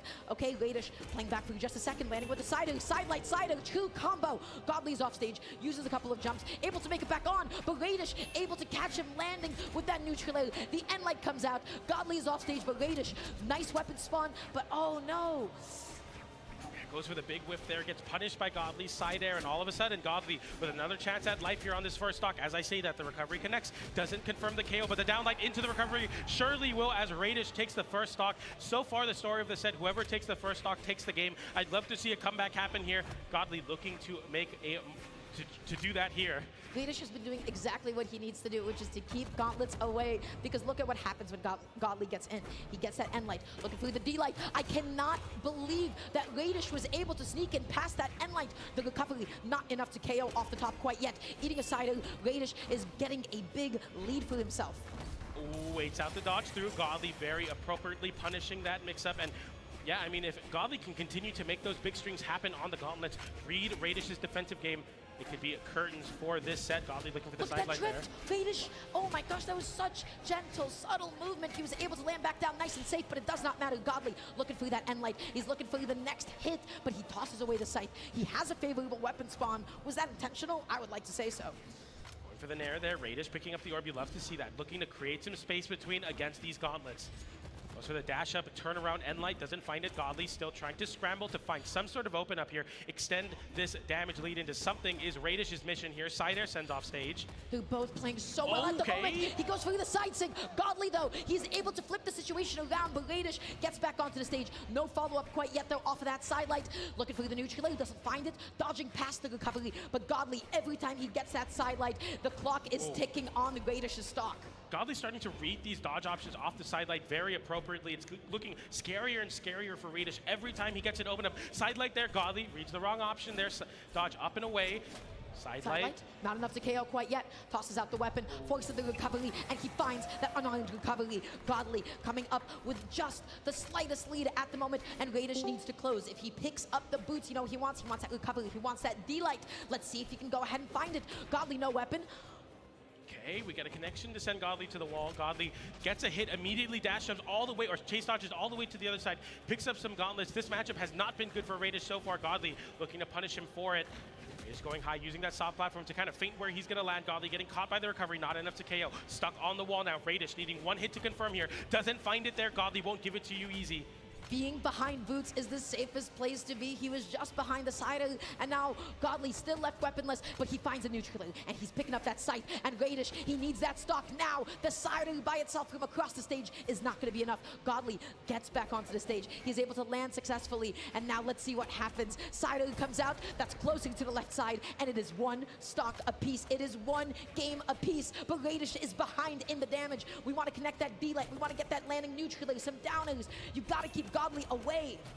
Godly picks up the gauntlets once again. We've been talking about it so much for a reason. Radish also fearing it as well. Dashing all the way to the corner, turn around, downlight to try to create some space. Down air there, looking to zone out Godly, especially when Godly doesn't have a soft platform to hide his head underneath. Landing with the side, Godly able to find a whiff punish with that end light, picking up the scythe, not able to get there in time with the downer though. Okay. Nice punish with the side light. Radish off stage. Good dodge though. Able to come back in with that end light. Not able to get the follow up. Exchanging hits again. This is just about as even as it can be. The Sido comes out. Godly is off stage. Will Radish be able to punish him? No, he puts him back off stage. This is really bad, but a weapon toss gives Radish a chance at life there. The recovery sends Godly away. Dodging through. Dash into the center. Breakdance to take game number 3. He's nodding his head. I don't know why. I'm freaking out right now. How he just dashed all the way from the corner. Got the down signature unarmed and close out the game. What an option, what a read, what a call out. That was incredible. That was a beautiful play because you know what he did? He said, hey, I am not confident in punishing the end lag of sidelight. So you know what? I'm just going to go ahead and maybe try to catch you backing up a little bit. And I want to see a replay of that last stock, please and thank you. He went for the GC sidelight and then he jumped away and he called him out. Guys, if you are not confident in punishing the recovery frames of a move, if you don't think it's your turn and you don't want to whiff and get cheese, well, you try to punish the option after. And Radish, he got called out. He got called out so hard, PJ. Godly is up 2-1. But I gotta say, this set, I'm feeling it. I'm feeling a game 5. I feel it too. It's been really close so far, but Godly definitely doesn't want that to happen. Radish fighting for his life to stay in BCX. Down light there, looking to create the juggle. Doesn't find it. GC sidelight off stage, back to the center stage. Sider catches Godly, interrupts him. Okay, looking for the neutral. Radish whiffing that side. D-Light at neutral. And then into the recovery. Going to be whiffing that N-Sync, but it does not matter because look at the damage, PJ. The Orb is putting in so much work versus Godly. Finally, a stacked opportunity. Gets just a sidelight for it. A sidelight there. Sends Radish away once again. Gets a big nair to pop Radish up, but can't extend the juggle. Side stick gets punished with a side air, though. You got to watch out. Oh, no! Lands with the dive kick, and then look at what happens. Radish is off stage. Well, Godly's off stage as well. He whiffs his own down. No. Is that the stock? Yes, it will be. Radish gonna be coming up with a stock lead. He is tossing his weapon up and above the camera as high as possible just to make sure that it's gonna be there as a friend to help him out in just a little bit. So Godly finding a side, finding the double. Is Radish gonna be able to make it back onto the stage? No, because that weapon toss has other plans for you. 2 stocks, even and clean. Yeah, I mean, just an immediate clap back from Godly off stage. Picks up a scythe here now, though, into the boots. Radish has been relying so much on the orb in this game to get some damage going, but now the boots are going to have to be the answer versus the scythe. Ushering Godly back into the corner here. Godly fights his way back to center stage, but Radish is 2 on top of it. Does not give Godly any stage to work with. Soft platform moving, though. Downer, Sido not going to come out, but that's another downer. He's whipping that D-Light. Godly, though, he's able to catch that dodge. Oh, my goodness. The damage, and he almost called out that jump, too, but he was up a little bit too high. Neutral backs off. Godly, oh, he is smelling blood in the water. The way that he is catching every single defensive option. Catches the nair there. Sweat beats from Radish, barely able to find some resources back on that soft platform. Nair there, dodge through, doesn't get punished. The dodge away. Well, correct read from Godly, not the correct spacing. Radish having Godly down on the wall there. The nair sends up again, and Godly just trying to find a way to get back to center stage. Radish won't give it up easily. Sidelight side air once again. He's going to keep putting him off stage as many times as it takes. Sidelight, Godly resetting on the platform, not even wanting to use up his own dodge. Goes for the GC sidelight, and it does not actually connect. Radish controlling the stage. Going in, going out. Godly resets neutral, pushes Radish off stage, and calls out the jump to the platform. He finds the recovery, and now he is up 2-1. 1 stock away from moving forward into top 4 Radish. And Sig there trying to make a call out happen. The neutral reversal. That's a really you gotta get bad back reversal. On. Okay, side air there. Radish not punishing anything. The movement is so tight. He doesn't want to get punished for anything. You don't want to give Godly any extra credit to work with. Radish being so patient here, just waiting. He's looking for that call out. He's looking for the daylight. Godly able to get a punish though. Radish, again, none of these recoveries are actually connecting. He is scrambling to be able to take the stock at the moment. He picks up the orb. So you know what he wants? He wants that side light. He wants that side. Is Godly going to give it up to him? Because he finds a neutral. He almost catches that dodge too. No. And like, neutral. You just can't find anything to stick. You need a side light. You need a side air here as a Radish. You need to find this KO on the orb. Radish looking for the soft platform for some help. This is the untouchable Godly. This is when all of his opponents have struggled to get in against him. Oh, what a catch! Trying to cross it back to center stage. There into GC and like the side air sends down. Radish, one more chance, and it won't be there. Godly, can he tap it in? Not even necessary. Godly moves forward into top 4. This is called Godly is up with 2 stocks to 1, and nobody can hit him anymore. God mode activated. God mode activated, that's right. He was playing incredible. Everything was converting into something else, and you saw the way that he was catching every single dodge, even if he didn't always connect his recovery, even if he didn't always connect his side, but he knew where Radish was gonna go. He knew when he was gonna dodge out, when Godly would walk back in and then dash out, and he was able to fake Radish out so many times in a row. His pressure, his edge guarding, and how evasive and elusive he is. Radish could not hit him at the end. He wanted that sider, he wanted that boots D-light to confirm, he wanted that recovery, but he couldn't find anything. Yeah, absolutely. I mean, I'm losing my voice over here, man. Godly continuing one of the greatest elimination side runs in Brawlhalla history here at BCX and taking out Radish in the process once again. Wow, so what an incredible set. We have one more before we officially lock into top 4, and Godly, that's right, he is going to be in elimination semifinals. He has fought. He has been fighting all day today. You heard it from himself first. He almost went down at 65th, and everybody told him that he could make it happen. Everybody told him that he's going to be able to do it, that he can make the impossible happen. And guess what? He is here. He has been fighting a gauntlet, and honestly, he doesn't even look like he's breaking a sweat at the moment. Yeah, absolutely. There you see Pauly and the crowd getting excited for Godly. The crowd is just so excited to see Godly make this incredible run. EU's last hope, and we wouldn't want EU. There's no better hands for EU to be in than Godly. That's right. So that means in the bracket, what we have left in the winner's side, we have Kaina up against Use, SA up against SA. We are on the verge, on the precipice of another SA victory at BCX, right? Yeah. 2 years in a row. In elimination side, well, we'll be seeing Godly coming on up. We have the one EU representative, and then on the other side, what match do we have coming on up, PJ? Believe we have Marky Moo versus Balloon Boy, so we have some NA talent facing off to see if they can move on forward past top 4 versus Godly. That's an incredibly tall order, but we see some stats here. I mean, overall, Godly just completely took control in game number 4, and I mean, the damage wasn't even close. It was not. So, Godly moving forward. Again, I don't know who alive can actually catch Godly when he hits that stock 2, PJ, because again, the way that he moves around, the way that he's able to call out all of your defensive options, he is playing so elusive, and he mixes up all of his movement. He becomes impossible to read, he becomes impossible to condition, and you can see top players of any caliber start to really look for any KO option possible. Now, everybody, that being said, we're going to quickly throw it on over to Glitter for an interview. All right, I'm excited to chat with Balloon Boy here. First time we're getting to hang out up here on the main stage and have a conversation. And before we get into the match that you're about to play, I want to go back to yesterday because we had an epic moment over on the side stage. People literally rushed side stage after you had a clutch and you were able to take out Impala. So talk to me about what your experience has been at BCX so far. I've had an amazing time. It's my first time at BCX, my first BCX, and I'm glad I got top 8. I mean, this for a first time at BCX, this is a pretty good showing. How have you been feeling about your performance? Are you nervous at all now, being up here on the main stage for, you know, potentially making your way into grand finals? Yeah, I'm a little bit nervous. I'm trying to cope with the nerves a little bit, and I'm just trying to perform the best that I can. Does it help that you have an entire front row of fans that are cheering you on the second you do something? Yeah, those are my boys. Red Mafia on top, bro. Red Mafia on top. I love Red Mafia. I mean, the support's definitely going to be helpful. Obviously, going up against another fantastic player in Marky Moo. So is this the matchup you were kind of anticipating now that you've gotten to see how the bracket's been shaking out?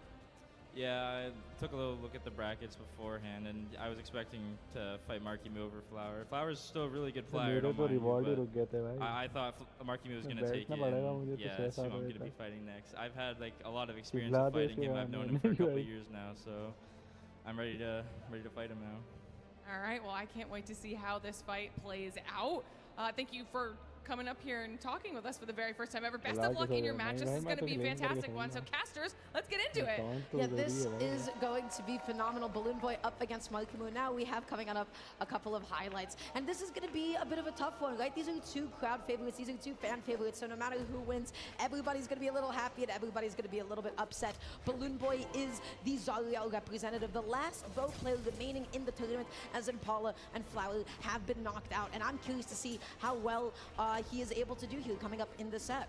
Absolutely, and I wish we could see, the crowd reaction to that matchup. The qualification in versus Impala was an absolutely electric one. I haven't seen the crowd run back and forth between stages like that before, but for good reason, as Balloon Boy has been bringing the excitement. But actually, it's 3-1 in the favor of Balloon Boy right now, so PR differential of 3. Balloon Boy leads the set count between the two. But I feel like these are the two players, every time that you see them play, they get a little bit better than each other. And so I'm so excited to be able to go into this one. So, of course, we'll be seeing the Mordex, we'll be seeing the Zariel, but even then, Marky Moo, the popular choice, everybody is betting on him. Everybody wants to see what he is able to do here. And granted, I am as well. So they're getting ready for the upcoming match. It's going to be interesting. The name of the game for Balloon Boy when he is on Bo, of course, is to keep Scythe out, is to keep Gauntlets out. Right? You want to space out with D-Light. You want to be able to threaten jumps. And if you ever stack, you always want to be finding those neutrals. When Marky Moo, man, when he gets that end light, I see him get so much damage afterwards. He calls out that jump. He gets the recovery. He puts you off stage. And then he goes out there so deep. But when it comes to movement, Balloon Boy, when he is at the top of his game, he can be so elusive. Absolutely, and this is two sides of the same story. NA's newest top talent, one saying, you know what, I wasn't playing that well in my previous elimination side match. Balloon Boy appreciative of the support, man. This is absolutely incredible match to see here. So unfortunate for so many. Two crowd favorites, Marky Moo versus Balloon Boy. This is the last set before top 4, and Marky Moo opening off with a bang. Balloon Boy sweating off stage. The down air to get back on. GC and Light, the reversal. They're just fighting off stage. They're having a DPZ moment. And already, okay, Balloon Boy looking for the side. He gets back onto the stage safely, but you can already see how electric this opening is. Yeah, Marky Moo is completely just dominating right now, forcing Balloon Boy in the corner time and time again. The damage is even, but I feel like the energy isn't. Marky Moo continues to be foot on the gas here. Balloon Boy finally putting Marky Moo in a bad spot, but fighting back off the wall with a side air. He's been playing on defense for quite some time, but to play defense this effectively against Marky Moo, that is a feat in of itself. Gauntlet Ditto, finding a recovery, looking for a neutral, doesn't quite catch it. Downer, no neutral follow-up quite yet, but they are throwing punches. Looking for the big open up there. Marky Moo covering the dodge in place, but it doesn't KO. Balloon Boy looking to pick up a weapon soon, but Marky Moo will not let you pick up a weapon. This stock gets the confirmation with the GC down like into recovery. Now Balloon Boy has to make a response quickly. You know how quickly the game can go away, and a bad matchup to do it inside versus Bo. No dodge. Look at the punish that he is able to get already. Oh, he catches it. Goes for the ground pound. It looks like he was about to ground pound. I thought he was going to, but goes for the down air and said Balloon Boy barely able to make it back there. When you're on Bo, you're so susceptible to getting edge guarded, and there, what a whiff punish on the signature. Gauntlets in hands. Balloon Boy without a weapon. Scythe versus Bo already showing to be in Marky Moo's favor on the Scythe. Already an entire stock up. He is completely lapped, and Balloon Boy, you need that sidelight. Balloon Boy, you need that recovery. Both of them completely in sync, sharing one brain cell. GC, D-Light, not going to connect with Balloon Boy, and Marky Moo said, hey, you press it first, I'm going to find my own. And Marky Moo is completely dominating this match so far. 3 stocks to one side like there, gets the nair as well. Balloon Boy getting juggled high. Can't find a weapon. I'm not even sure if you want to, because you have a bow primed, I believe. Gets the nair into the GC and like Balloon Boy now. Having Marky Moo on the wall, but you just can't do anything about that. He just needs a neutral. He needs a D-Light. But Marky Moo, what an optimal punish. Finding the GC. Oh my gosh, Balloon Boy, you need anything. Again, he is punishing. He is reacting. I have never seen Bo D-Light be punished that consistently. Marky is locked in and ready to whip punish, as well as read these defensive options from Balloon Boy. 3 stocks to 1, and Marky playing like he's still at 0 damage. Makes it back onto the stage, but he's still undecided. Marky is up undecided, but it doesn't actually sound off stage. No, what a flip from Marky Moo. Now taps it in with the GC, down light into the Nair, and a 3 stock for Marky Moo. If I'm not mistaken, the first 3 stock of top 8. That was all Marky. That was all Balloon Boy was playing on the back foot. He was forced to play defensively. He was fighting back. But at the end of the day, Marky, he is so lethal and finishing off with a new plays here at the end of that game. So, going into game 2, those D-lights, you gotta watch out. If you hit him as both, congratulations, new combo. You whip it well, you keep your opponent in opening, and Marky has optimized his punishes every single time with GC D-lights of his own that he is on Gauntlet. We're going into game 2, and already we're gonna be off stage, and anything can happen off stage with these two. Absolutely. Balloon Boy now. This is definitely the more favorable matchup between the Gauntlets and the Scythe. Bow versus Gauntlets, classic, create space between, but Marky Moo has a weapon pickup online if he wants to go for it there, but instead wanting to go for the edge guard, getting the recovery for some nice damage. Dash jump side air, catches Balloon Boy jumping. Holds onto it to the last possible second. The weapon toss, keeping it safe, but Balloon Boy, he is playing like an animal off stage. He said, hey, I can play this game too. Okay. Gauntlets on hand, finding an end light. Marky Moo off stage, doesn't find the side. Oh, what a flip! Ground pound, and he can't make it back on. Fist to the face.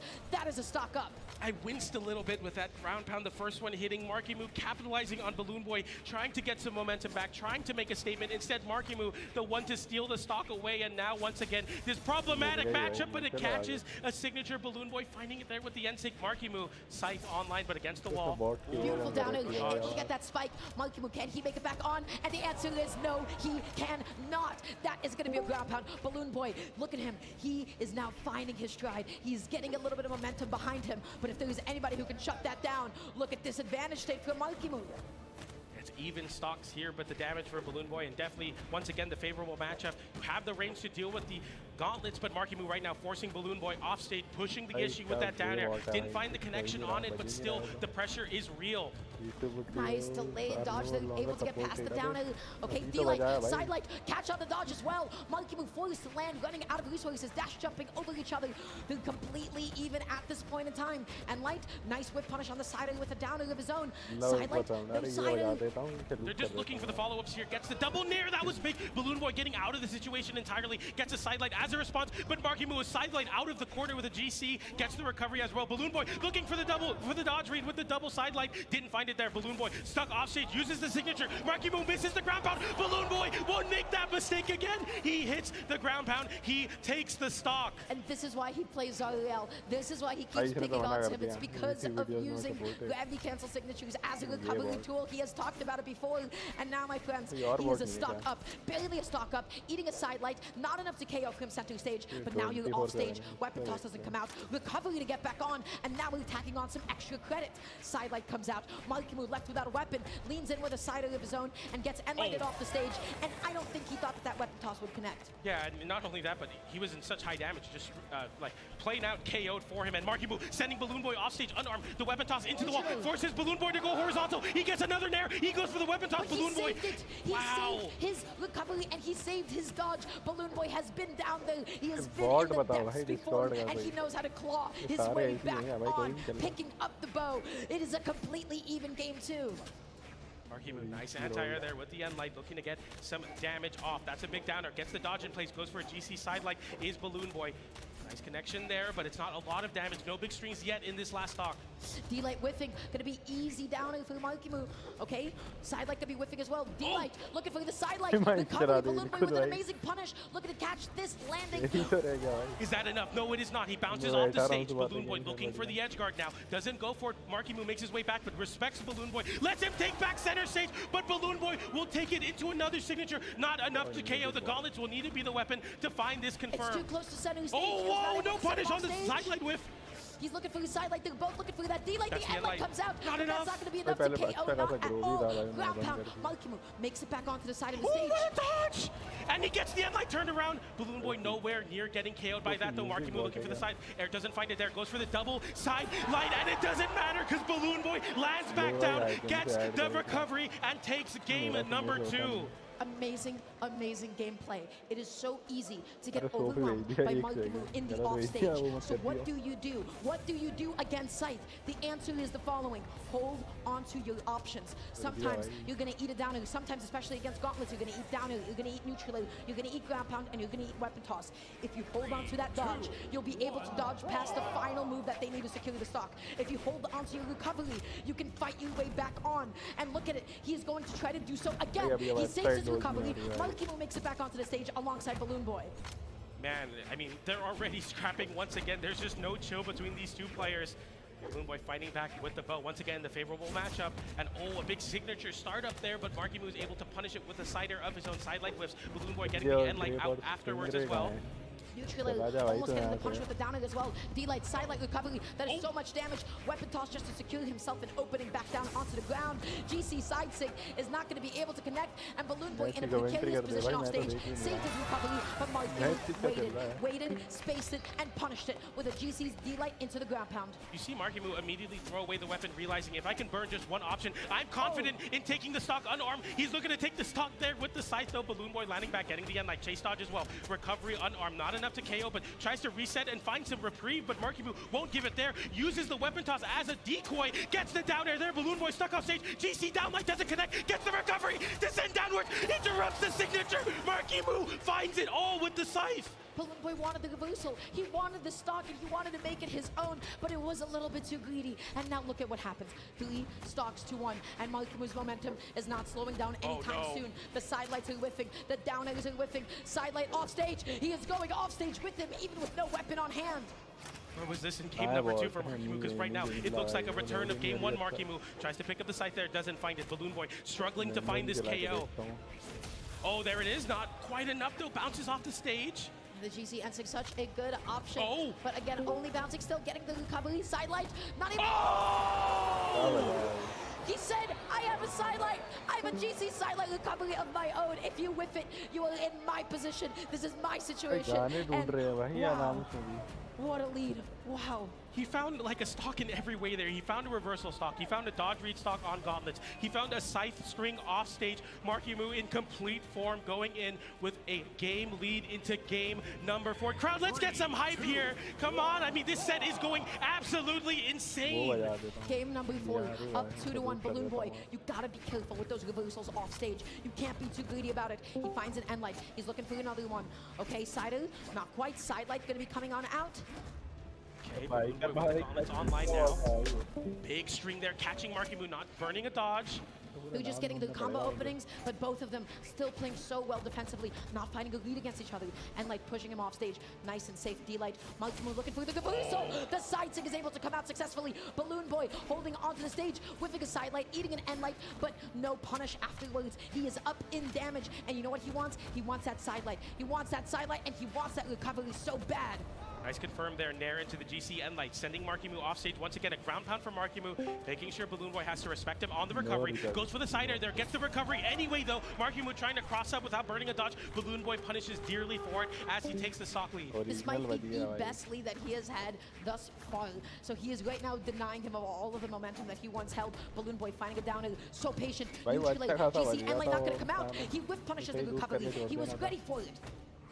Like there, good pickup overall for Markimu, going for the big signature, and a reversal from Markimu as Balloon Boy trying to set up a ground pound. GC end light into recovery, gets the chase head dodge back to the wall. Markimu on top of it. Balloon Boy just can't get anything for free versus him. Eating a neutral, no dodge, no dodge, but he was able to avoid the down air nonetheless. But Balloon Boy, he still wants it. He's still going back off stage. It does not matter how many times that he was punished for it. Markimu controlling the ground, avoiding the D-light. Beautiful stuff from Balloon Boy, making it past onto the stage, avoiding the down air as well. He's patrolling, he's threatening with that end light. Markimu crossing him up and finding a side light.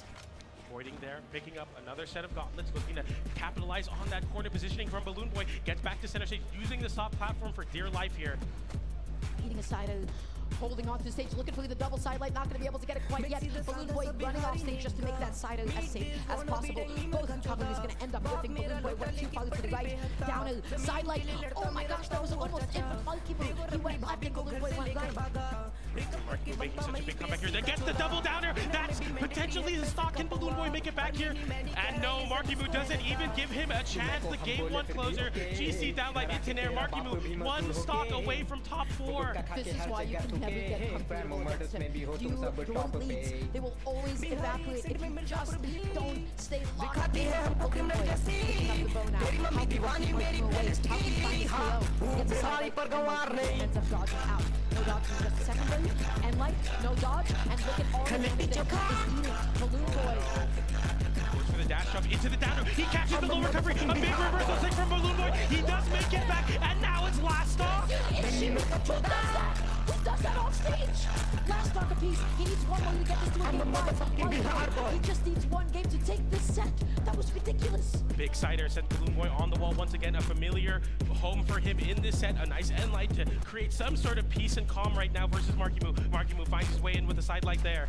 Whipping the down neutrally once again. Cider just to swat away. No extension so far. They're just kind of piecing each other up. Gets the down air there. Looks to get the dodge. Balloon Boy dodging back to the corner. Smart choice. Gauntlet mirror now though. Put in air. No dodge for just a second. Side light. What a big sick win.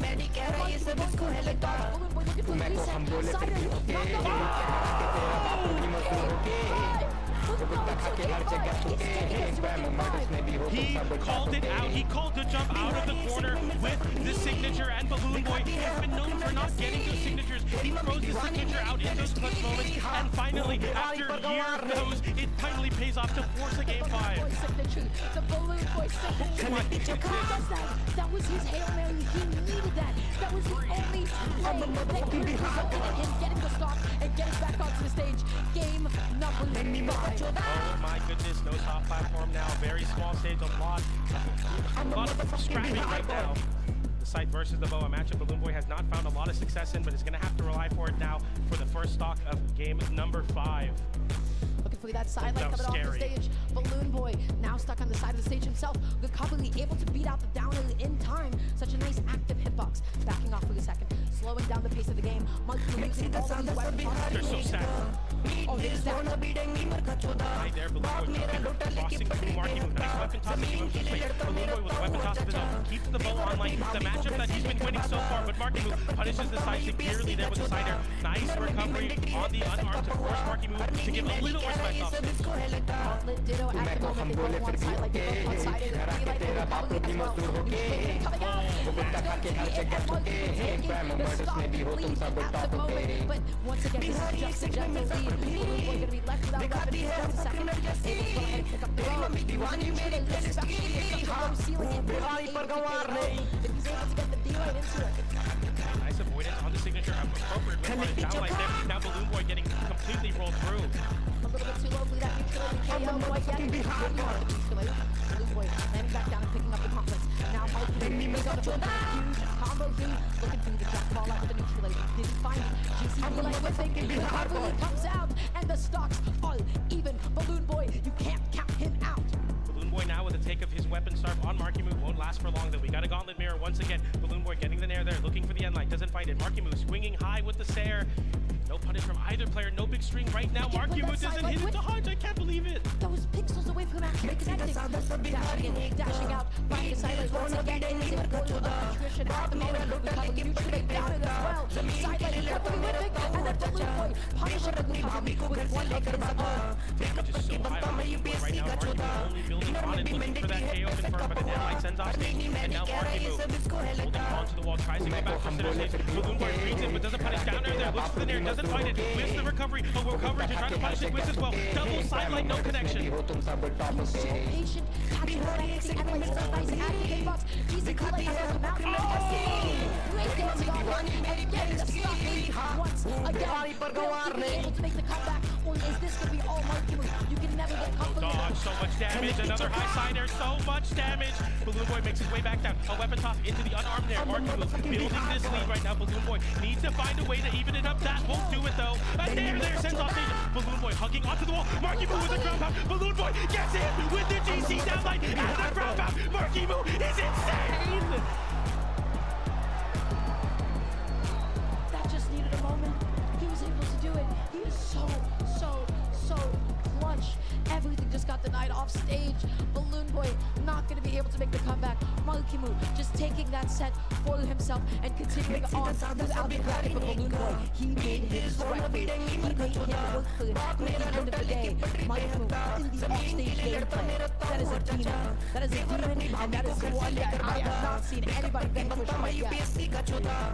I'm surprised they still have a voice first off. That was an incredible edgeguard sequence to end the game. Balloon Boy moving forward into top 2. Now has to face Godly, but oh my goodness, what a set. It went the distance, game 5, and man, what a crazy edgeguard at the end. I mean, that was truly the highlight and what the set was all about. Marky Moo had so many insane edgeguards versus Balloon Boy.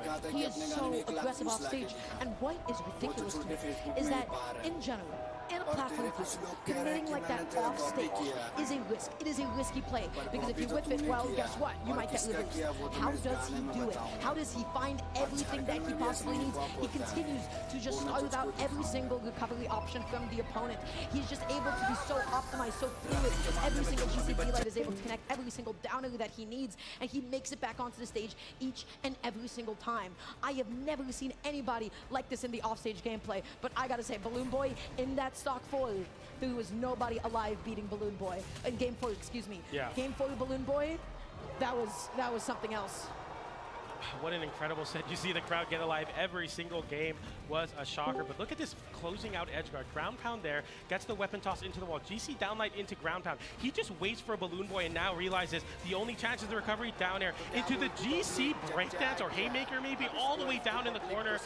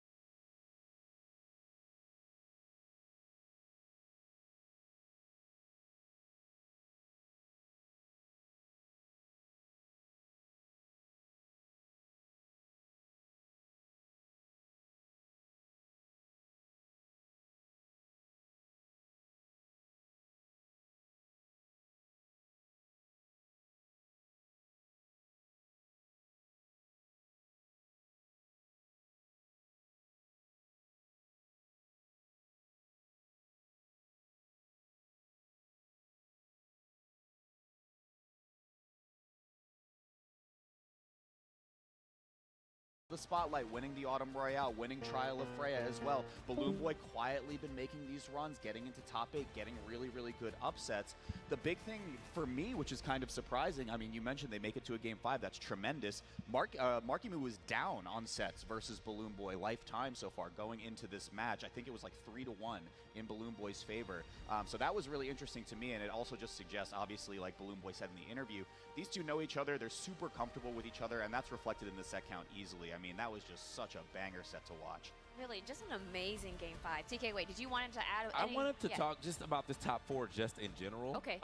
This is absolutely an insane top 4. Like, when you look at it from all the storylines that have culminated here, we have 4 people who are making, like, a crazy storyline run. We have Hughes, who's looking to be a 2-time BCX winner back-to-back. We have Kaina, who's looking for a 2-time double event because he won midseason on both singles and doubles. Now he could do it again. He's already won the, the doubles here. He could do it again on singles. We have Godly, who's making the run from Mariana's Trench all the way to first, if he can make it happen. And then, of course, Marky looking to cap off a dominant year of Brawlhalla at this BCX. We've known him be as one of the new kids. He's got a lot of W's, and if he can grab this last W here at BCX, not only did he complete my prediction that he's getting first, but he's going to make himself look absolutely unstoppable going into the next year. Yeah, top 4 is going to be incredible. It's going to be amazing. Thank you guys so much for your analysis on all these matches that we've seen so far. Y'all, what a crazy match between Marky Moo and Balloon Boy. Ultimately, Marky Moo takes the win and advances in the bracket one step closer to the championship. We head into our top 4 singles matches up next. Coverage continues in just 5 minutes.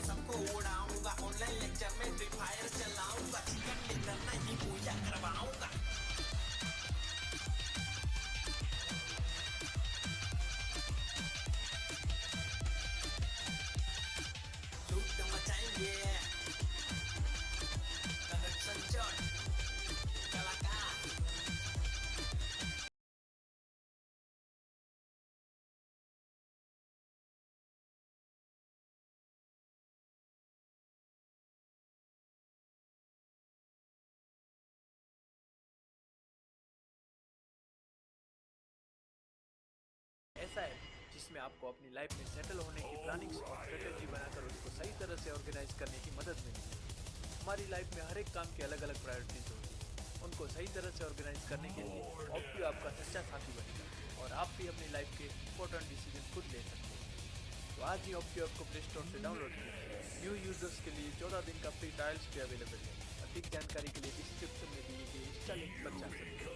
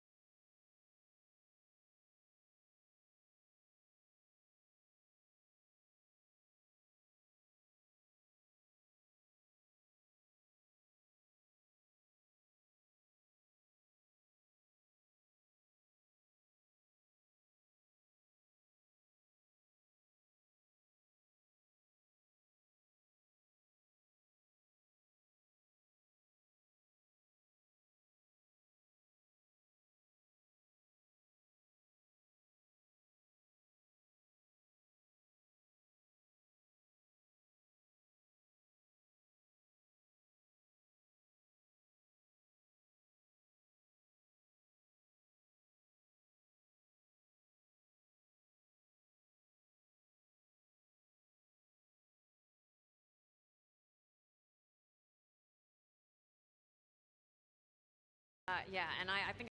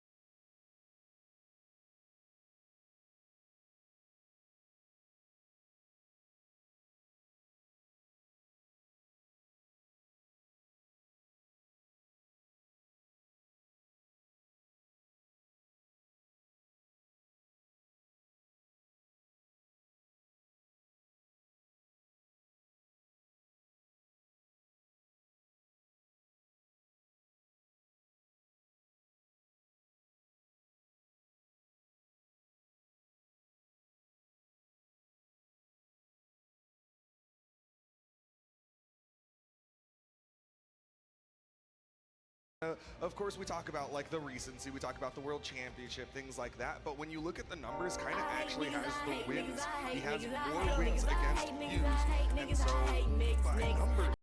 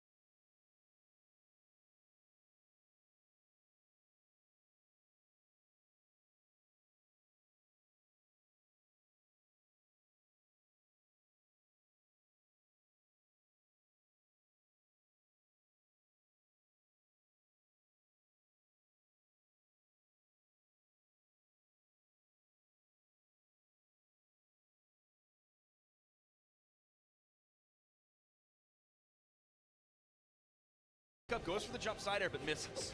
Downlight recovery. Still not able to finish off this stock of kind of just takes off finish for the recovery. That time, it'll do it. Downlight recovery from Hughes. These jungle weapons actually might stick with the sort of way he's been playing, but nope, looks like he wants to have that great sword.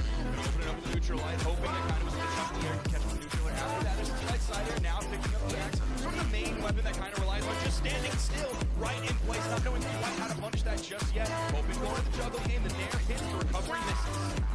Dodges from Outfit kind of used, barely avoiding that down signature. Could have been fatal, but kind of still needs to get this stock off the use. He hasn't been too successful with that axe down signature so far today. He did against Radish. I think every single one of them. There's the stomp sider. Gonna even things up here. It was looking like 100 damage lead that Hughes had previously. Now it's about 60, so it's shrunk, but it's definitely not gone yet.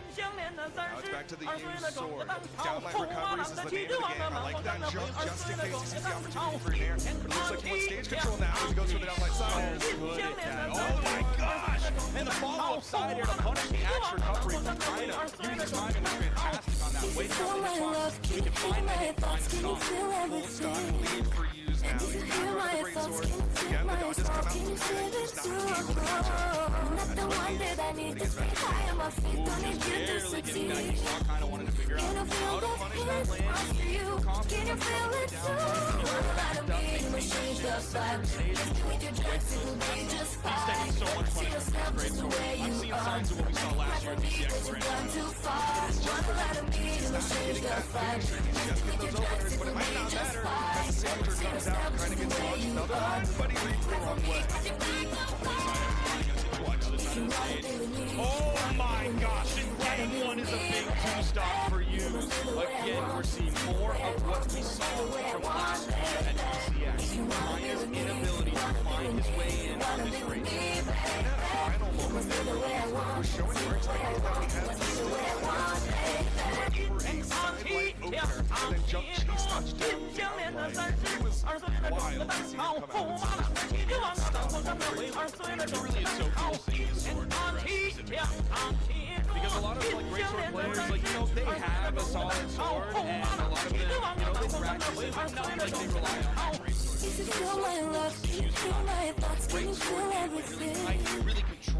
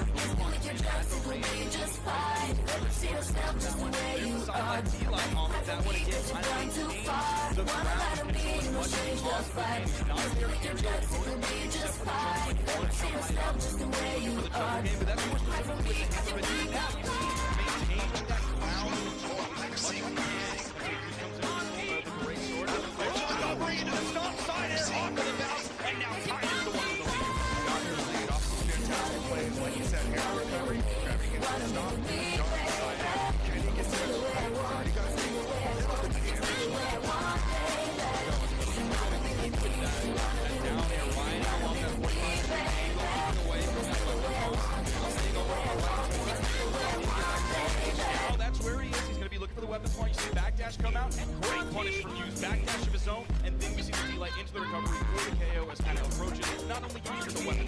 The raw patience from Hughes, he knows he needed to get that stock off of Kinda, but he waited until Kinda went for a punish, whiffed it, and then Hughes came in. Downlight there again, there's that jump chase touchdown, downlight. Oh, he's keeping the momentum up. He's finding some solid damage here. There's the sidelight. Oh, okay, was that almost a six-piece right there? That finisher would have been huge. That would have sent kind of off stage, setting up the potential edge guard. Yeah, he went for that side finisher, but kind of holding onto that dodge. Managed to get away from that disgusting fatal blow. Here's the stomp into the down air.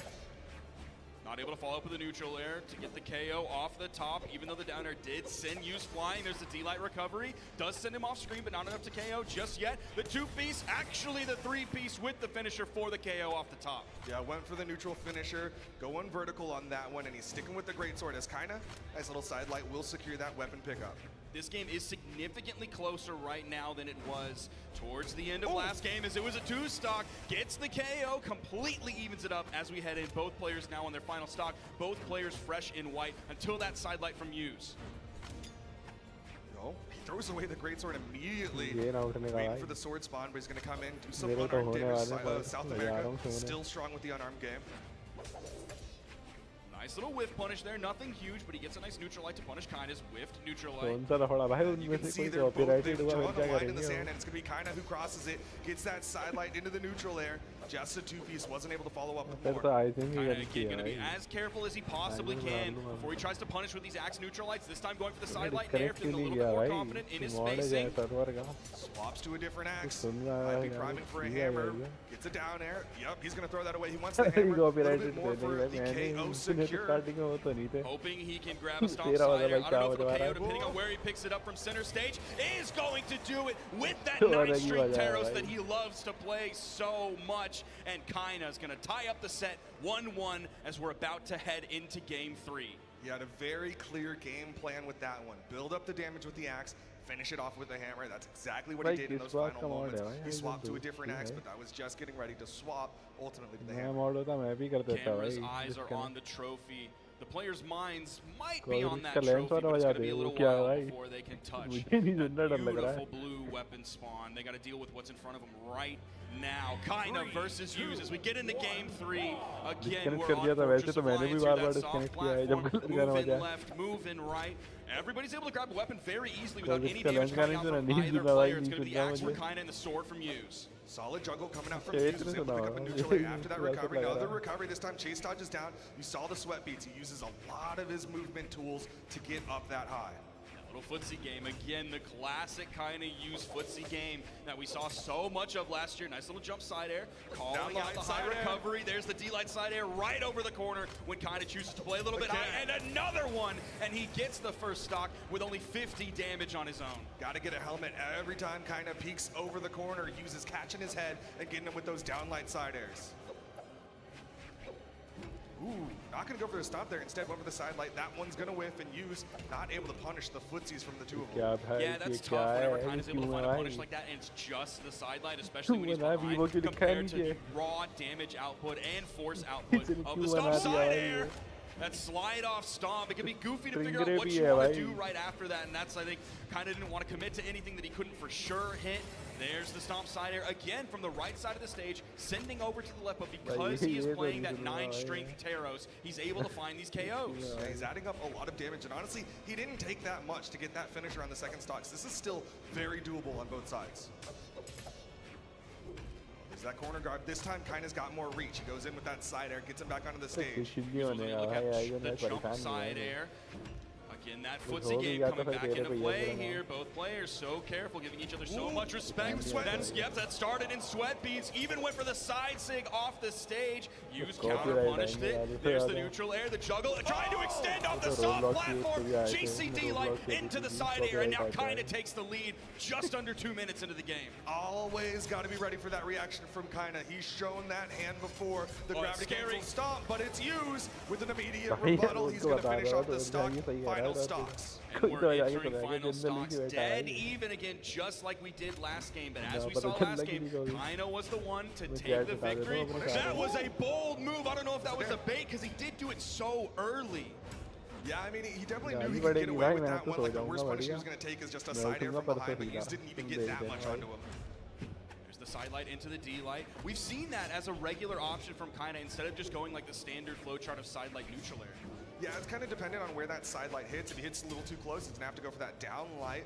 Does a little bit less damage and has less setups than the neutral air, but Use didn't get the dodge read.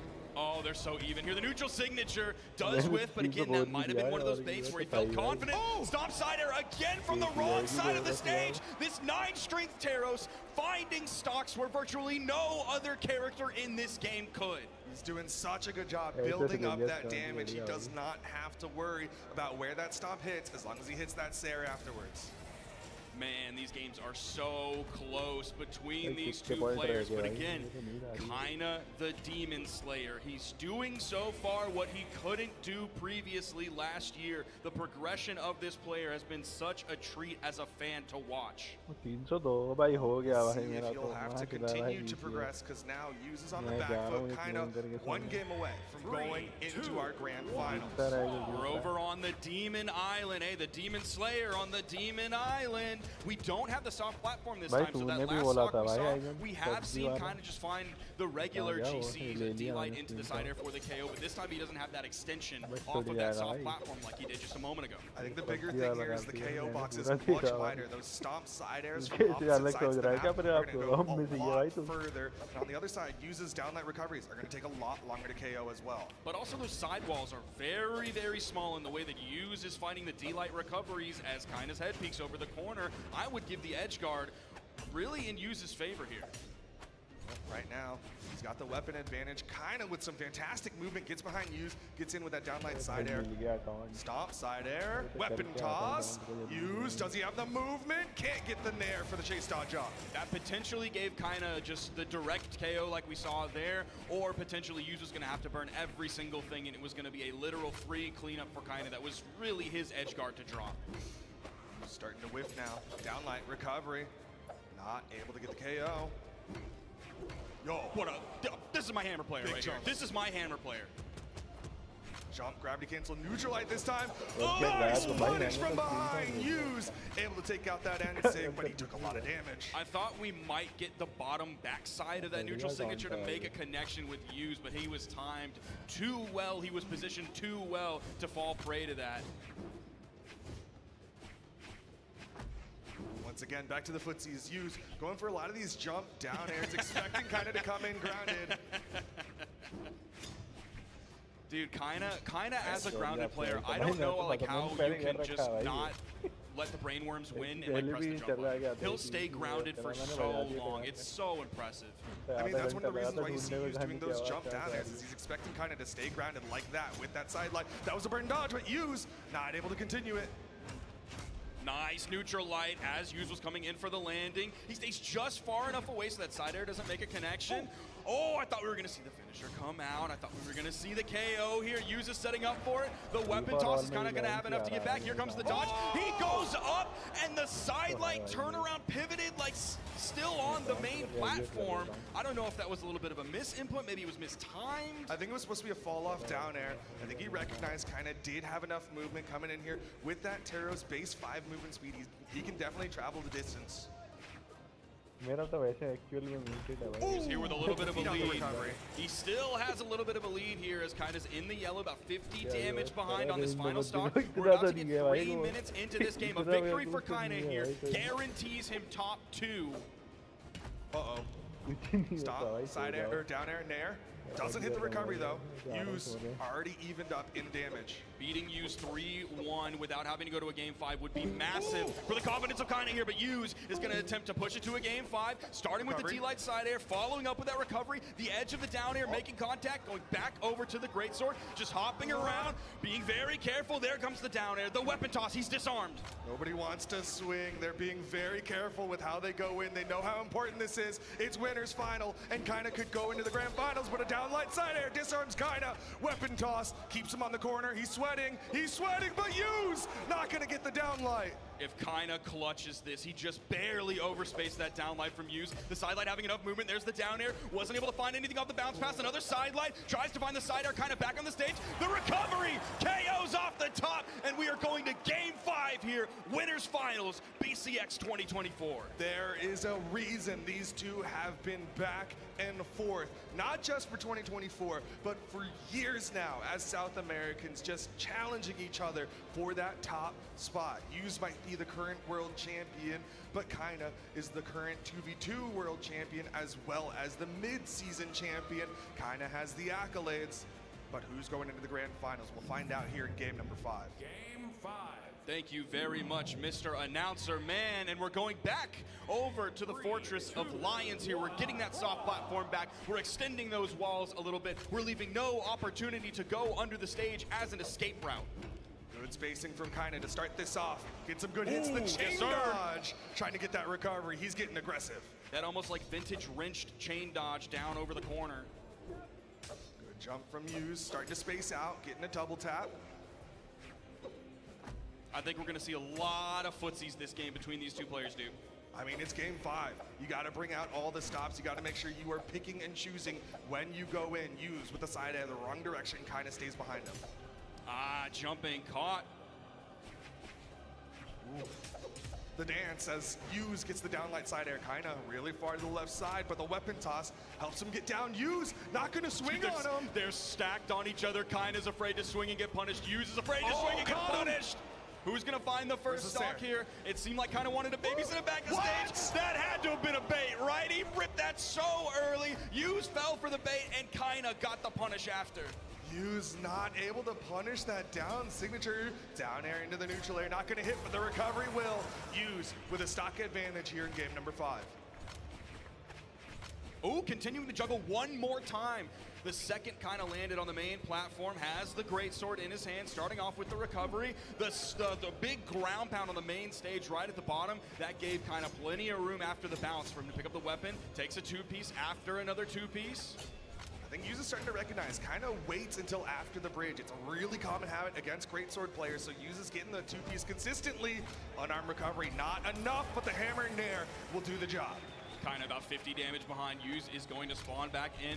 Kind of not even juggling the weapons to delay the spawn. He just wants to grab that axe. It's going to go right on top of Kina. He's just going to go for the juggle game here with the D-lights.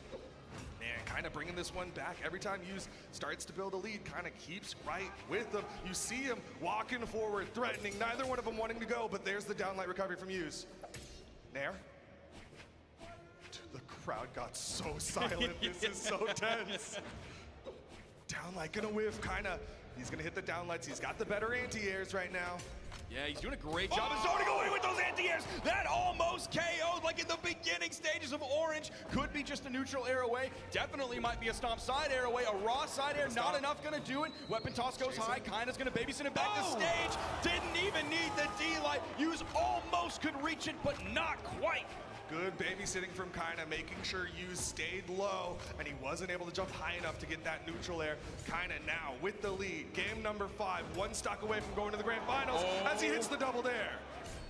There's the recovery. Didn't even go off screen from that. If he can mitigate the damage output, that time he just did the sidelight and then waited. Kina still finding the damage here, swapping over to the sword. I don't think he's a D-light recovery away from getting knocked out, but he might be. There's the neutral light.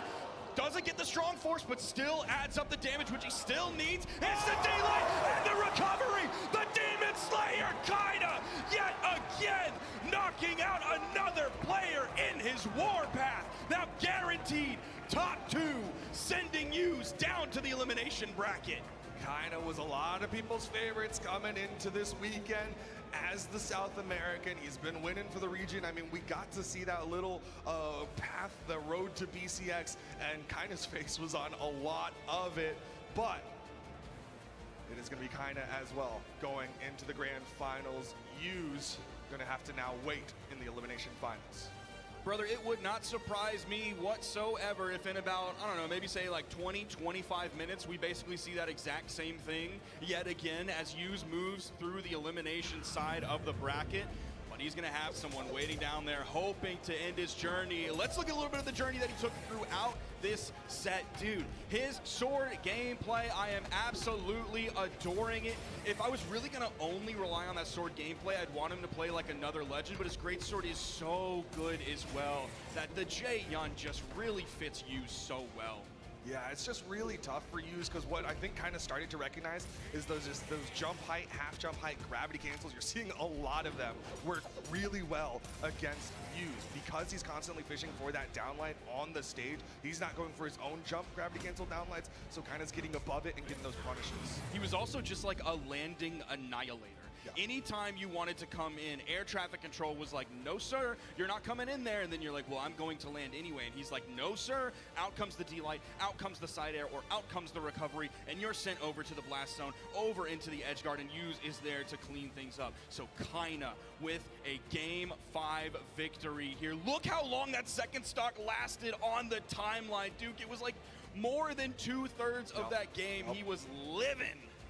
Living and he was doing damage. 588 put out versus 364 on the side of Hughes. Most of that damage was done by the axe of Kina.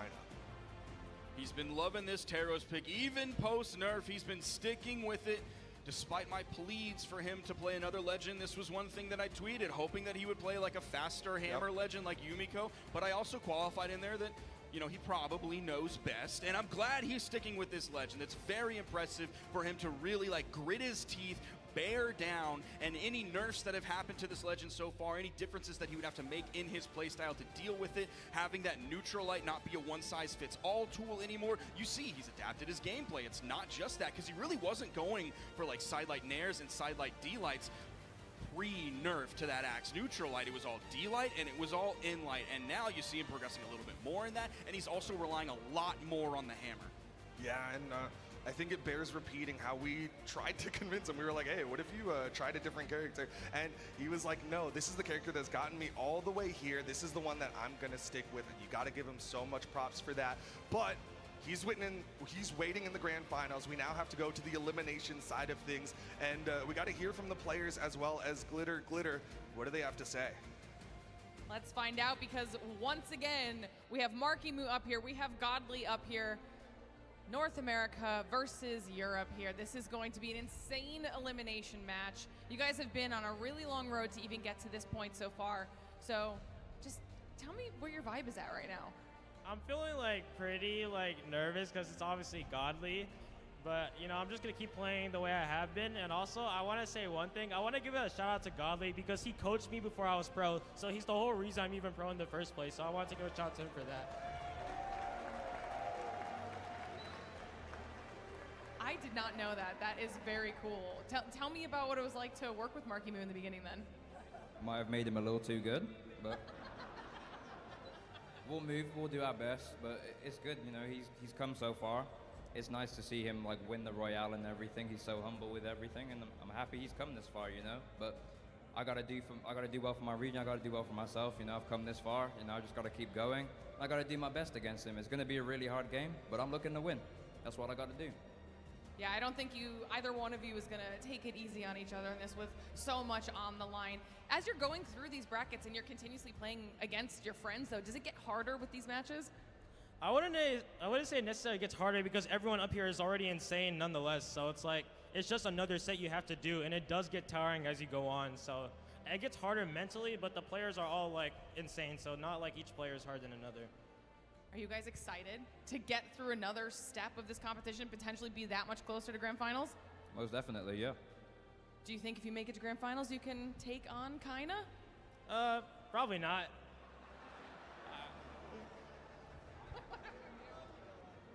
Yeah, I don't know. Guys, I need some hype here from the crowd to get these guys ready for this match, okay? We've got Marky Moo, we've got Godly, about to bring you some insane Brawlhalla action, guys. Go get set up at your stations. Casters, let's see how this one plays out. Thank you so much, Glitter. And that right there shows one of the things that, again, is so special about the Brawlhalla community is, like, you have the people who are here at BCX who have been to every BCX, like myself and like you. But then we also have people like Godly, and now all of a sudden, Godly is Unk. Yeah. Godly is Unk for Marky Moo. He's the one training the new generation, but also, gotta respect your elders. Got it. He's been here before. He's definitely been a strong competitor. And of course, this is kind of a tale as old as time, right? We've had EU versus NA for years now. And we've also had kind of like the big brother versus the little brother. That's happened time and time again. As Godly said, may have made him a little too good. Yeah. But hopefully Godly kept some secrets to himself, because it is going to be a straight up mirror match, Mordex v Mordex. Now, it may be a tale as old as time. We'll see if the gameplay for Marky Moo, I'm sure it's going to be beautiful, but we know the second he gets his hands on a Popeye's chicken sandwich, Godly turns into the beast. And the way he's been running through this bracket, by the way, if he wins BCX, he's tied for the longest run in tournament history, of course, tied with Blue, but that was an online tournament compared to LAN right here. So a 1v1 victory for BCX from Godly would put him really in a league of his own. Yeah, I mean, also including the fact that it's elimination for the most part, and it's here at the World Championship. The names that he had to get through are on a whole different caliber. But there you see in Marky Moo, he's also taken some big names for himself. He's been playing incredibly well, especially today, considering he took that L to Impala yesterday. He's been able to shake it off, and we've seen him really locked in his matchup against Flower.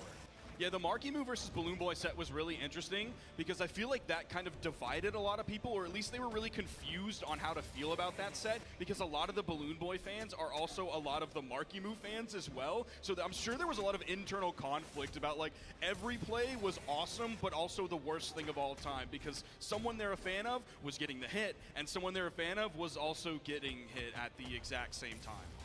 Yeah, I think a lot of North Americans really buckled down during that one. I mean, I even saw many jumping out of their seats as that set progressed, and I'm sure many more will jump out of their seats as we get into this one. Lifetime score currently 1-0 in favor of Markimu, but I think that's a small enough sample size to be negated. Oh yeah, if Godly gets a victory here, all of a sudden we have a 100% swing in the other direction, and then all of a sudden we're tied. So you're exactly right. There's not a lot of data to build off of these two players, besides what they've been doing today in this bracket, independently of one another.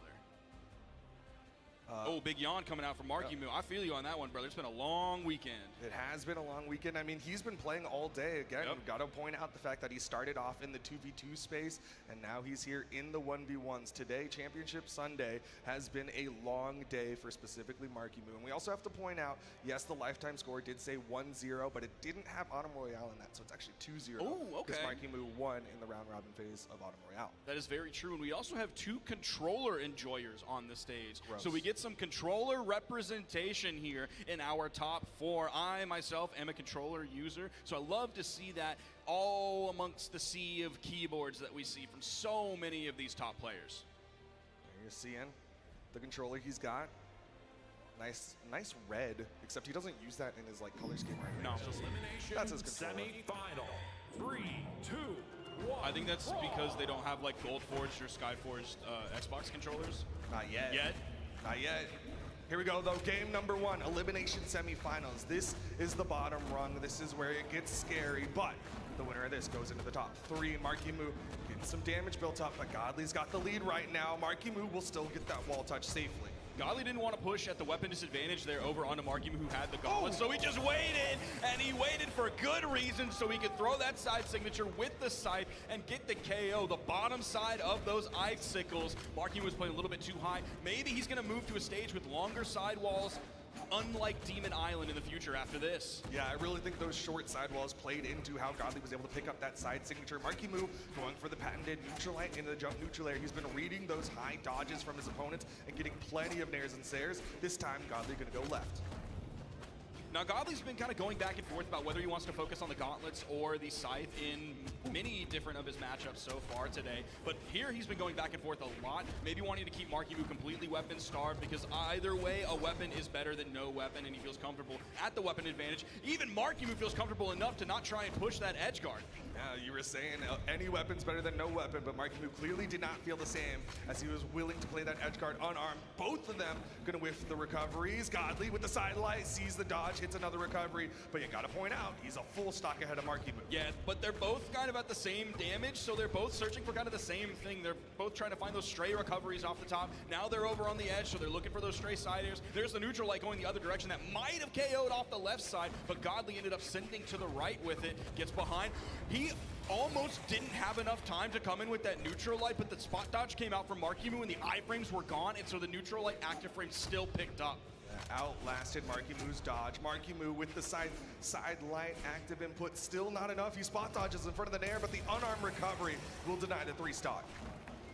Coming in now, Godly fresh on his second stock. Markimu is at the weapon advantage. The spawn comes in. Markimu's still covering, but Godly grabs the gauntlets. Even waits there for just a second. The 2-piece, the 3-piece, the 4-piece. Is he going to hunt for the recovery? He ends up getting caught by a neutral air. Didn't get caught by a neutral air this time. A 2-piece coming out from Godly. He's doing such a great job of extending this lead. Yeah, he's putting up some fantastic damage put out onto Godly. But Godly now with the weapon and stage control. Markimu comes up swinging, unarmed recovery again. That time, Godly threw out a D-Light over the corner instead of the side signature. Markimu chasing him out to the edge, way up high and to the right, gets the KO off the top. This lead has significantly shrunk from a full stock to around 75-80 damage. So Markimu making the comeback here in game 1 on Demon Island as he takes 2 hits, gets 1 in return, and takes a 4th. He's looking for that high jump. There's the dodge up. This time, Markimu not ready for it. Was expecting a different dodge coming out from Godly. This time, Godly changing up the dodge direction again. Oh, I didn't even think that was going to KO. He doesn't go for the GC sidelight read after that. He just goes for the sidelight into the recovery for the KO off the top. He was paying enough attention to exactly where his opponent was damaged. He didn't need to carry up further high or further to the right or further to the left. He knew he could just get it done with the recovery. He gets the job done. Gauntlets being that main KO tool for him. 3, 2. Going right back to the same map, same picks as we get into game number 2. Now, in terms of the damage split, okay. Goes in. Markimu with the control. Oh, that was really scary. You saw him get the hit, and he chase dodged across the stage. He just wanted out of there so he could pick up a weapon. Now they've kind of swapped places. Markimu over on the corner, gets through the dodge of Godly. There's the sidelight into the neutral air. Tries to go for another sidelight, eats a dare from Markimu. Okay, the side air from Markimu. Jockeying back and forth, going blow for blow, but Godly now currently unarmed, goes in for the sidelight, and Markimu able to get a neutral light as a response. Godly was jumping up and right to get away from that recovery on the scythe from Markimu. Recovery! The GC side signature. We haven't seen too much signature usage coming out from Markimu. Meanwhile, that's been a little bit of a staple from Godly, not even just this set, but previous sets as well, especially with that down signature. And then, of course, as we've seen here, the side signature on the scythe as well. There's the recovery, almost KOing off the top. Not quite enough just yet, but one more will do it. There's it. That's the hit. The recovery from Markimu. He's able to even this one up. He's got the weapon control. He's got the gauntlets. Neutral light. Oh, there's the dodge in. Goes for a fast fall neutral air, but Godly stayed high. This time he went a little bit low. He was still like one jump height up after that. He jumped after immediately getting hit, but he then went back to the main platform in case Markimu wanted to chase high. You're seeing those exclamation points come out, but Marky keeps his cool, stays high, and then drops down to hit the down air punish. Doesn't panic coming back onto the stage. Goes for the ground pound. Godly gonna swap. Oh, that could have been a juicy weapon toss. Didn't hit for Godly though. Markimu with the neutral lights. Godly immediately dodging. Nair. Hit, misses the Sair. You can see, like, even with that side air, he was fading back just a little bit, so he didn't fully commit to going under that stage, given how damaged he is. But if he caught with it, if Markimu wanted a tunnel vision, get a little bit panicky back to the main stage, he could have turned that into a massive edge guard. Godly doing a good job dodging after getting hit by that sidelight. Able to punish with a side air of his own. He's starting to build up some damage onto Markimu, but the neutral light will KO for Markimu. Markimu keeping his cool. We've kind of seen that from him so far today. Hasn't been getting too nervous. I'm sure the nerves are definitely there, but they've been under control for the most part. That was something that really seemed to plague him yesterday, but he's been able to wrap that up and tighten it up just a little bit. Chased into the air, but not off screen. Markimu goes in with the unarmed side air, or not the unarmed side air, but on the gauntlets. Just barely missing. There's the down air. Goes for the D-light the other direction and misses. Godly was looking for that falling recovery. Wanted to catch Markimu if he went a little too high.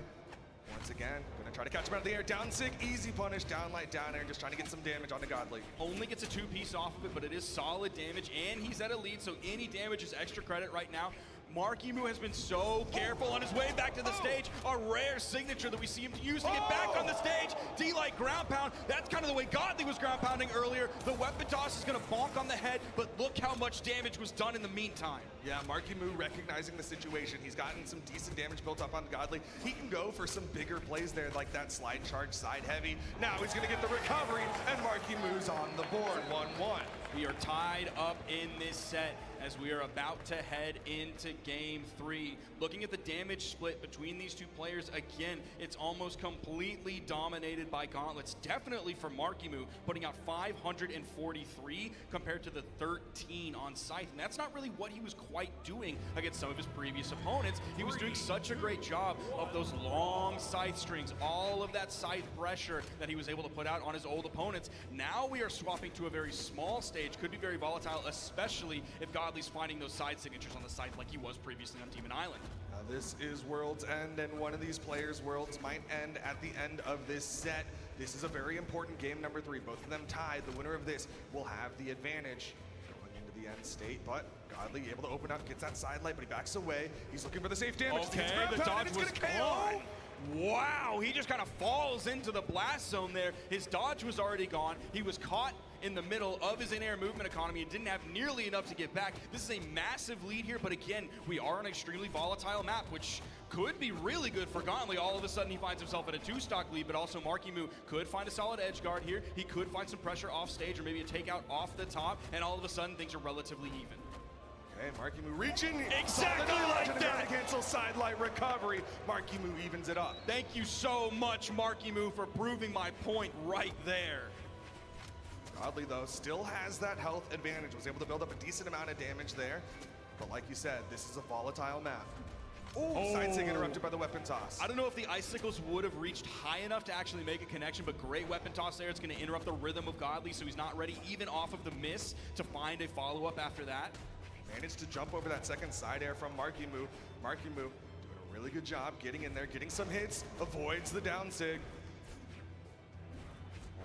Neutral sig gonna whiff. Godly starting to fish really hard for a finisher. Yeah, I think Godly was really looking for the read on that neutral signature rather than any type of reaction to the side light, because it's not too terribly hard to punish that side light, especially if you have moves that hit in that general area, which Godly, of course, does. KO off the top. Momentum starting to shift in Markimu's favor, but again, Markimu is extremely damaged here. We are on a small map. Could be yet again another quick answer back KO, just like we saw previously. But I gotta point out, he's doing a really good job of tracking Godly's dodges. It's leading to those recoveries, which are getting the KOs.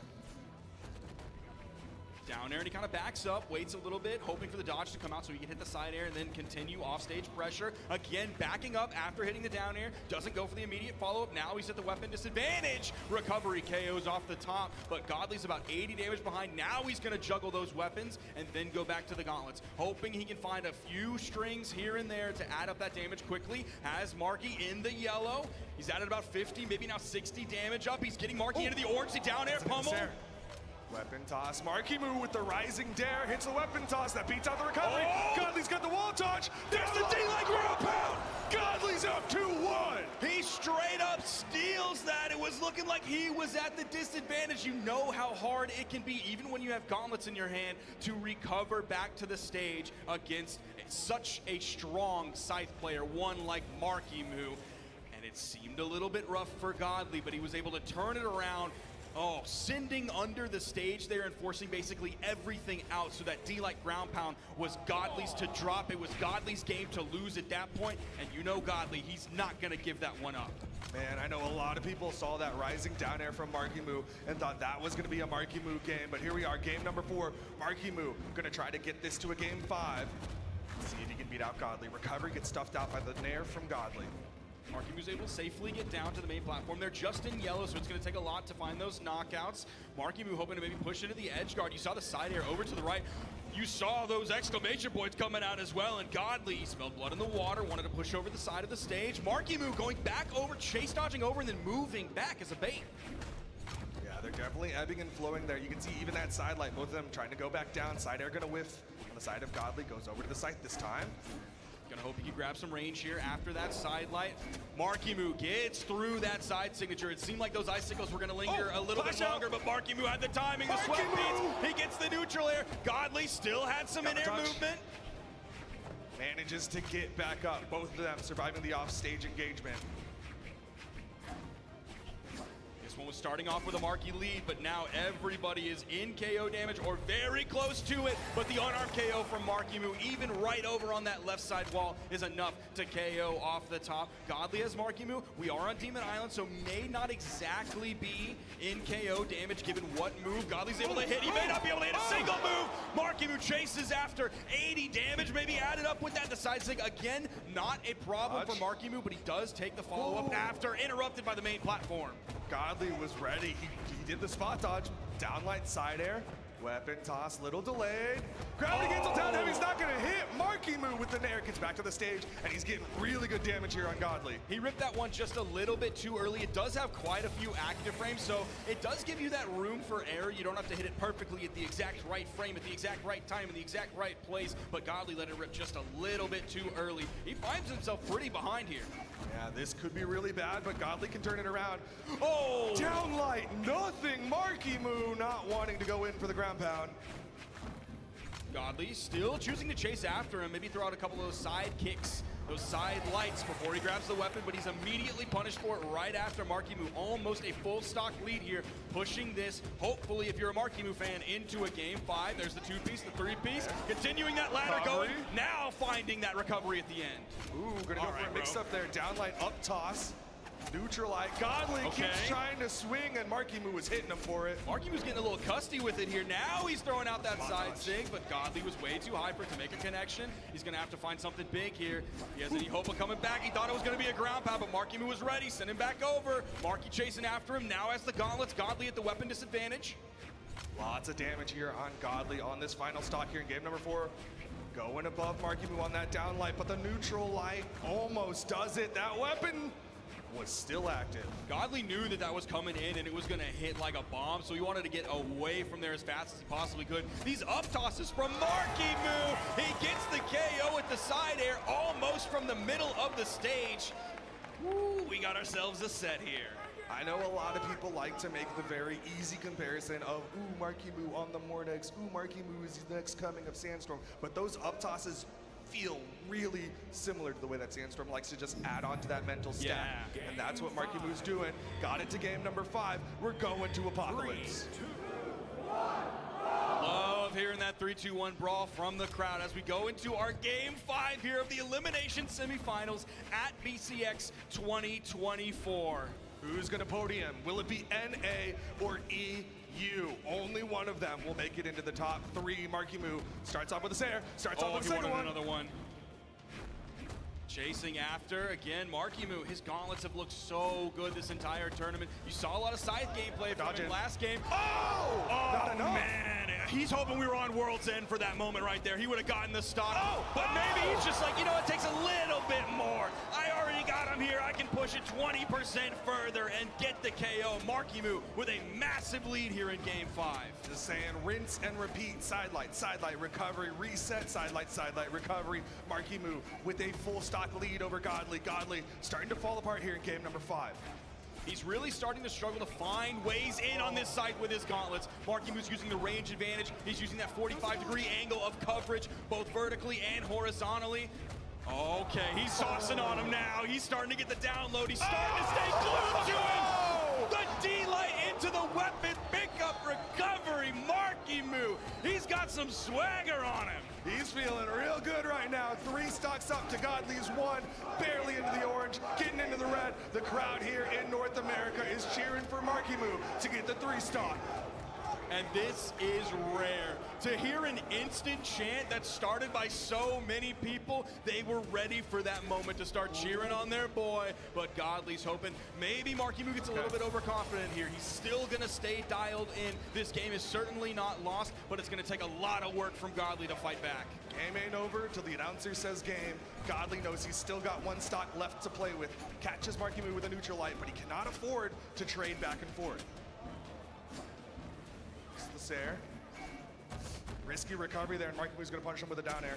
Okay, there's the recovery again, setting up for the edge guard. You see Godly pushing over just a little bit, but backing up compared to the last time. He's trying to find these recoveries to send over, get a nice spike, but he's not successful with him. And when he is successful, he's just taking about the same amount of damage. Great neutral air, perfectly timed neutral air. And the grab from Markimu. And game 5, the North American legend.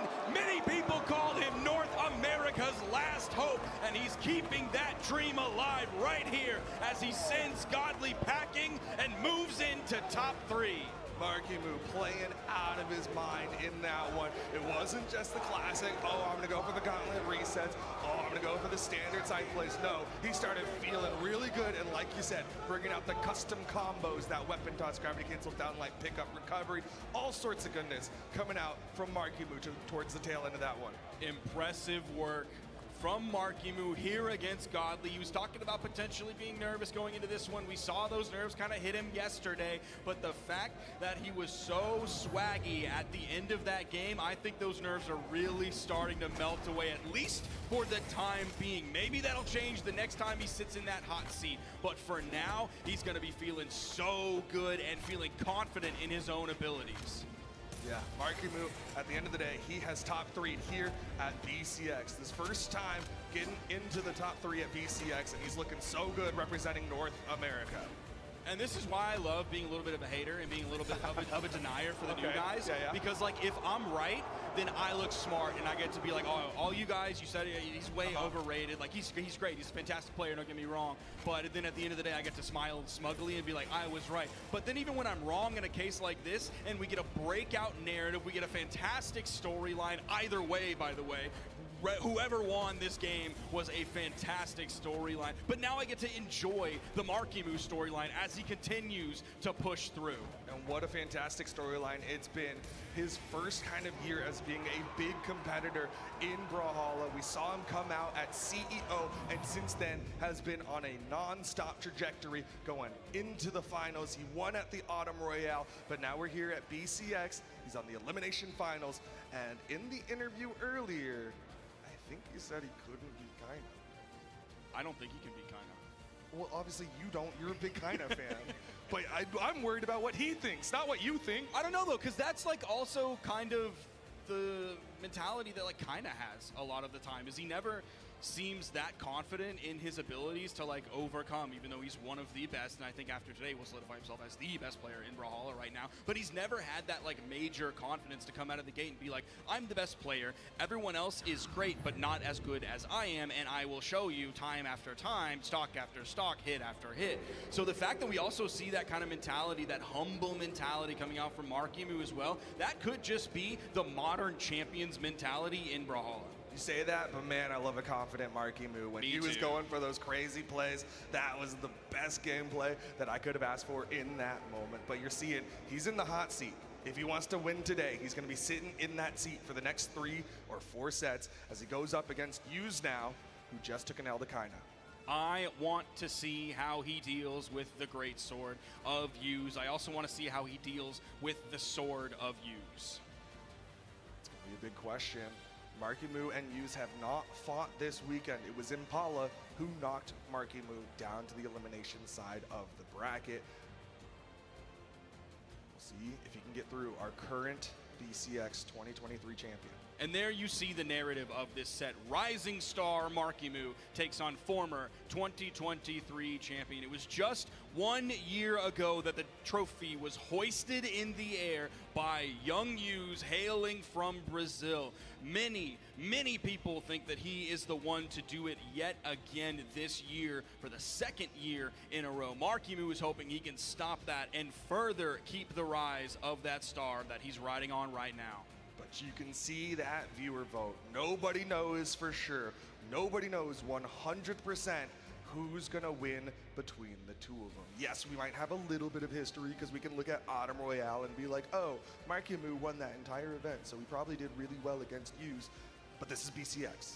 Whole different beast. Yeah, Royales are definitely different. That is a interesting like data set to then pull from. It absolutely is useful, but you're exactly right. The vibes are completely different at an open LAN. You look at the audience that you have at something like a Royale compared to the audience that we have. You look at the competition, the large variety, the large swath of competition that you have at a BCX like this, an open tournament, compared to the much smaller group that you know going in ahead of time. You know you're going to play everybody in the round robin. You can specifically prepare for individual people much more easily than you can here. Well, here you're seeing Yuz in his earlier matchup against Kaina. Once again, I gotta highlight his sword. It was not exactly the most highlight weapon for him in 2023, but this year his sword's been looking so good. He's been so good at catching downlights and the recoveries, but his great sword, again, always impeccable. We don't typically see that much sword gameplay coming out from South America. I'm really trying to think of anyone that comes off the top of my head, and I can't really think of any like major stars in the 1v1 space. Sack, yeah. But on the other side, Markimu, he's been making a fantastic run. The Mordex representative here, able to beat out Godly, able to beat out EU, and now he's our representative here for North America. Otherwise, Brazil's bringing it back home. I know a lot of people are really looking for another South American victory. Some people are, it's probably kind of split, I would imagine, like right down the middle. Maybe that's changed a little bit after we saw Kaina versus Yuz earlier, but going into this weekend, I think it was really split right down the middle on whether it was Kaina or Yuz. Yuz is going to hope that it's him, and to do that, he's going to have to push past Markimu as we get into Game 1 of our Elimination Finals, and we're on the volatile stage, baby. Game 1, we're going to Small Worlds in. What a start! Markimu's already starting it off, caught the sweat beads, and already gets the stock. 15 seconds, and Yuz is done. Big start for Markimu, and that's going to be the name of the game here. Markimu has a character who's way better in the offstage. Yuz has a character who's way better in the onstage, so Yuz is going to try to keep this on stage as much as possible. Now this is going to be a drastic departure in terms of pressure and in terms of aggression from Yuz's last opponent in Kaina. Markimu is going to put him to the bricks. He's going to be in his face. He's going to be using all of the range that he has. He's going to be floating. He's going to be on the main ground. He's going to be all around you at all times, trying to keep that pressure up so Yuz can't just wait and position perfectly for the D-Light punish. Okay, good movement coming out from Yuz. Still a full stock behind. He needs to get this stock off of Markimu without taking too much more damage. Good avoidance, dash into the downlight recovery, but it's not enough.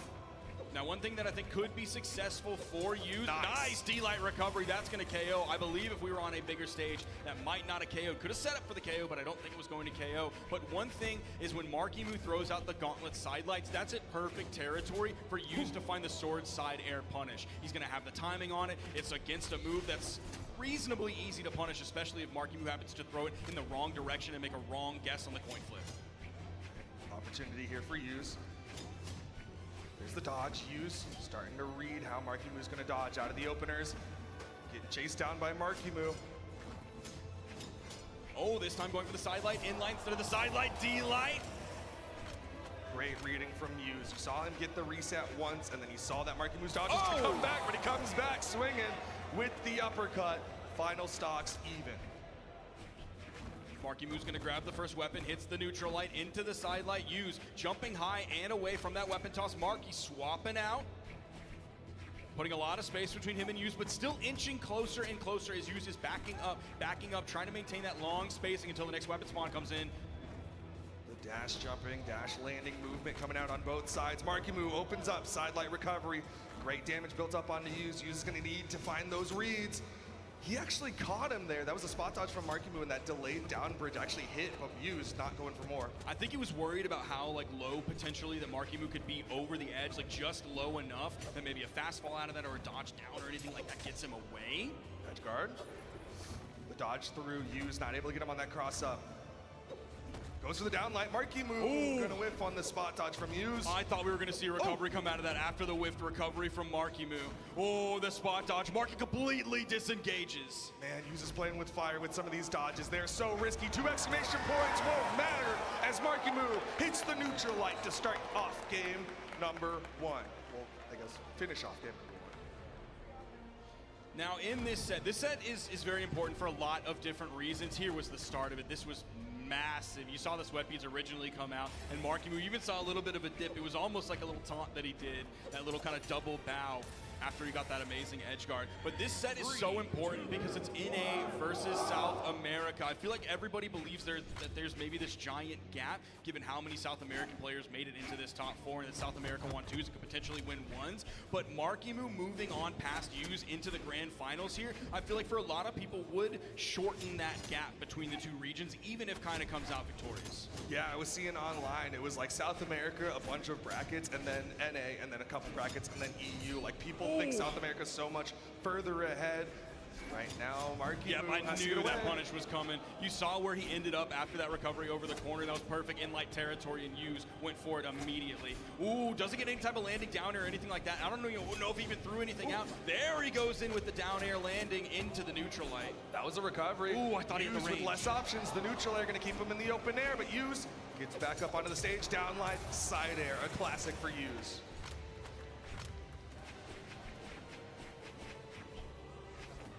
Here comes the weapon spawn, man. Markimu was able to grab it instantly. Yuz was over on the right side of the stage and it came in on the left, but he's doing a great job with the juggle game here. These neutral airs now punishing the landing with the neutral light as Markimu was coming in, maybe hoping to land with a down air. Again, the spot dodge is coming out from Yuz this time. Goes for a different direction and Markimu not able to track it. Now he finds that landing down air that he wanted earlier after the whiff neutral light, and he gets the neutral light pummel as well. Ooh, that's how rips you do it. At the perfect time. Godly let it rip against Markimu a little bit too early previously, but Markimu learned from that mistake and didn't let it happen right there. Caught him with the gravity cancel down heavy after Use had burned basically every single option, and now with the juggles onto Use, he goes back, gets the downlight into the recovery, gets another second one, and Use gonna be up 2 stocks to 1. This is a massive lead here on this massive map as well. Markimu doesn't have the momentum on his side from the early edge guard KO. He doesn't have that lead. In fact, it's completely 180 the other direction. Markimu sending over to the edge. He could in this stock here. Use isn't going to let him have it, but he does hit the recovery going back over the corner. Use, he's running for his life. Here he is, nowhere to go. Extending off of the soft platform. There's the neutral signature from Markimu. Fantastic movement from Markimu, just staying right on top of Use. Use, like you said, was trying to run away. He was trying to get some distance, but Markimu taking it all away. He's finding these juggles here. Maybe he's not hitting the recovery afterward, and maybe he's getting one hit punished by Use, but he's finding so many two pieces. Downlight's the wrong way. Doesn't go for a downlight there. Oh, the GC side sig makes connection as Use was retreating back to the main stage, has a lot of range on that, was really chasing after Use. He was feeling the avalanche coming down the mountain, and you can't outrun an avalanche. But you can survive it, and that's what Use did. He's still alive here on this final stock. He needs to get this W, otherwise Markimu gonna be up 2 wins. Neutral light puts Use off stage. He just throws the gauntlets up. I thought he might want to swap over. He's going to look for this gauntlet finish. It's so close between these two. Playing gauntlets here in a great sword is so tough. The neutral air just barely not enough. The sword recovery just barely not enough. There's the D-Light into the neutral air, and Use finds the KO. Just narrowly surviving moment after moment. Markimu was holding on for dear life, but a gravity cancel downlight into neutral air was enough to do it. Holy cow. He hit that D-Light like at the maximum range. I think he felt like he couldn't steer the recovery over in time before Markimu would be actionable there, so he was going to hit with the far edge of that arcing neutral air, hoping that would KO off the top. And we're getting into game 3 here. What a nail-biter of a set between these two. We're taking away that soft platform that Markimu used to extend that neutral signature upward. We're now allowed to go under the stage, but we have these tiny sidewalls. So again, same thing that I talked about in the previous Use set, those D-Lights over the corner, maybe just the juggles above the stage. Yeah, lots of open air. Use was on that wall. Markimu, now he's the one with his back to the wall here. That's a burn dodge, but Use not able to punish it. Goes for the 3-piece immediately. Over to the sword. Where's the downlights there? Doesn't need it! Markimu can't get the wall touch. I thought he was gonna have enough to get back. I guess he was just caught in the middle. Oh, what a read! Yo, okay. Jump dare. Markimu, though, comes back in, has the side. Uses the neutral air this time. Instead of going into that ladder, sends Use over to the left side. There's the D-Light recovery that we were expecting last game, but actually out came the D-Light Nair. How did he get past that down there? Neutral light. Markimu needs to finish this stock soon. Use pointed punish. Disengage. Recovery just to help want some damage down there. Gonna put Use off stage, and that might do it. Uses his dodge to get up. He uses it early so that by the time he got over towards the stage, it would be back off of cooldown and he could attempt to use it again. He used it on the neutral signature because you're going to travel in a much better direction than virtually any other signature in that kit. Yeah, it gets you a lot of height. Definitely a smart decision there from Use. Oh, again, just a wait. Use not going to go for it. He has Marky so close to KO damage. Oh, the landing down air right in front of him gets the 3-piece and the KO off the top. Really smart of Use. He went for the neutral bridge after that down air, and then Markimu burned his dodge, so Use tracked his movement, went in for the 3-piece to finish it off. Oh, the wake up from Markimu. Again, another 3-piece, hoping to chase into the air. Markimu, he's doing the jump, fast fall to stay just a little bit above the ground. The weapon toss, not quite wide enough, but the unarmed side air. Now the swap over to the side. Use completely backing up from the corner, but Markimu swaps places with him. Man, Use was floating out there, really waiting out the options from Markimu. Hits him with a side light, then a disengagement. Again, side light trying to read Markimu. Markimu's gonna be Weapon starved here, potentially, if the weapon spawn comes in. Yep, here's the weapon starved coming in from Yuz. Oh! Yuz not able to get the hit there. Markimu with the downlight ground pound. He's starting to swing heavy there. Yuz with an easy punish. Baits it out, and Yuz wins with 2 stocks to his name. He saw that spot dodge, and I know he felt so good. He was a cartoon dog, licking his chops before he ate a big old steak. Yeah, the second that dodge was out, Yuz was like, all right, it's game time. I get to take the ball and run it as far as I want to into the end zone for an easy TD, and that's Yuz up 2 games to 1. Slowing this one down. The dodge, the dash down heavy, the back dash into again the gravity cancel down heavy. There's the neutral light into the D light into the neutral finisher for the KO again off the top in almost that exact same spot. We've seen him do it there so many times. And we're just completely throwing caution with the soft platforms to the wind because now we're going 2 over at the Western Air Temple. I know we're here in game number 4. Markimu needs to win it, but I really want to point out Yuz was doing such a good job getting the unjumpables in that end moment of game number 3. Okay, side light. Markimu going to dodge through this time. Ooh, dashes into the neutral light from Markimu. Nice turnaround there. Of course, can't find the 3-piece because Markimu has his dodge. Now swapping back over to the sword, completely staying glued to that ground, and especially right in the middle of the stage. Yeah, like in a whiff, and yeah, Yuz with a quick jump side air. That's exactly what I was talking about earlier. Markimu really wants to focus on those side light initiations. He's gonna have to be so careful because all it takes is Yuz noticing that coming out and hitting the easy jump side air. Now picking up the D-light recovery, and again, another massive lead here for Yuz. He's already up 2-1. Now he's up in stocks 3-2. Man, that was so scary for Markimu there. He was trying to bait actions. He was bunny hopping right in front of Yuz, and when he ran out of options, tried to dodge away, and Yuz chased him down. Oh, the down air. Markimu was going for the big play with the downlight. He's taking more and more punishment. He's not able to find anything, and he's definitely not able to find a weapon. Got him. Oh, does he get the 2-stock lead here on Markimu? This could be massive here. There's the neutral light. Chasing out there, Markimu.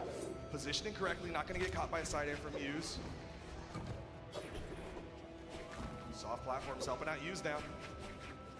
Yeah, it's like he moves over to those soft platforms and he's like, I gotta get back to the middle of the stage. Okay, not enough to KO off the top. Markimu is still struggling almost 2 minutes into this game to find that first stock. I thought we were gonna see the bounce pass. I thought he was gonna go for a ledge cancel down light. He was there for it, but Markimu gonna eat a side air. Yuz with a big lead right now, and it might get bigger. Markimu with a fantastic side air to get that wall touch. I love how Markimu went under the stage in case the vertical weapon toss came down, staying low right below that signature, right on the corner from Yuz. The perfect timing on the pivot ground pound with the neutral air from Yuz. What a reaction from Yuz, dissuading Markimu. Downlight recovery, not gonna do it. It's Western Air Temple. That ceiling is so high. Finally getting that first stock. It has been 2 minutes and 22 seconds. Markimu's got to be feeling the pressure right now. I don't know if he's going to be feeling confident enough to get custody with this one like he did against Godly earlier. He's almost at a full stock deficit. He does have the scythe. Maybe he can get it done with this since we've seen mostly Gauntlet gameplay and actually, unfortunately, a lot of unarmed gameplay so far. Well, he's got a full stock deficit. He's gonna need a big play here onto Yuz. Maybe pull Yuz off stage. Goes in for the neutral air, but Yuz with great dodge down. Dodges through the down air from Markimu. Gets him off stage. This is where he wants him. Gravity cancel neutral light. Not able to get that down air. Yuz goes off stage this time, but he gets him with the down air. The range on that down air interrupting the recovery from Markimu. He's still able to get back in. He doesn't have a lot of damage on this final stock just yet. Keeping the scythe in his hand. Now we're seeing the footsies kind of come into play here. Markimu slowed things down, and Yuz is feeling right at home. Yuz right there trying to bait the action, going for side light reset. Markimu over to the gauntlets, down air. Not able to get the recovery. Yuz trying to turn it around, but again, the ceiling's high. This game is really starting to slip away from Markimu. Does find the D-light recovery. He's going to have to play near flawless. No, he's going to have to play flawless Brawlhalla here against Yuz, and he hasn't been able to do it so far, but a lot of North Americans and a lot of fans out there believe he can and know that he has to. This could be such a critical moment here for Markimu. He needs to clutch it here. Yuz gonna jump away from the downlight. That was a burned recovery. You saw the stars. Markimu with the chase.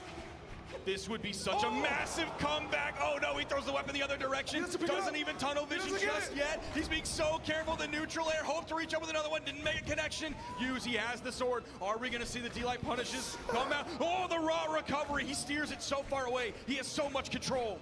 Every time they stack up, it gets really scary. Neutral air, not gonna hit for Markimu. Both of them dancing around each other. Markimu cannot afford to get hit, but he gets an opener.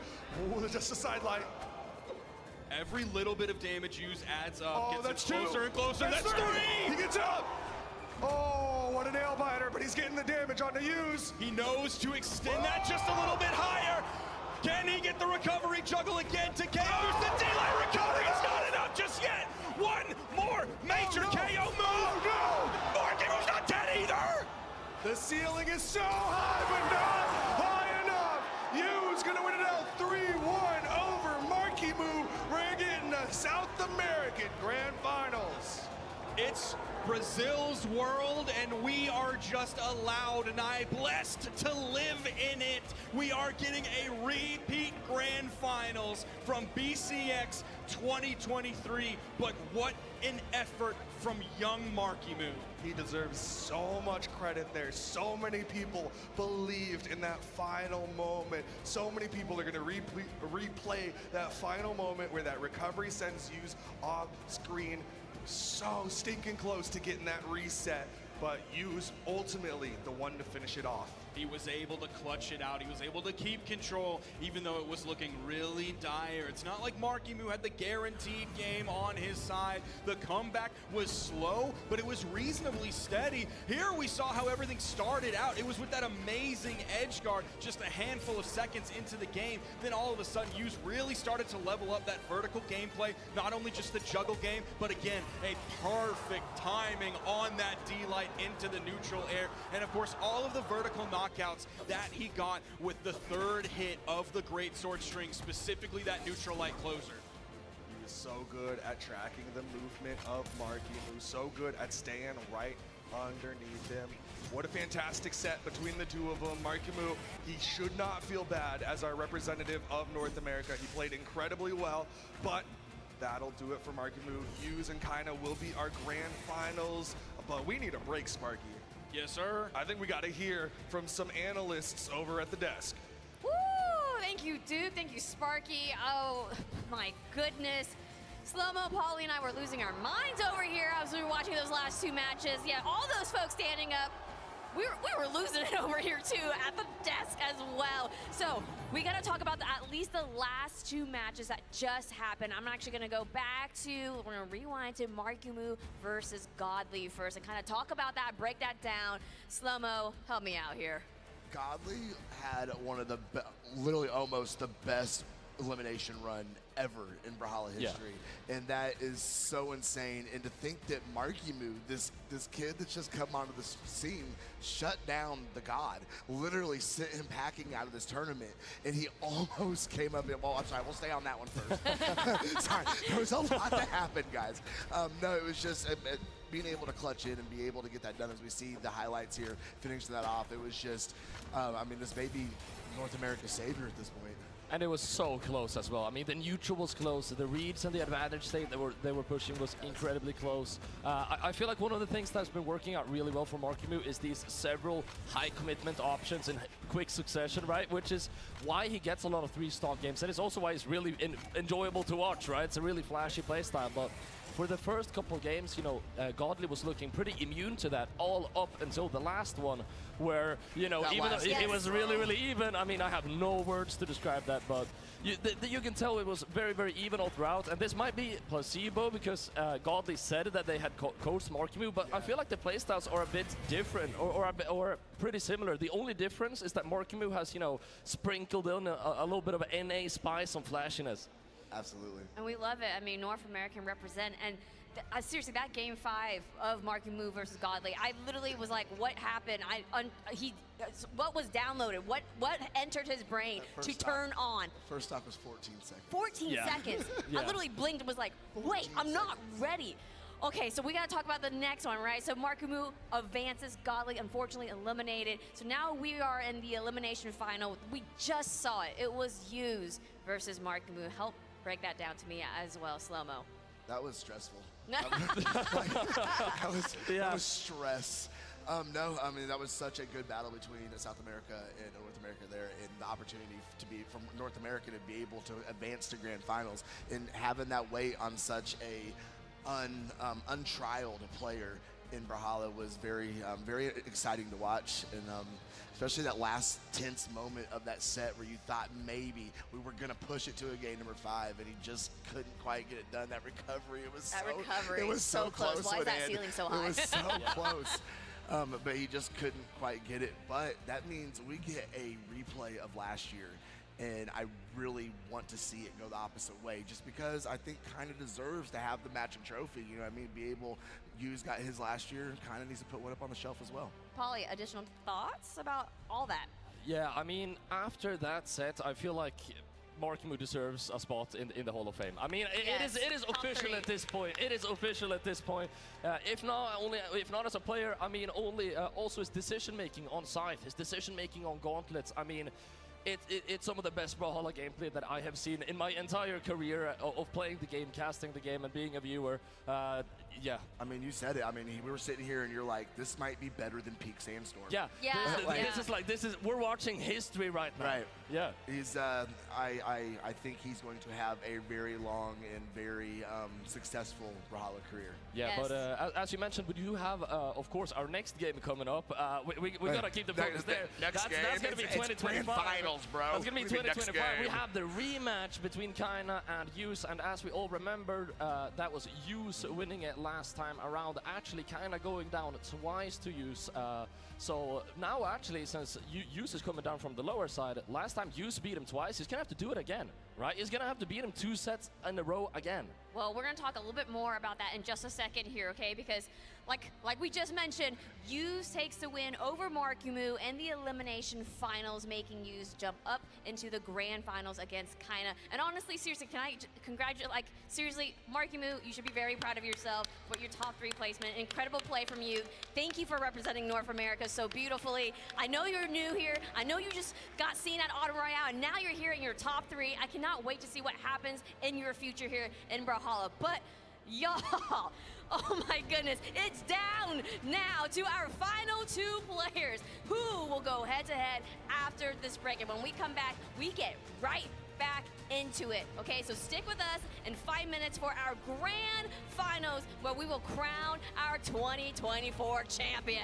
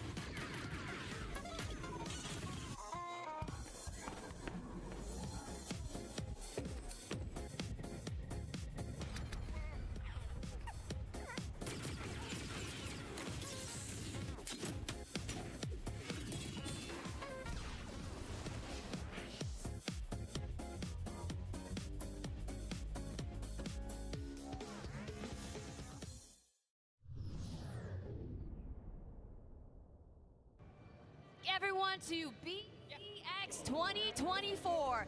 It's the grand finals for our singles competition.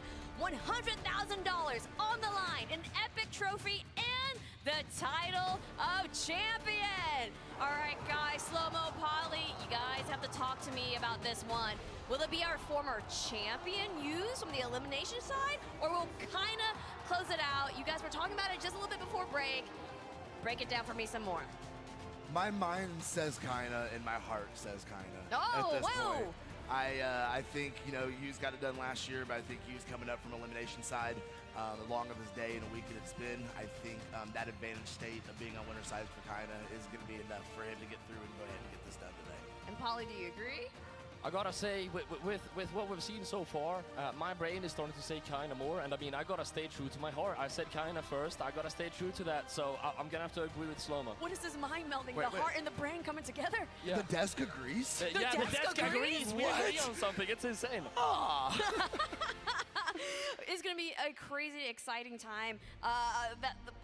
We're about to see our grand finals. We're definitely gonna see another South American champion. It's just a matter of who. All right? They're just collecting trophies down there at this Yeah, point. I mean, like, it's getting a little out of control, guys. Can you let somebody else win, please? I mean, it's if anything is clear, it is clear that South America, that region right now is literally on top. Yeah. They are on top. They are the best region in Brawlhalla. You saw it in doubles, of course, and we're about to see the grand finals. It's ecstatic. I don't know what to say. I'm almost speechless about all of this, but it seems like everyone here at the desk is looking about kind of taking it, and I'm in agreement with this. And here, as a kind reminder for folks about the prize pool that we were just talking about here, here's the split, but I want you to look at number one here, $20,000. It's a couple dollars. Oh, a couple. It'll buy a Happy Meal or two. Just a couple. It'll buy a Happy Meal or two. Just a couple. Yeah, just a couple of dollars. Yeah. Yeah, no problem. $20,000. $20,000. I'm looking at you, Slow-Mo. Are you? It would definitely pay my mortgage for a couple of years, that's for sure. That's a deposit on a nice new car. Like, what are we talking about here? And that's actually potentially life-changing money. Yes, obviously, absolutely. depending on your currency as well. Exactly. That's what I'm talking about. 200,000 Swedish crowns right there. Oh, all right. Look at that. Look at us here. So, guys, it's gonna be crazy to see who really is going to take this and take it all the way. And honestly, at the end of the day, I'm sure both of them are just so happy to represent. To take it back home for Brazil. Their region. Sure. I remember, of course, last year when they had the flag together. Yes. That was so that was so sick, and yeah. We're gonna definitely see it again, but we're gonna see. I'm getting emotional. I know. I'm getting emotional. All right. The crying's not allowed to start until after this is over. Okay, then we're allowed to cry. Okay. All right. I'll get it together. Okay. Guys, it's time. Yes. It is our grand finals of the BCX World Champions singles competition. The players are set and ready to go. So without further ado, let's bring out the players.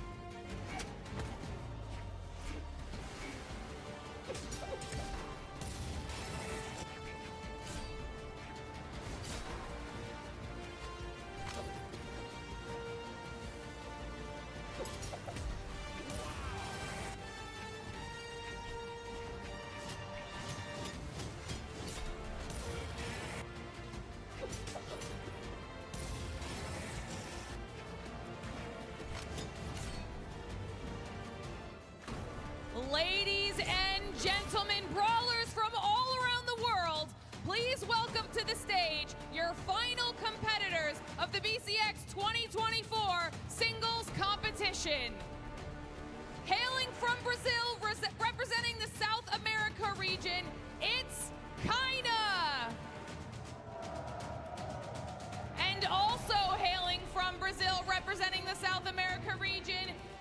our 2023 singles champion, Use.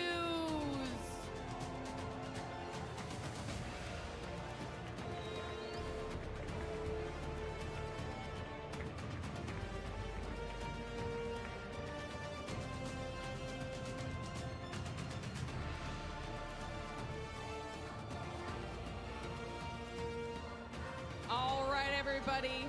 It's the moment you've all been waiting for. We've got our defending champion. We've got a rematch situation. Kaina, Use, back on stage, second time today alone. And Use, I want to give this question to you first.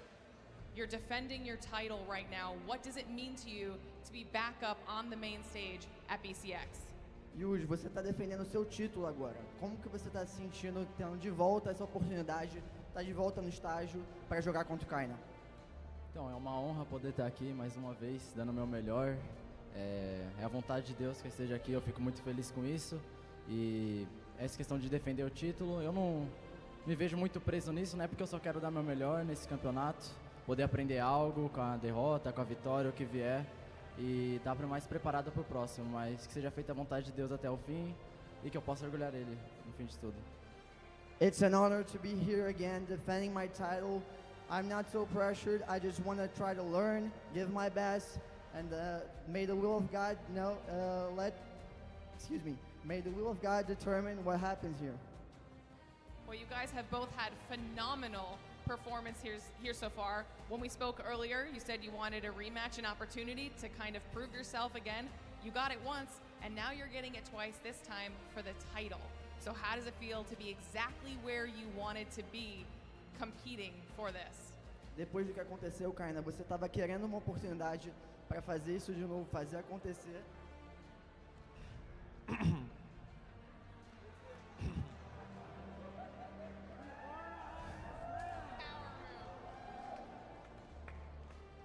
don't know, I'm feeling okay. I just...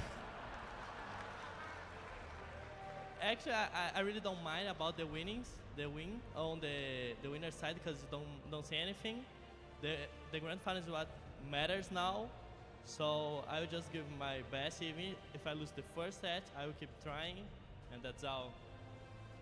Humble but confident, ready to play, it seems, between the two of you.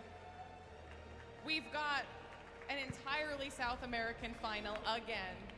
So for both of you, how proud are you to prove that your region is currently on top for another year in a row? A gente está tendo uma final sul-americana outra vez esse ano, então mostra para o povo quão orgulhosos vocês estão de poder estar aqui fazendo isso acontecer de novo, começando com você, Lamin. Mano, é uma honra, né, poder ser um desses representantes de uma região que antigamente nem aparecia aqui. E hoje em dia está tão grande, a gente consegue ter bons resultados. Então, fazer parte disso, de poder ser alguém que está no começo, é uma honra gigantesca, sabe? It's such an honor to be here representing a region that not too long ago was underrepresented, and making it happen here at this BCX stage, it's just a feeling that I can't describe. He actually got my words, but I feel really proud of us because we're doing this 2 years in a row, and that's like extremely hard. That's it. I have for us. Yeah, I could not agree more. You guys have been nothing but impressive the entire weekend. I think everyone's been looking forward to this rematch since we just saw it a short while ago. So we're gonna let you guys get yourselves prepared for the grand finals of our singles competition. Are you guys ready? Let them hear it. This is gonna be a fantastic way to close out the day. Casters, let's get to these grand finals. BCX 2024, the audience here is so incredibly excited as we get ready for the grand finals. At the end of this set, one of them is going to be holding that trophy. They always say, come to Brazil, come to Brazil. Well, they brought Brazil to us here for this grand finals. We're getting the repeat of what we saw last year. Will Use solidify himself as the two-time back-to-back 2023-2024 BCX 1v1 champion, or will Kaina, the Demon Slayer, slay his bracket demon from last year and hoist that trophy over his head? Today feels like it's been a dream for both of them, but it could very well end up a nightmare if Hughes ends up getting the run back, getting the reset, and repeating what happened in 2023. Kaina's been looking good. He's already our doubles champion, but can he be our singles champion? I certainly think he can. You saw in one of those promotional video packages, it was a clip from the Summer Royale talking about their journey, where I said, he's the best player in the world. I meant it then, I meant it now, I meant it a few years ago. And you know, that's the curse of being Sparky878, is like, it's being right, but just a little bit too early. Well, I hope you're not too early right now, because of course we're getting into our grand finals. The audience believing in Kaina over Hughes. The desk believing in Kaina over Hughes. I believe in Hughes, though. I'm gonna be a hater. I'm gonna be the contrarian here and say that I think Hughes is gonna get this reset and take it in the finals. I think you're selling yourself short on that. I don't think you're being a hater. I think you're just being a believer. We're both being believers here. There's no hate coming out from either one of us towards both of these amazing competitors. We just believe in them individually so much, individually and independently. Check out that crowd right there. Everybody is waiting to see what will happen. There's Thomas. Floss for me, Thomas. Floss for me. Floss for me, Thomas, right now. I'm not seeing enough movement. Well, he at least stood There's up and left clapped. stick. Hey, man, what's up, dude? Look at all these people seated and ready, excited for what is about to happen. Both of the players are sitting down. They're locked in. They're trying to get things going, but they got to make sure their buttons work first. Yeah, these moments are some of the most tense, or at least the most tense so far for this tournament from these two players, because they know it's about to start. You can see the loading screen happening right now. We're getting into it right now. Make some noise, because it's the grand finals of BCX 2024. We're getting the run back. We're getting the repeat. Kaina versus Hughes. Kaina just knocked down Hughes into the elimination side of the bracket, and Hughes crawling his way back up. Will Kaina do it again as we get this started? Kaina with the hammer, Hughes with the sword. As the set went on and on, Kaina found more and more ways to punish the great sword from Hughes and also not get caught by the punishes of the D-Light recovery coming out from Hughes. This game's gonna start with a little bit of juggle opportunity here. Some solid damage coming out from Hughes. Kaina seems like he needs a moment to catch his breath. He's been on the back foot. The footsie games have been going in favor of Hughes. Yeah, not sure how cold Kaina got while waiting for that last set, because Hughes staying hot, gets the N-Sig, nice. And that's gonna KO here on Apocalypse. Like, the only N-Sig that we saw last game was that one he did all the way on the right side to recover. so that he could like move up in the air so he could get back and recover to the main stage. But no, we're seeing it on the stage this time. It's for a KO, and he's keeping the pressure onto Kaina, who now picks up the axe. Now he's got that axe in hand. He was able to put out a lot of damage with this axe in that previous set. And you can see Hughes really respecting it, not wanting to over-aggress, because he knows the threat that Kaina is with an axe in his hands. We're seeing a very aerial use so far, now kind of swapping over to the hammer. He even throws it way high over Hughes' head. The next weapon spot coming in, it's going to be the axe. I wonder if he wants a aerial use, but to play the hammer against him so he can find those neutral airs, but maybe not. Maybe he wants to play that axe so he doesn't have to worry about finding the stomp on an aerial player. Are we going to see a two-stock lead here in game one? Kaina with the dodge down, got away from the bridge there. Hughes gonna eat that neutral light. The neutral air not gonna be a KO tool. Hughes getting some good damage. He's got the sword. Can he get the KO? Gravity cancel, neutral light. Not enough. Even on the 9-strength Taros, that neutral light was not enough to KO. He was hoping for another one, maybe to interrupt the attempted jump side air from Hughes. There's the stray side air that he needs for the KO, but he is so far behind at this point. He's in KO damage. Look how far that sent him. It even disarmed him, so he's at weapon disadvantage. The unarmed, not quite enough, but it gave Hughes plenty of room. A neutral air, not enough to KO either, but a recovery will do it at this point. Simple and safe options coming out from Hughes. Just throwing out the quick and dirties. Eventually they'll KO if he gets enough neutral airs. Wasn't able to pick up the sword in time. Kaina with the axe. The neutral light will do it. Hughes with a full stock. He's onto his greatsword. Kaina denied the weapon spawn. It's right behind Hughes, and Kaina able to sneak it out. He's got the hammer again, but the stomp gonna whiff. Again, those side lights over the corner kind of has the option to dip down over onto that wall, so you never see Yuz really pressing those so hard, even when he hits the first side light. It's usually into a backdash in case kind of wants to recover back up, or he goes to the wall and we just reset. Oh, good spot dodge there, but he knew kind of had the dodge. He saw kind of dodge away, but the jungles come out. Oh, weapon toss, down light side air, kind of running out of options there. He's been floating. Gravity cancel neutral light, denies the wall touch. No, kind of is able to get back. He's sent over far to the right side. He knows that stock was over and done. That's something that's like really uniquely kind of. He does it definitely in 2v2s so that he can respawn more quickly, so that he can help his teammate out, or if there's like a weapon spawn imminently about to come in, he doesn't miss it while the other team strips the field, having the man advantage. But he also does it in 1v1s because he knows the stock is already done. He wants to GG and go next, whether that's next stock, next game. And I do want to remind everybody out there the order of games that it went in the previous set they played earlier today. Game 1 also went to Yuz there, but of course we know ultimately Kaina was victorious in the set. Whoa. We're going to Terminus!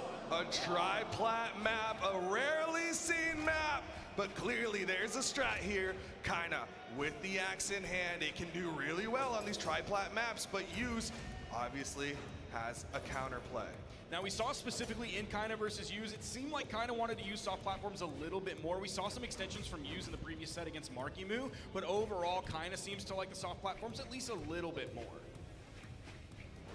Oh, good jump over the neutral light, down light, side air, back to the classic. Now there's 2 routes Kaina can go when he ends up picking the wrong or the right one against Yuz. GC Inlight coming out, immediately goes over that soft platform because Yuz wants to land on it. He can act as an opposing force. There's the stomp side air, kind of with a nice lead here. Is he gonna be able to finish it up? It's just a stomp over the corner. The fade away, fade back side air, catching the high recovery just in case. Again, Yuz wants to go over to that soft platform. It's bait. It seems like it's a moment of respite. It seems like a save point in a Resident Evil game, but it's not. It's a trap.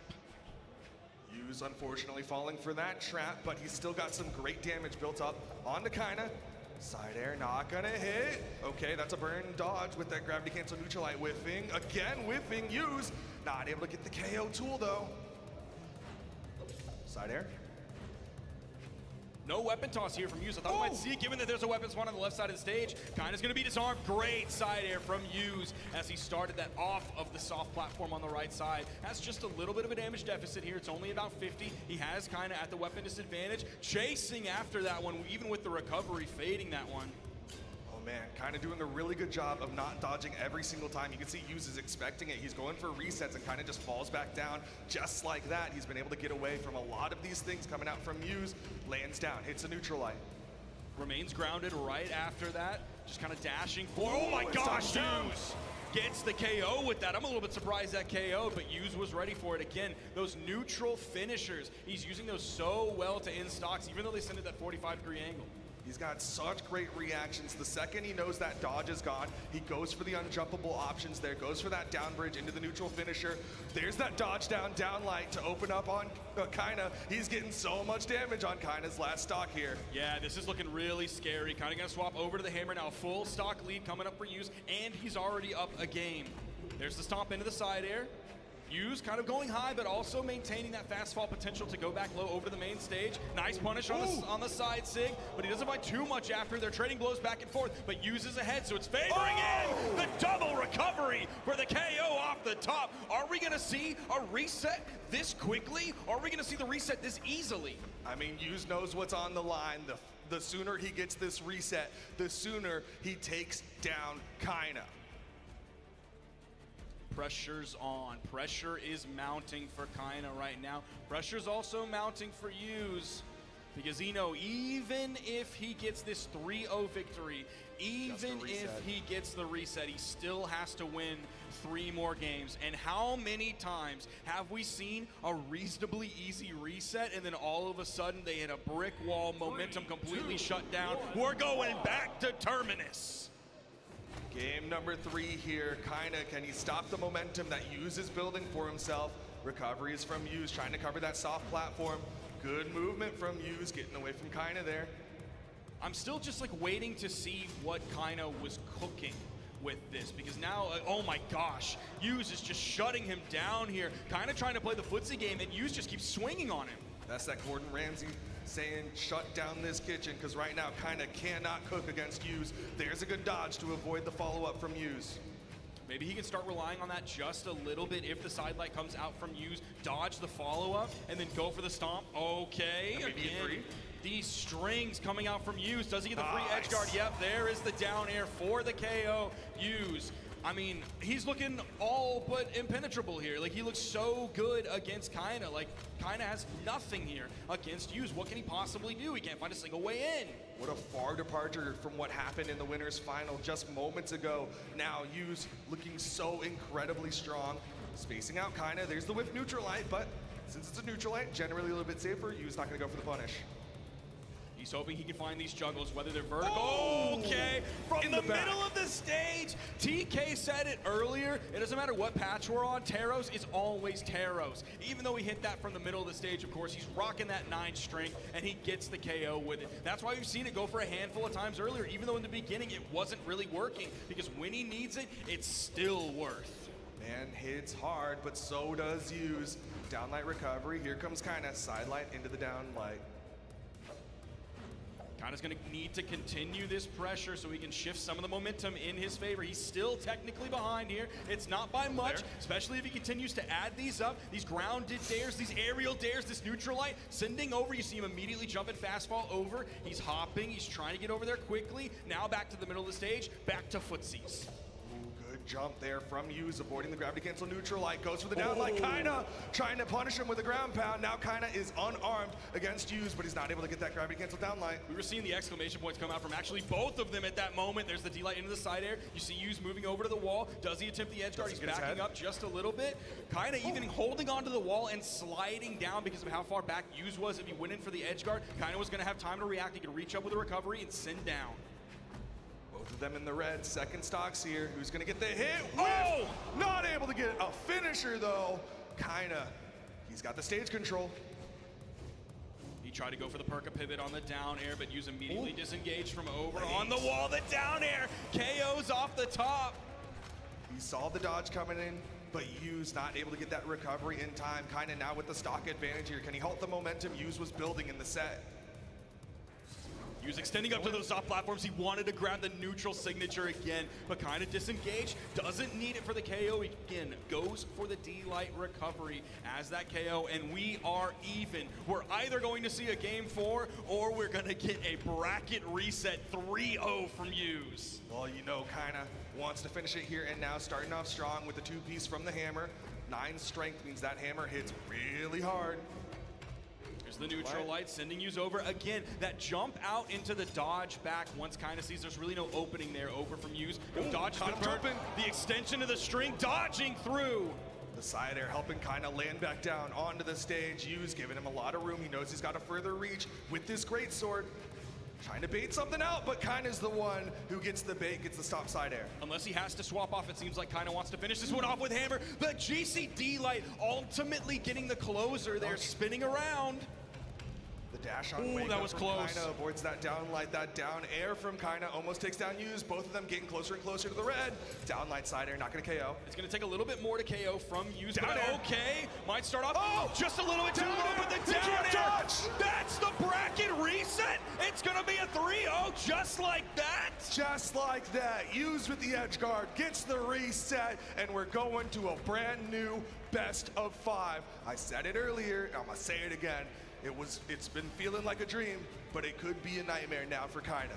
And I love what you chose to do there at the end, because you were pointing it out, we were both pointing it out there of it wasn't quite enough yet to get the KO, so he was going to have to do a little bit more damage before Hughes could find that KO move.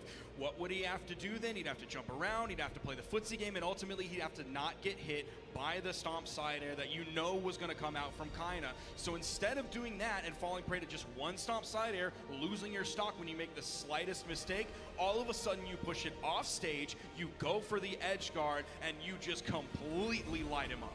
And I know we like to point out, like, man, it's really hard to challenge a hammer in the offstage, but I think one thing that really helped Hughes in that situation is he basically hadn't done it yet. Like, he really wasn't challenging in those edge guards. He's been sitting on the corner, so likely in Kinda's brain, he's like, okay, I can touch this. I've got some safety here. He's gonna wait for me to come back up. But the second he starts moving up, that's when Hughes started to get aggressive there and came down, hit him with that down air. Yeah, Kaina has really not forced edge guards whatsoever, and he hasn't really engaged with them. He's done the jump out dash back to kind of maybe bait something, but ultimately just kind of strays away from it altogether. So instantly moving over and forcing that edge guard from Yuz was such a smart move there to completely catch Kaina off guard, grab the stock, grab the game, and grab the bracket reset. Now, Kaina's got to think long and hard about this one. He just won in the winners final, but he just lost here in the grand finals. The slate has been wiped clean. How is he going to adjust? Because right now, Yuz has all the momentum. I 100% agree with you. Both of them maybe peering over their computers, but they're not able to do it. Well, okay, we're going back to Terminus again. He's crazy. He just lost twice on this map, but he wants to do it again. This is Kaina's choice. Like, Yuz is banning down and leaving these open, and then Kaina is choosing to come back to Terminus. Again, what is he cooking here? I don't know. Goes for the 3-piece. Kaina getting some great damage. Or sorry, Yuz getting some great damage. Kaina not able to get damage. Finally catches Yuz, but it's just a downlight. Footsie game coming out. The range between those two, sidelight to sidelight, Yuz is going to win that almost every time. Just barely getting over that sidelight, reaching a little bit too low. What it lacks in vertical, it makes up for in the horizontal. Absolutely, but you see Yuz making the swap over to the sword now. He wants to get that KO. He baits out the neutral light, downlight into the recovery. Yuz with the first stock here in the grand finals. He has so much momentum in his corner after the bracket reset. It seems like this game he already has so much momentum. Oh my gosh, he's going for the big play with the GC Insig off the top. He already has Kaina in orange. He's completely controlling every single moment of this gameplay. He's about to take away this stock in less than 20 seconds. He's basically been untouched when Kaina came in on this second stock.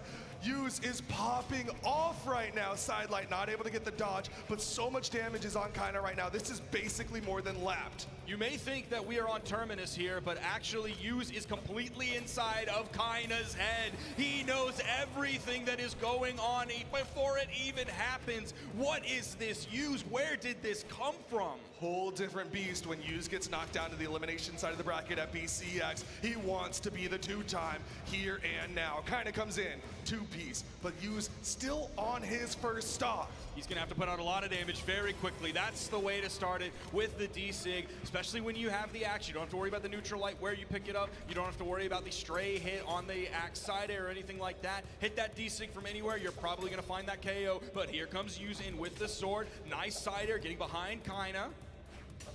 Okay, catches him with the downer, catches him with the neutral air. Kaina struggling to at least stay even in the damage department against Yuz right now. Insig, that's an easy punish, just a nair, gets a recovery, but it doesn't bounce high enough. You saw him trying to get that combo he did earlier. Dude, Kaina can't find any momentum whatsoever. It's one hit here and there. The stomp side air is almost completely gone. He's hardly able to find the startups. There he finally finds one, but he goes with the recovery, misses that, and that is yet another game in Yuz's corner. Surely we don't go back to Terminus. This grand finals double set has been 4 wins in a row on the side of Yuz. 3 of them, like you pointed out, on Terminus. I hope they don't go back for the sake of Kaina, but who knows? I'm not saying any other map would make a difference, but we know for sure that this map is not the win condition absolutely. for Kaina, 100%. Okay. The audience starting to cheer. It's the pocket pick coming out from Kaina. He's on the Yumiko for game number 2. Yes, we're back on Terminus. Why are we still back on Terminus? I'm not going to get angry because we have the Yumiko. We have the fast hammer. I want to see those wisps coming out. I want to see them zoning. Oh, man, if Kaina wins with the Yumiko hammer, I'm going to be loving this. There's the neutral signature. Yes, this is exactly it. This is why I suggested this. Look at those wisps. Yuz just has to back away. Just taking up space. Yuz coming in grounded, tries to get that sidelight. Yuz struggling a lot more here in game number 2. He's definitely taking some damage, but he's stacked up, so he's not going to get caught by that wisp. That is the way in. If you're able to just run under them or be stacked when they come out, then you're not going to have a problem with them. They completely halt Yuz. Yeah, big old stop sign when they come out. Yuz going forward, threatening there, but Kaina with the gravity cancel neutral sig will get him onto the stage. Stomp, side air, but it's going to bounce off that soft platform. Now he is in the strength stance, but of course it's not going to be near what he had with the Taros. There's the D-Light into the recovery. Yuz is going to grab the first stock here, but we're seeing much better pace coming out from Kaina compared to the previous games. Now the Taros on small terminus was not working for Kaina. He knows it, so he's at least changing one of the variables. Nice side air, throws out the wisps again. Yumiko goes, Yuz goes really low, and he's not able to get back to the wall. Now keep in mind, in addition to like the Yumiko that Kaina has played previously, he's also played quite a bit of Koji in his time in his career. So he has a solid bow. That's one of the reasons I wanted him to swap onto the Yumiko, because I really like his bow. It's very clean, nice falling down there into the recovery. Good spot dodge there from Yuz, scouting out that Kaina was gonna go for his patented fast fall side air in that situation. Dash dancing, Kaina, he's behind, he's trying to bait Yuz to come in, but catches him with that down light into the down air. Gets past the wisps. He also has solid movement speed here with the Yumiko pick, so the footsie game is going to give him a little bit more freedom. He can be a little more jazz-like. Was real close to that one. Yuz trying not to get caught by the fire here. Hits him with a weapon toss, but it's been a hot minute since Yuz has gotten some damage in. Now he gets it with the downlight recovery. Kind of almost evening up this game. Now it is even between those two. You know he's going to be setting up for the D-Light into the side air. Will it come on the back of a set of wisps? He's going to be looking for that weapon spawn, trying to get in. The dodge is burned. Yuz immediately throws the weapon away so that he can completely strip the field and keep Kaina weapon starved. Oh, Yuz going off stage with that down air. Oh, he backed away from that so fast. You instantly saw the fast fall. Great side air and the weapon toss. Here come the sweat beast, but he's able to get back. And the two-piece, Yuz maintains his lead. Still, he's deep red. This is more doable than Kaina's looked in the past couple of games. Weapons being denied right now. Kaina with the unarmed recovery, not gonna do it. Man, he even caught that side light. The top side of it, even had enough range. Okay, there's a two-piece. Not able to follow up off of that. You saw the angle after the bounce. Hoping Yuz was gonna go high, but missing the neutral air. Maintaining that center stage control, planting himself right in the middle. Yuz doing such a good job. Weapon tosses work so well against Yumiko because they stop those wisps. It's starting to slip away. No! Downlight recovery! Yuz is up 2-0! He's gonna do it, man. More game, and Yuz has done it. I'm worried that we're going to see the swap back over to the Taros. We did happen to catch in the camera that they already went into stage banning while Kaina was on the Yumiko. I think this is the right choice because the Taros was not working. We gave it so many tries and now he's sticking with the Yumiko. This is the thing he needs to do. Give it a little bit more time because everything else hasn't worked so far. We're going to Mishima. Why does he? Okay, I see it a little bit more with the Yumiko. A little bit more with the Yumiko. But again, he's continued to lose on these maps. Game number 3 here. Yuz has won 5 games in a row against Kaina. Right now, Yuz 1 game away from being the 2-time world champion. Downlight side air, putting the threat onto Kaina. Again, back right in the middle, planting himself in the middle of that stage, in the middle of all those soft platforms. Now over to the wall. Yuz, is he going to start this one with a massive lead? Almost got that arcing weapon toss. If the soft platform wasn't there, it would have gone over the corner. Doesn't matter, doesn't need it. Gets the KO off the top. Huge lead, only 50 damage on this stock. Kaina, he's starting to fall apart here. Yuz is just getting better and better, and he was already in the lead. Like you said, Yuz just getting better and better. Gets underneath those wisps, kind of yet to find much damage here onto Yuz. That's he got why. the ledge cancel, but he doesn't get extra. It takes 5 games to get to that point. Maybe the triplats are not the move. Stomp, recovery, stomp, down air, DIs to the left, so he will survive. Okay, never mind, triplats the move, triplats the move. How often can he use that move, though? The wisp's not able to be followed up. Yuz still with the stock advantage here. The stomp not gonna hit. Those wisps went from being like a seemingly impenetrable wall for Yuz that he backed up from to now he's just able to run in right under and continue to put pressure out. The threat here, kinda unarmed, gets underneath the N-Sig. The recovery not gonna do it for him though. Full stock down here, already down 0-2 in this set as well. The grounded wisps, Yuz instantly goes over them, gets the interruption with the weapon toss so he doesn't fall into him. Good dash jump there from Kaina. He's getting around Yuz. Yuz though, again, he's got such a lead built, just dashes away from the side stick from Kaina.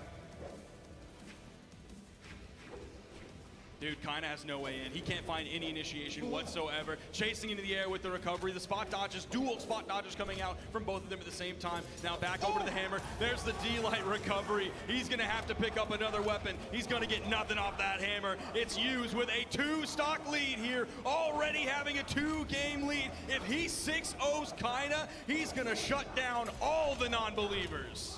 You can hear the audience here. Hughes is 1 stock away from being crowned our BCX 2024 champion. He's done it before. Can he do it again? Right now, Kaina with the bow.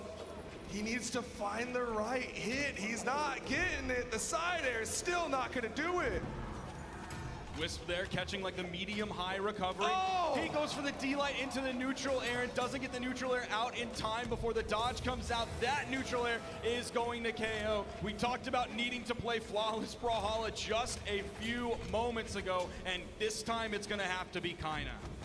Kaina's got to play the game of his life right now because he is down 2 games. He's on his tournament stock potentially. Side light to start it off was reading with the N-Sig, but Hughes stayed close. We haven't seen too much hammer side stick, or really any hammer side stick whatsoever. What? Okay.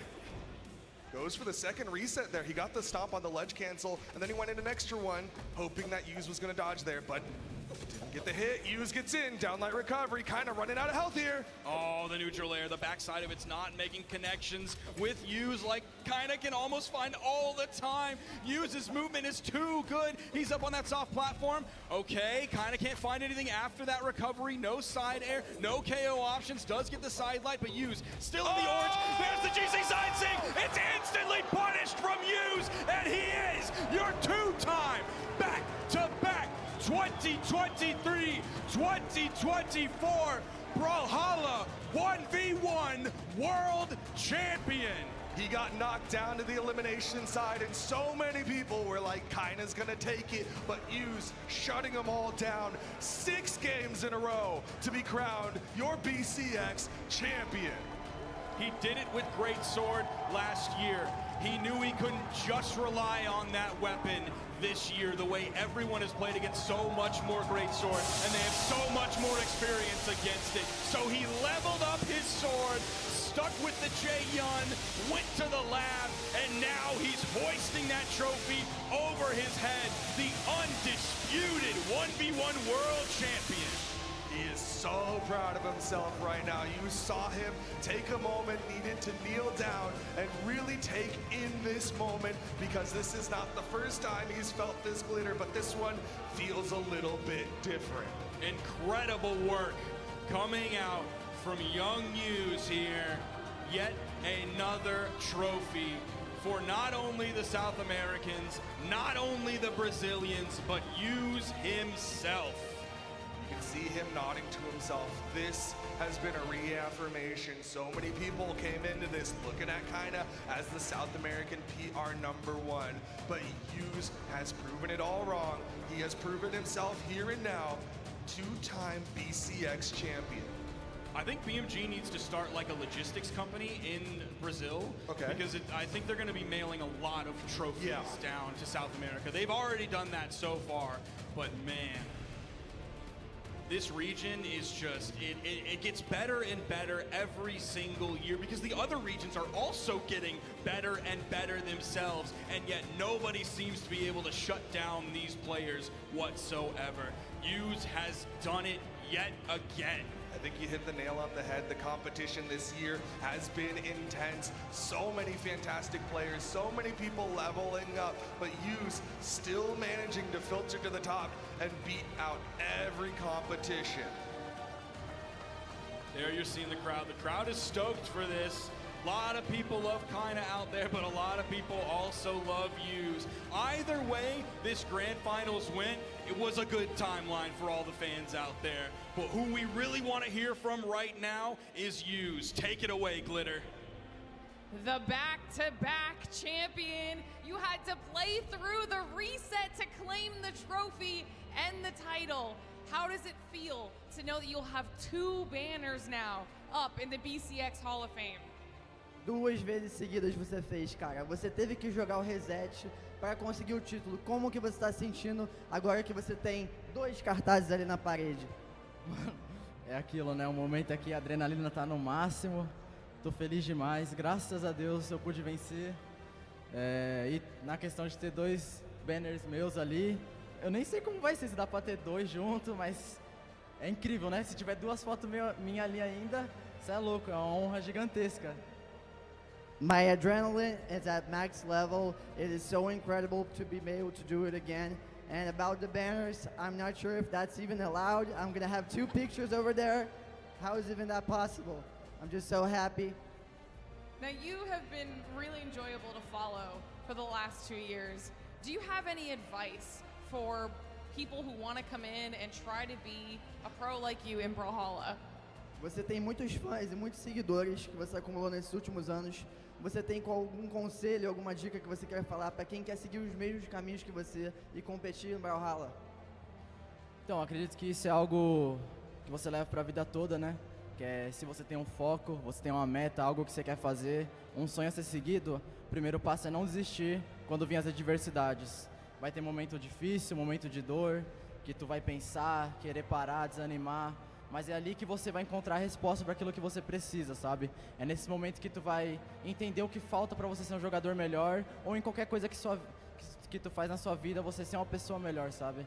E é algo que me ajudou muito, né? Que é manter uma disciplina com o jogo. Se eu quero fazer aquilo, eu faço aquilo parte da minha vida, sabe? Todos os dias jogar, me esforçar. O resultado não vem direto, o resultado não vem do nada. Assim, normalmente parece ser do nada o resultado, mas ele sempre vem de uma base firmada, de uma estrutura que você coloca e confia nela até o fim, sabe? Então, o que eu dou de conselho é que se você tiver algo que você confia, vai até o fim com essa coisa. I feel like Brawlhalla is so much a reflection of life. You're gonna hit barriers, you're gonna frustrate yourself, you're gonna meet challenges, but what keeps you grounding is having the mindset, the fundamentals to just keep pushing through these barriers, keep improving, just learning, trying to be the best you can. And this foundation is so important for me to keep going. And I'm just really happy I could pull this off again. And I'm just really happy for that.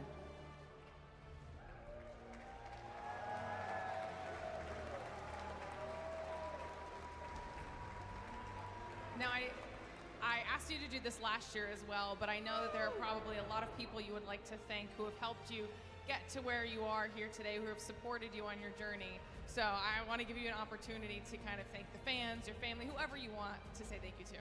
A gente perguntou isso ano passado, a gente quer te dar a oportunidade para fazer qualquer agradecimento às pessoas especiais para você que te ajudaram a chegar nessa jornada aí, que você quiser falar.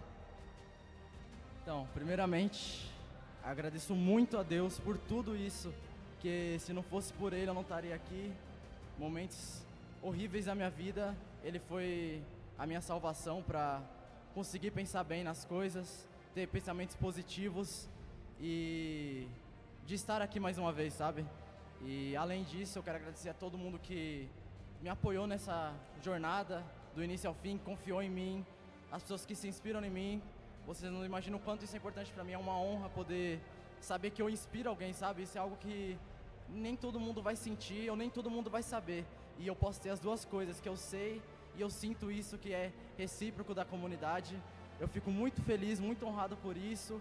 Agradeço a todo mundo por essa honra. Também queria agradecer a todo mundo que está aqui, que acompanhou a gente nessa jornada, a galera do Brasil, que todo mundo, mano, espero que venha ter mais vezes isso, sabe? Que a gente possa estar reunido não só para competir, mas como família aqui para se divertir. E no fim de tudo, a minha vitória é a vitória de todos, sabe? Então, é uma honra poder estar aqui, ter vencido. E eu queria agradecer também a minha mamãe, meu papai, que está lá no Brasil, que eu acho que assistiram aqui. Se estiver assistindo, mãe, te amo muito, meu pai. Muito obrigado por tudo que vocês têm feito em minha vida, por ter me apoiado do início ao fim.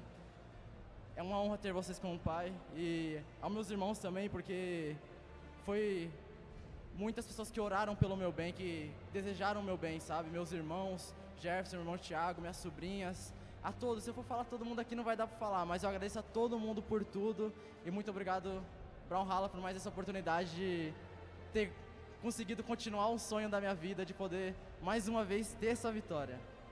First of all, I want to thank God for this opportunity. There have been some terrible moments in my life where I was saved by God. And of course, I have to thank the community, the awesome community that we are part of. I want to thank all the South American people that came together with me. Without them, this wouldn't be possible. And I also want to give a shout out to my mom and my dad. I love them very much. All of my brothers. I couldn't name them all here, so that's it. Thank you. Well, once again, a phenomenal performance, a champion-worthy performance. So everybody, can I please get one final round of applause for your 2024 Singles BCX World Champion. Sheepy, let's close this fantastic weekend out. Yes, what a fantastic weekend it was, and what an amazing grand finals and reset. Oh my goodness, I gotta talk it out with you, Slow-Mo and Polly, because I know we were watching in the audience. We were all there. We were at the edge of our seats. The reset happened. The 3-0s. Hughes is clearly on top, and I do need y'all to help me break it down, okay? Slow-Mo. I'd be forgetting that we have triple platform maps in this game sometimes. Dude, I mean, Terminus, how many times? How many times we went to Terminus? I was walking out from backstage and I hear the music. It's just like, wait, what? What? And then he just kept doubling down, and I gotta respect it. I mean, you're trying to fish out with the hammer, being able to pull out those platforms, and you can keep Hughes to where he wants to be grounded to be able to get those starters off the greatsword, but you're able to use that position to jump around and have more options to be able to stay out of that warpath. And it just, I mean, you started to, especially once he switched to the Yumiko, you started to see some sunshine come through, but it just, Hughes adapted so quickly and shut it down. Polly, I gotta grab your thoughts too. I'm gonna try and get as much information out as Do it. possible You have time. before my voice gives up, is what I was about to say. But it's been an amazing weekend. What really happened, I feel like one thing that I've noticed whenever I'm watching Kaina is that a lot of Kaina's success builds on players being afraid of Kaina, and Hughes just is not. I mean, Hughes just took down Markimu. What does Hughes have to be scared of Kaina for, right? I mean, Kaina, a lot of his movement is very, very minimalistic, and you will see him a lot of the time not put a ton of effort into like playing 4D chess, basically, to hit a hammer sideline. Sometimes it can be more simple than that. And the opponent's going that extra distance to try and get those hits in. He gets an advantage in that he can, spend his mental resources elsewhere. And we can see Hughes right here, so proud. He should be so proud of himself to really run it back and be the two-time world champion here. And so I want to talk about, if we can talk about it for a little bit, that switch when we saw the reset happen. And then we saw Kaina go onto the Yumiko. We all popped off. Can you think of when's the last time we saw Yumiko in a grand finals of anything? Polly, listen, I was about to say Royale, but that wasn't in Grands, right? But Kaina played Yumiko at the Royale, I'm pretty sure. Yeah, not in Grands. No, could have been in Grands. That's crazy. Someone pulled the GG up.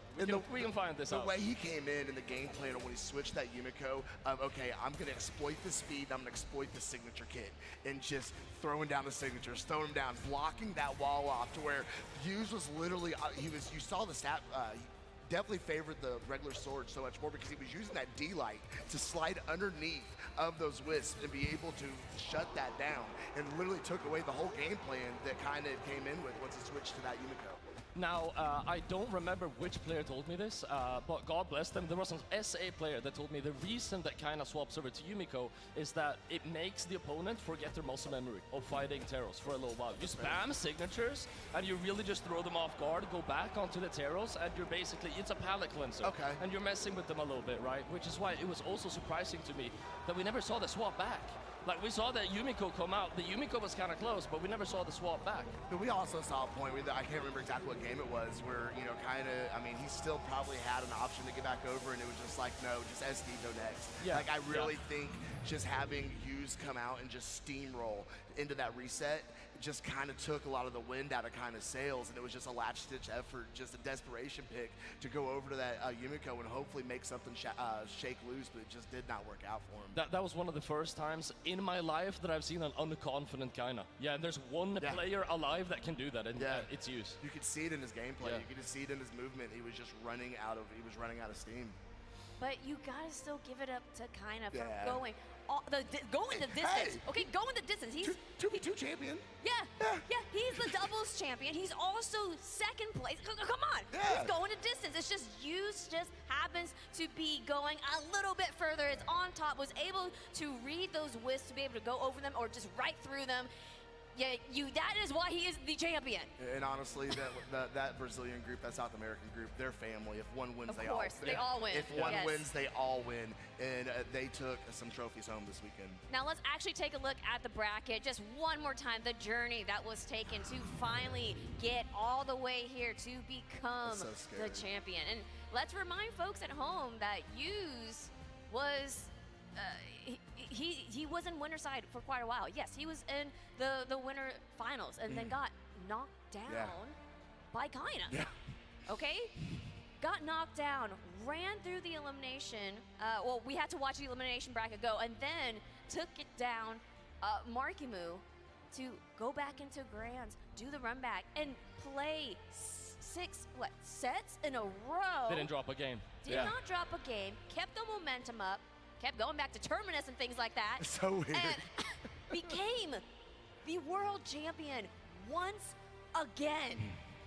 I'm sure he is feeling so proud. I mean, we saw how proud and how good he felt after he won. He literally got up, got into the middle of the stage, and went on his knees. Yeah. It was incredible. What an incredible display. What an incredible match. A champion. We have our champion here for... I'm just so speechless because when it comes to the end, when the year comes to the end, all the way to BCX, and we find who our champions are, it's always amazing. Of course, we cannot deny anymore, if we ever were denying. South America is your top Brawlhalla region, y'all. Now, guys, I'm already thinking of the future because that's just how I am. That's every year you start thinking about I always do this. I always do this. I always think about the future because BCX 2024 is starting to wrap up here, but BCX 2025, which is also our 10 years of Brawlhalla, is going to be bigger than ever. And we're going to see so many new names. Like, I'm so excited to see Balloon Boy again, potentially Markimu. Yes, like, yes. I'm hyped. Maybe Godly will take it. Like, it's going to be such a fantastic year. Do you guys have any thoughts about this? I'm really interested to see what North America does next year. It has been a while since we have had just a solidified powerhouse out of North America. And it's a breath of fresh air. We see these new faces and new names starting to make their way up to the top, and it gives me hope for my region. Yes, we need the hope. Yes, and Polly, final thoughts here.